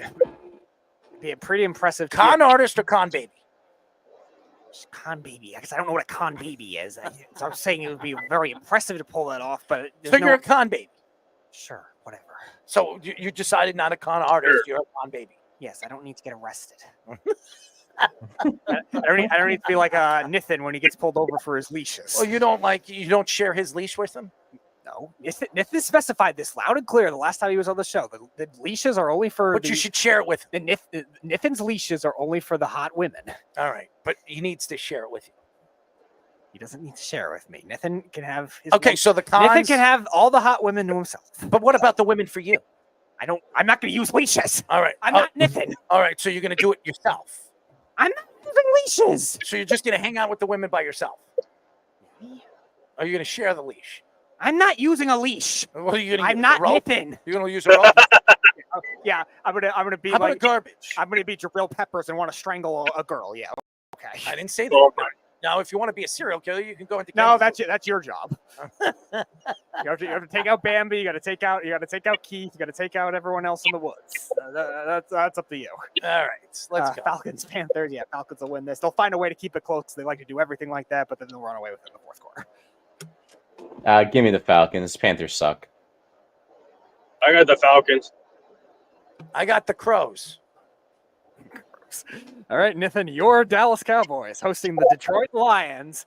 And sorry, Nathan, the Lions are winning this one. They remembered what happened last year when Dan Campbell said that the wrong person reported and that they got screwed. They're going to remember that and take it personally. The Lions are winning, and they're winning big. I am so excited to watch the Lions destroy the Cowboys in this game. This is a get-right game for Goff. That defense is terrible. This is the type of team that Goff likes to play. Let's see the Lions on a big win here. Yeah, I'm gonna be honest here. Even though I'm a Cowboy fan, I'm gonna go with the Detroit Lions here because I feel like obviously I don't trust the defense right now. I mean, obviously a big win against Pittsburgh with all the delay that happened with the weather, but I got to go with Detroit here. Listen, since you guys are going with the Lions, I'm going to go with the the Dacky Stars. I like the Dacky Stars. You know what the Dacky Stars are? The Beav's bad porn name. That's a pretty good name for them. Dacky Stars. I mean, what? How about you? Do you like? No, not me. What he's the actually that could be since he's on right now. How about that could be Nathan's bad porn name? All right, so Dacky Star is because the Beav doesn't like that. Is the Beav and you are Nathan. James. Nathan. You're the green of all bushes. No, you're giving Nathan the name. You're the green of all bushes. Yeah, we know that one already. Now it's time to give Nathan one. Okay, Nith.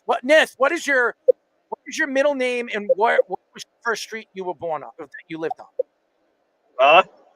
What is your middle name? Mm-hmm. What is your middle name? Yeah, my middle name is my father's name, Heyman. What is it, Heyman? Heyman. Okay, Heyman. And what is your first street you grew up on? 7 Wellesley Court. What is it? Wellesley. So Eamon Wellesley. All right, Eamon Wellesley. Wellesley? Wellesley, I think you said. Wellesley. Sounds like a Harry Potter character. I agree. Oh, so we're gonna call you. Your new porn name is Eamon Wellesley. So there you go. I like that. James Greenbush versus Heyman Weasley. That's good. Well, we got to figure out a name. The Bush of Weasley. What do you think, Speedy? Maybe we have to update. We have to update the name to Nathan's Wellesley. By the way, I got the Cowboys on Sunday afternoon. Sunday night football. The Cincinnati Bengals, New York Giants. It'll be a test for this Bengals offensive line. The Giants lead the league in sacks right now, but it'll also be a test for this Giants secondary. Joe Burrow is still throwing the ball very well, so I think the Bengals win a tight one. Let's go Giants. Uh-oh. Brian Dable. Look at this offense clicking even without their guys. They're getting them back this week. Singletary and Neighbors. Give me the G-men. They got no defense over there. Bengals got a chance. I got the Giants also. I got my gut. Hey, okay? Yeah, I'm picking the Giants also, and they obviously they're leading in sacks. And Dexter Lawrence, man, sexy Dexy. I got the Giants win. Sexy Dexy likes to play with Mr. Wesley. Nathan's leash missed him by one pick. There you go. Anyways, yeah, I like the bang. I like the bang. Speedy, you like the bang? What? Do you like the bang? No. You don't like the bang? You've never banged on anything before? I wasn't a percussion player. But did you ever bang on anything? Maybe, but did you ever bang on anything? Sure, yes or no? Sure. All right, so you banged on something. All right. All right, so how many times did you bang? I don't know. So 3, 4, 5 times? Sure, we'll go with 5 just to show so you banged 5 times. Wow. Well, just to shut you up, we'll go with 5. All right, so he's a virgin at that. All right, ladies and gentlemen, I'm going with the Bulls. I'm sorry, the Bengals. The Bengals. The Gulls. The Gulls. The Seagulls. Eagles. The Bengals. Yeah, I'm going with them. All right, and Monday Night Football, the coaching debut for Jeff Ulbrich. The New York Jets host the Buffalo Bills. The Speedos. Yeah. I'm going to go with the Bills in this one. I think they bounce back. Of course you will. Well, yeah, I don't think they're going to lose 3 games in a row. They were close last week against the Texans, probably outplayed him until the Sean McDermott coaching debacle. I think he'll learn from that kind of thing. James Cook's not 100%, but I do think the Bills will be able to use the tight ends a lot better in this game. I think the Bills win a tight one, low-scoring game. I think Jeff Ulbrich does do well defensively, but I think take Buffalo. So the way I see this game playing out is the Jets defense is so much better than the skill guys on the Bills that I think they're going to cause some turnovers. I think that Jets are going to really be able to do things defensively, but Josh Allen is going to be a little bit too much. I don't think their offense is going to get much done, the Jets. So give me the Bills in a real close one. I got the Jets, and I got Sauce Garner. I got the Jets winning. Jets. I got the Jets winning. Yeah, it's so interesting, and I've seen this before, and I know the Bills are on a 2-game losing streak, and the Jets are on a 2-game losing streak, and the Jets usually lose these games. They usually do. I think that's going to change. I know everybody thinks I'm not homering on this one. I think the Jets win this game. I think there was something going in that locker room. I think Robert Saleh, Bambi was, causing a little bit more problems than people think. I think that's why Woody Johnson came down and made his own decision. I think they're going to flow defensively in this game. They're going to make they're going to have some turnovers in the game. And I think Aaron Rodgers, he doesn't even have to be the old Aaron Rodgers. He just has to be enough. And they're going to be able to run the ball this week because I think they're going to use they're going to use schemes with 2 backs in this scheme. So give me the Jets on a very close. So there you go. Those are our picks of the week. Speedy, you good? We good? Sure. You like mooses? First of all, it's moose, and do you like mooses? I've never encountered one. So do you like mooses? I don't know. I've never encountered one. You've never seen a moose before? What do you think? I live in Canada? No, but have you ever seen a moose? No. So you've never seen one? I've seen pictures of them. I've never seen one in person. What's your favorite animal? I already said the Komodo dragon. Well, yeah, but there's no such thing. There is a such thing. It's not an extinct creature. There's no such thing. Yes, there is. Okay, so you like what's your second favorite? Second favorite. What is that? What's the yellow shark? I think we'll go with that. A yellow shark? The tiger shark. Is that a tiger shark? The yellow you want to be you like the tiger shark. I threw you in the water with a tiger shark. No, I didn't say I would want to compete with one. All right. It's called visual appeal. The visual appeal. So if you've seen a nice long skin flute, would that be a visual appeal for you? Visual. Yeah, that's an emphasis on visual. If you see one, yes, emphasis on visual. Okay, so visual. Thick or long? Visual. Thick or long? Why long? Don't care either way, but I don't rather if I want to see it, I'll see something long. All right, so you like it long. He likes it long, Fish. He likes it long. Like long fishing poles, right, Speedy? No, I'm not good at fishing. No, but do you like them long or short? Yeah, longer is generally easier to get to the deeper parts of the water. Oh, the deeper parts.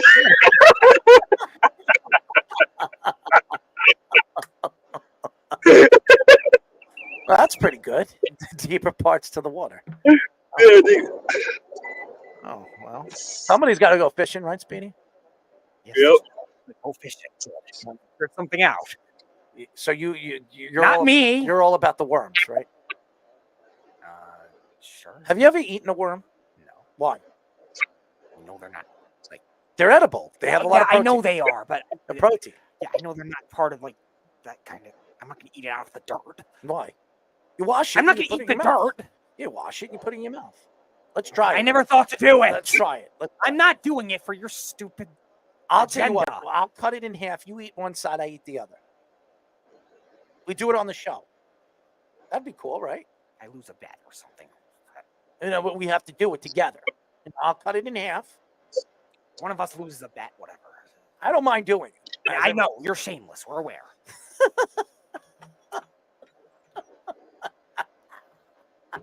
Fans only, ladies and gentlemen. If you want to hang out with Speedy, might as well go to Fans Only, as you're going to need a Men in Black Memory eraser. Or you can do the smart thing and join Antoine Harris, Kenyon Barner, and Jock Jones in the rebellion against us. Speedy, I heard Sexy Dexy has his own fans only. Are you going to hang out with Dexy? No, I'm not messing with somebody that big. I heard you have a bigger following than Dexy. On fans only. I think you're becoming a star right in front of our eyes. Well, whoever's spamming my account, stop it. I've friended you like 8 times on different, platforms. I have to throw out all the junk mail. That includes you, Nithin. Well, Nithin's leash. No, Nithin's leash is on his OnlyFans. Would you stick your leash down his throat? Eamon Wellesley. Would you stick Eamon your leash? Wellesley. Would you stick? I don't have a leash. Have you ever stuck your leash down anybody's throat? No. Why? Because I'm not a killer.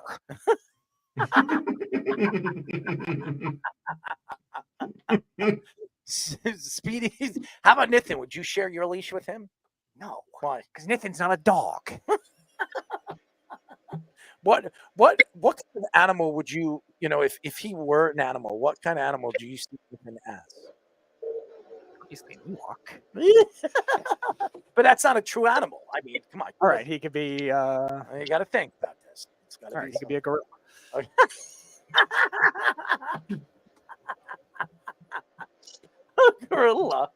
A gorilla. What do you think, Nith? Gorilla? What? He thinks They're that New Jersey King Kong, Nithin. he says you're like an edible King Kong. I didn't say. He says he would eat you No, like I an did edible not. King Kong. You're not listening. He said he'd eat you. I did not say that. What did you say?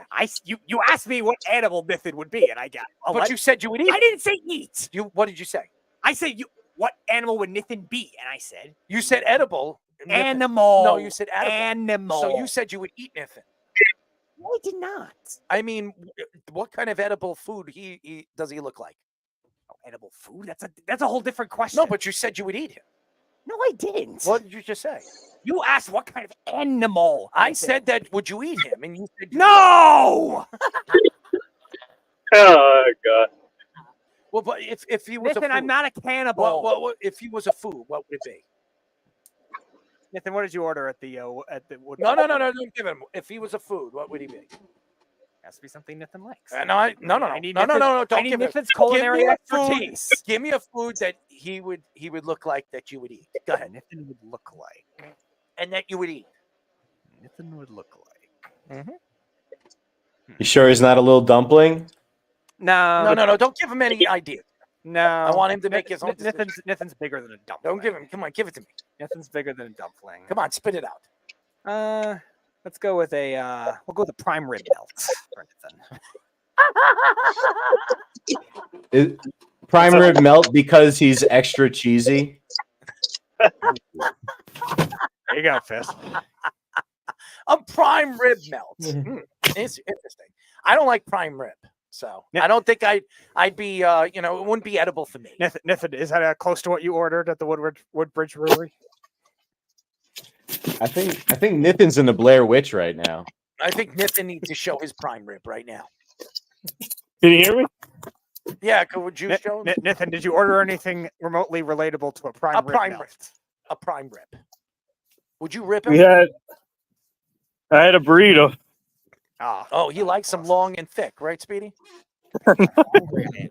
Likes them long and thick. Depends on how hungry I am. Well, how hungry are you right now? Not really. So you like it thick? No. Thin and thick? Depends. Thin and long. Depends. I'm talking about right now. If you were to, I'm not hungry right now. I don't want to eat. So you don't want to eat anything. So right now. It wouldn't be edible for you. I wouldn't eat a person. I'm not a cannibal. I just said if he was the food. Yeah, all right. I don't need to eat him right now. I don't need to eat him right now. That's a good one. See, I don't need to eat him right now.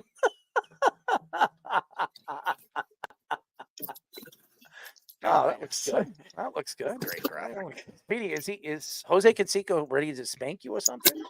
Looks like I'm dead in that photo. So if Jose Canseco wants to get his fingerprints on me, that would not be smart. Then again, it is Jose Canseco, so you never know. I don't know if he has a bigger brain than that T-Rex.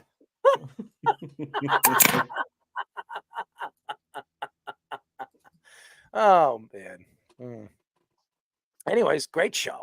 It was. Speedy, you having fun? I was for a little while. And what happened to it? Then you started talking about other random crap. I wasn't. It was fun. It was more fun when we were going after Nathan. Really? And Eamon Wellesley. Wellesley. Eamon Wellesley. Eamon Wellesley. And James Greenbush. His name's better. And I'm Joseph Washington. And who are you, Fish? Samuel Ocean. Samuel Ocean. Wow. What? I think James Greenbush is the best one. I'm sorry. Yeah, for sure. It's by Eamon Wellesley definitely takes the cake. No, I like James Greenbush. I think that's the Rocketeer. You know, the Rocketeer. The Rocketeer. Yeah. Okay. You know, the Jets. Yeah, the Jets. The Jets in your ass, right? I'd be dead if that happened too. Why? The Jets being in your ass? If a jet flew into my ass, yeah. Wait, but it might be caught. It doesn't matter. By your cheeks. It's still a high flying vehicle. Yeah, but it's going fast. Fast where? Anywhere. If you got struck by a plane right now, you would die. Not necessarily. I could be Superman. Okay. If you were not Superman, you would probably die. But if it hit you right in the ass, what do you think would happen? I would die. Why? Because it's a plane going really fast. To where? It doesn't matter. Well, you like things over there, don't you? Flying that fast? No thanks.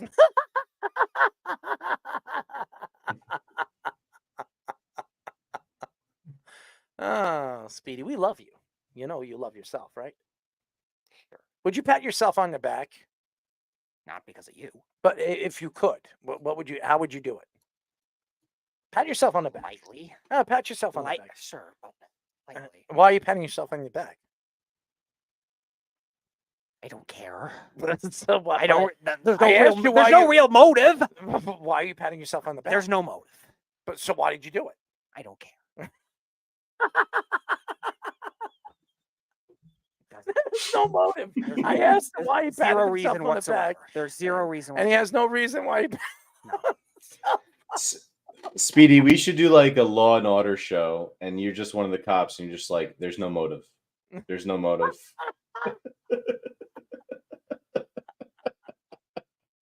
You'd be the best. You'd be like the ace detective that solves all the crimes, and you just like whenever someone has a bad idea. You guys are partners. You guys are partners. That would be great. Speedy and Nathan is a buddy cop show. Oh man, The Bushers. I can see you guys. We'll call it the Bushers. What do you think? He's Eamon Wellesley. Yeah, but it wouldn't fit as well. You're Team Busher. You're Team Busher. It wouldn't fit as well. But you're the team. You're Team Busher. You're a tag team. Bushers. The Bushers. No, you have to go hybrid first name. It would be the Jamans. The Jamans? James and Eamon. No, I like the Bushers. I already know the first season It is storyline. Eamon Wellesley. Speedy, here's the storyline.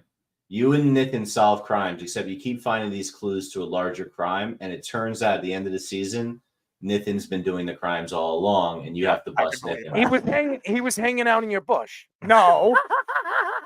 Nathan eventually, finally, his leash just got too powerful. That's what it is. That's the last clue. You find Nathan's leash, and you put it all together, and you have to get him before he gets you. And then you found out that Eamon was hanging out in your bush. You could decipher if there's a personal connection for that fish.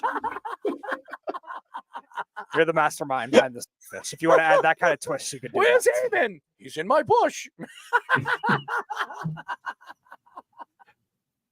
Fine. The last one of the killings can be in a hypothetical bush outside my apartment. Fine. If that's the case. Well, he's in your bush. The victim is in my bush. I mean, yeah, or maybe you want to say the killing happened there? Fine.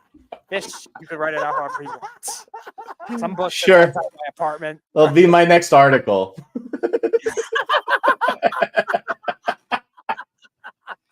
Nathan's leash.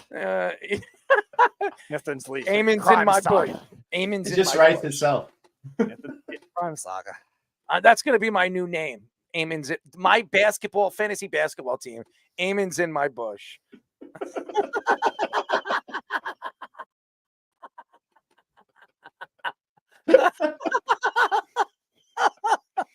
I'm sure Justin will love that. You're gonna be like, what the hell is that? It's in my bush.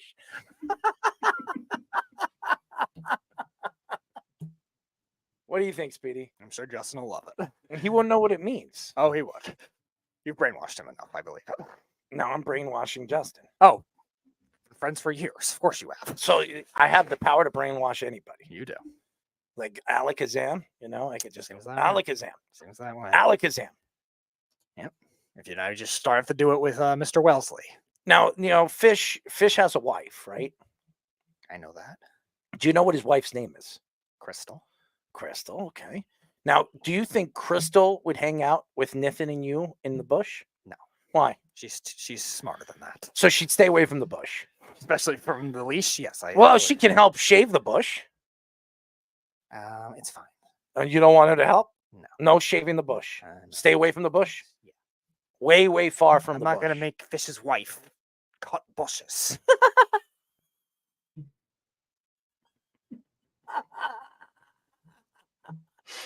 So you're keeping away from that bush. I will treat her like a guest of honor if she were in that property. Fish, you would be treated that same way too. I'm not going to force you to cut a bush. No, cut your bush. The bush that's outside a hypothetical apartment and a TV show. It was your bush. Whatever. I don't care who's. I'm not possessing the bush. It doesn't matter. Errol, that's what the guy who's grilling him at the last episode of the season. He goes, "It was your bush. It was your bush." And I don't have a lease on it. There's James and that green bush. Well, it'll be red by the time once Nathan completes his crime. Where's Eamon? He's hiding in my bush. Yeah, I would hope Nathan, if he were to hypothetically turn into a stealth killer, would be more stealth than that. But then you never know because it's Nathan. Eamon in the bush. You see Speedy laying on the ground. Where's Eamon? He's in my bush. Yeah, I'm gonna do that. So, yeah, very, very, very stealth detective work. Get the shaver. Yeah, great detective work there. I'm gonna go announce it on a freaking megaphone. It's in my bush. Oh man, great show, Speedy. You okay? I don't know. You ever lost? No, I'm actually. It's fun embracing this hypothetical buddy cop thing that Fish is preparing. He's preparing about the cop in the bush. Maybe the bush is relevant. So he's the cop. Eamon, Nathan and I are both the buddy cops, but Nathan turns dirty. But remember? So Fish is the evil person. He's the killer. Fish is the writer. He's the writer. Okay, but he also is part of the writer. Did you pay attention before 10 minutes ago? No, but I'm saying he's got to be a part of this story. Fish, if you want to act in it too, fine. Nathan is the writer. So, but Fish is the writer. So he's trying to find your bush, but Eamon is in the the bush is involved in the later killing with Nathan. Okay, so your bush is involved with Eamon in it. Correct. But what about Fish? If Fish wants to play the role of a killer, it'll be in a different spot. I'll be the one that they suspect first because I wear my hat backwards and have tattoos. And then after a while, everyone convinced it's me, but it's really Nathan. It's Nathan. There you go. All right. So it's Eamon and the bush. The green of all in bushes. the bush. In the bush with the green. Which will eventually become red because there'll be a death. unless she's poisoned and just put there. Well, it's fall. The leaves turn colors. Could be another reason. That's why it's true. red. I mean, it could be different colors in every situation, right, Speedy? It's possible. Yes. What situation would you like it? It's Nathan's motive. But it is your bush. It's Nathan. It doesn't matter. It's right now just being used. The bush is being used? for Nathan to complete whatever leash crime he's going for. So he's playing in your bush, and it's okay if he's playing in your bush. It's not. I wouldn't be okay with it, but I don't know about it because in Dish's storyline, he's stealth about it, and then eventually there's a twist. So Eamon's hanging in. I don't know anything about hanging it. in your bush. I don't know anything about it. He's hanging in your bush. No, I don't know anything about it. Yeah, but he's hanging in your bush. You have to know about it. It's just a bush outside my apartment. And you're like that angry when they grill you like that, and that's how they know you're innocent. Yeah. Just a bush. It's just a bush. Yes, exactly. I do not have a property lease on a bush. You have a property leash on your bush? No, Nathan has a property leash on your bush. On a bush. On your bush. A bush. A bush which is yours. Which is not attached to me.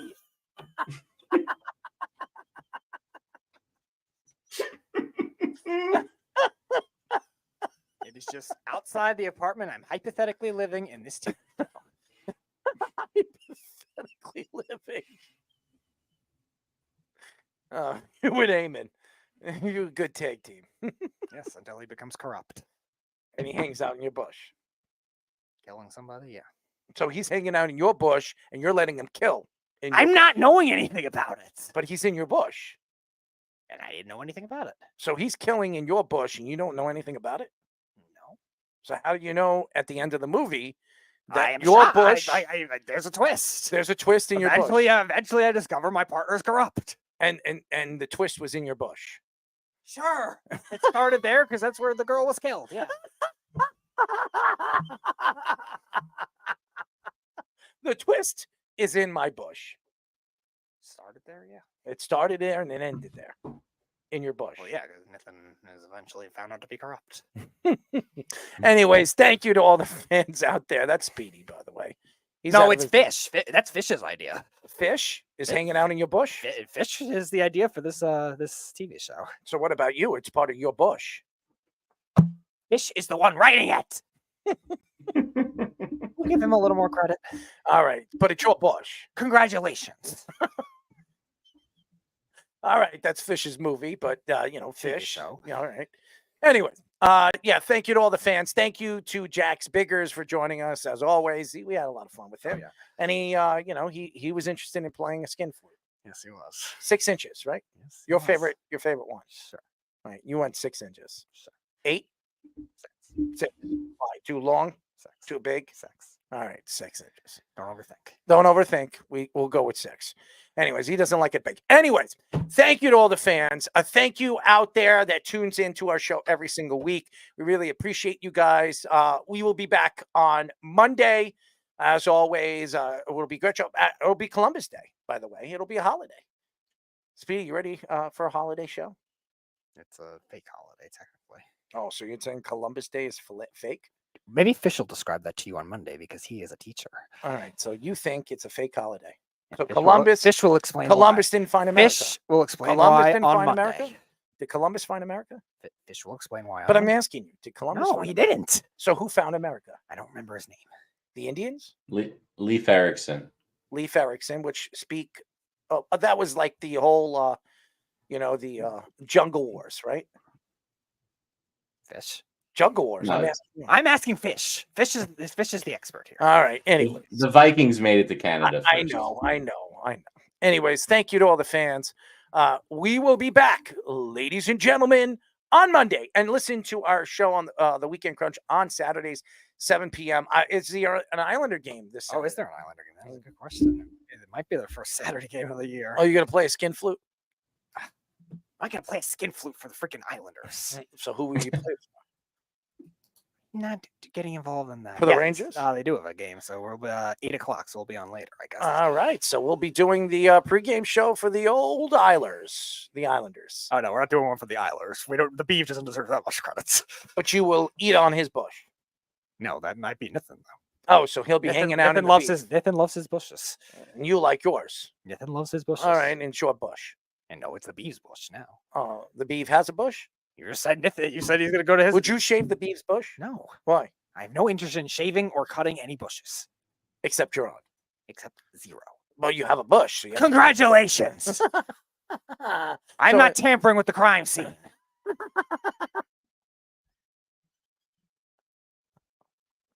All right, I'm getting out of here. We'll be back on Monday. Good night. You're listening to the Worldwide Sports Radio Network.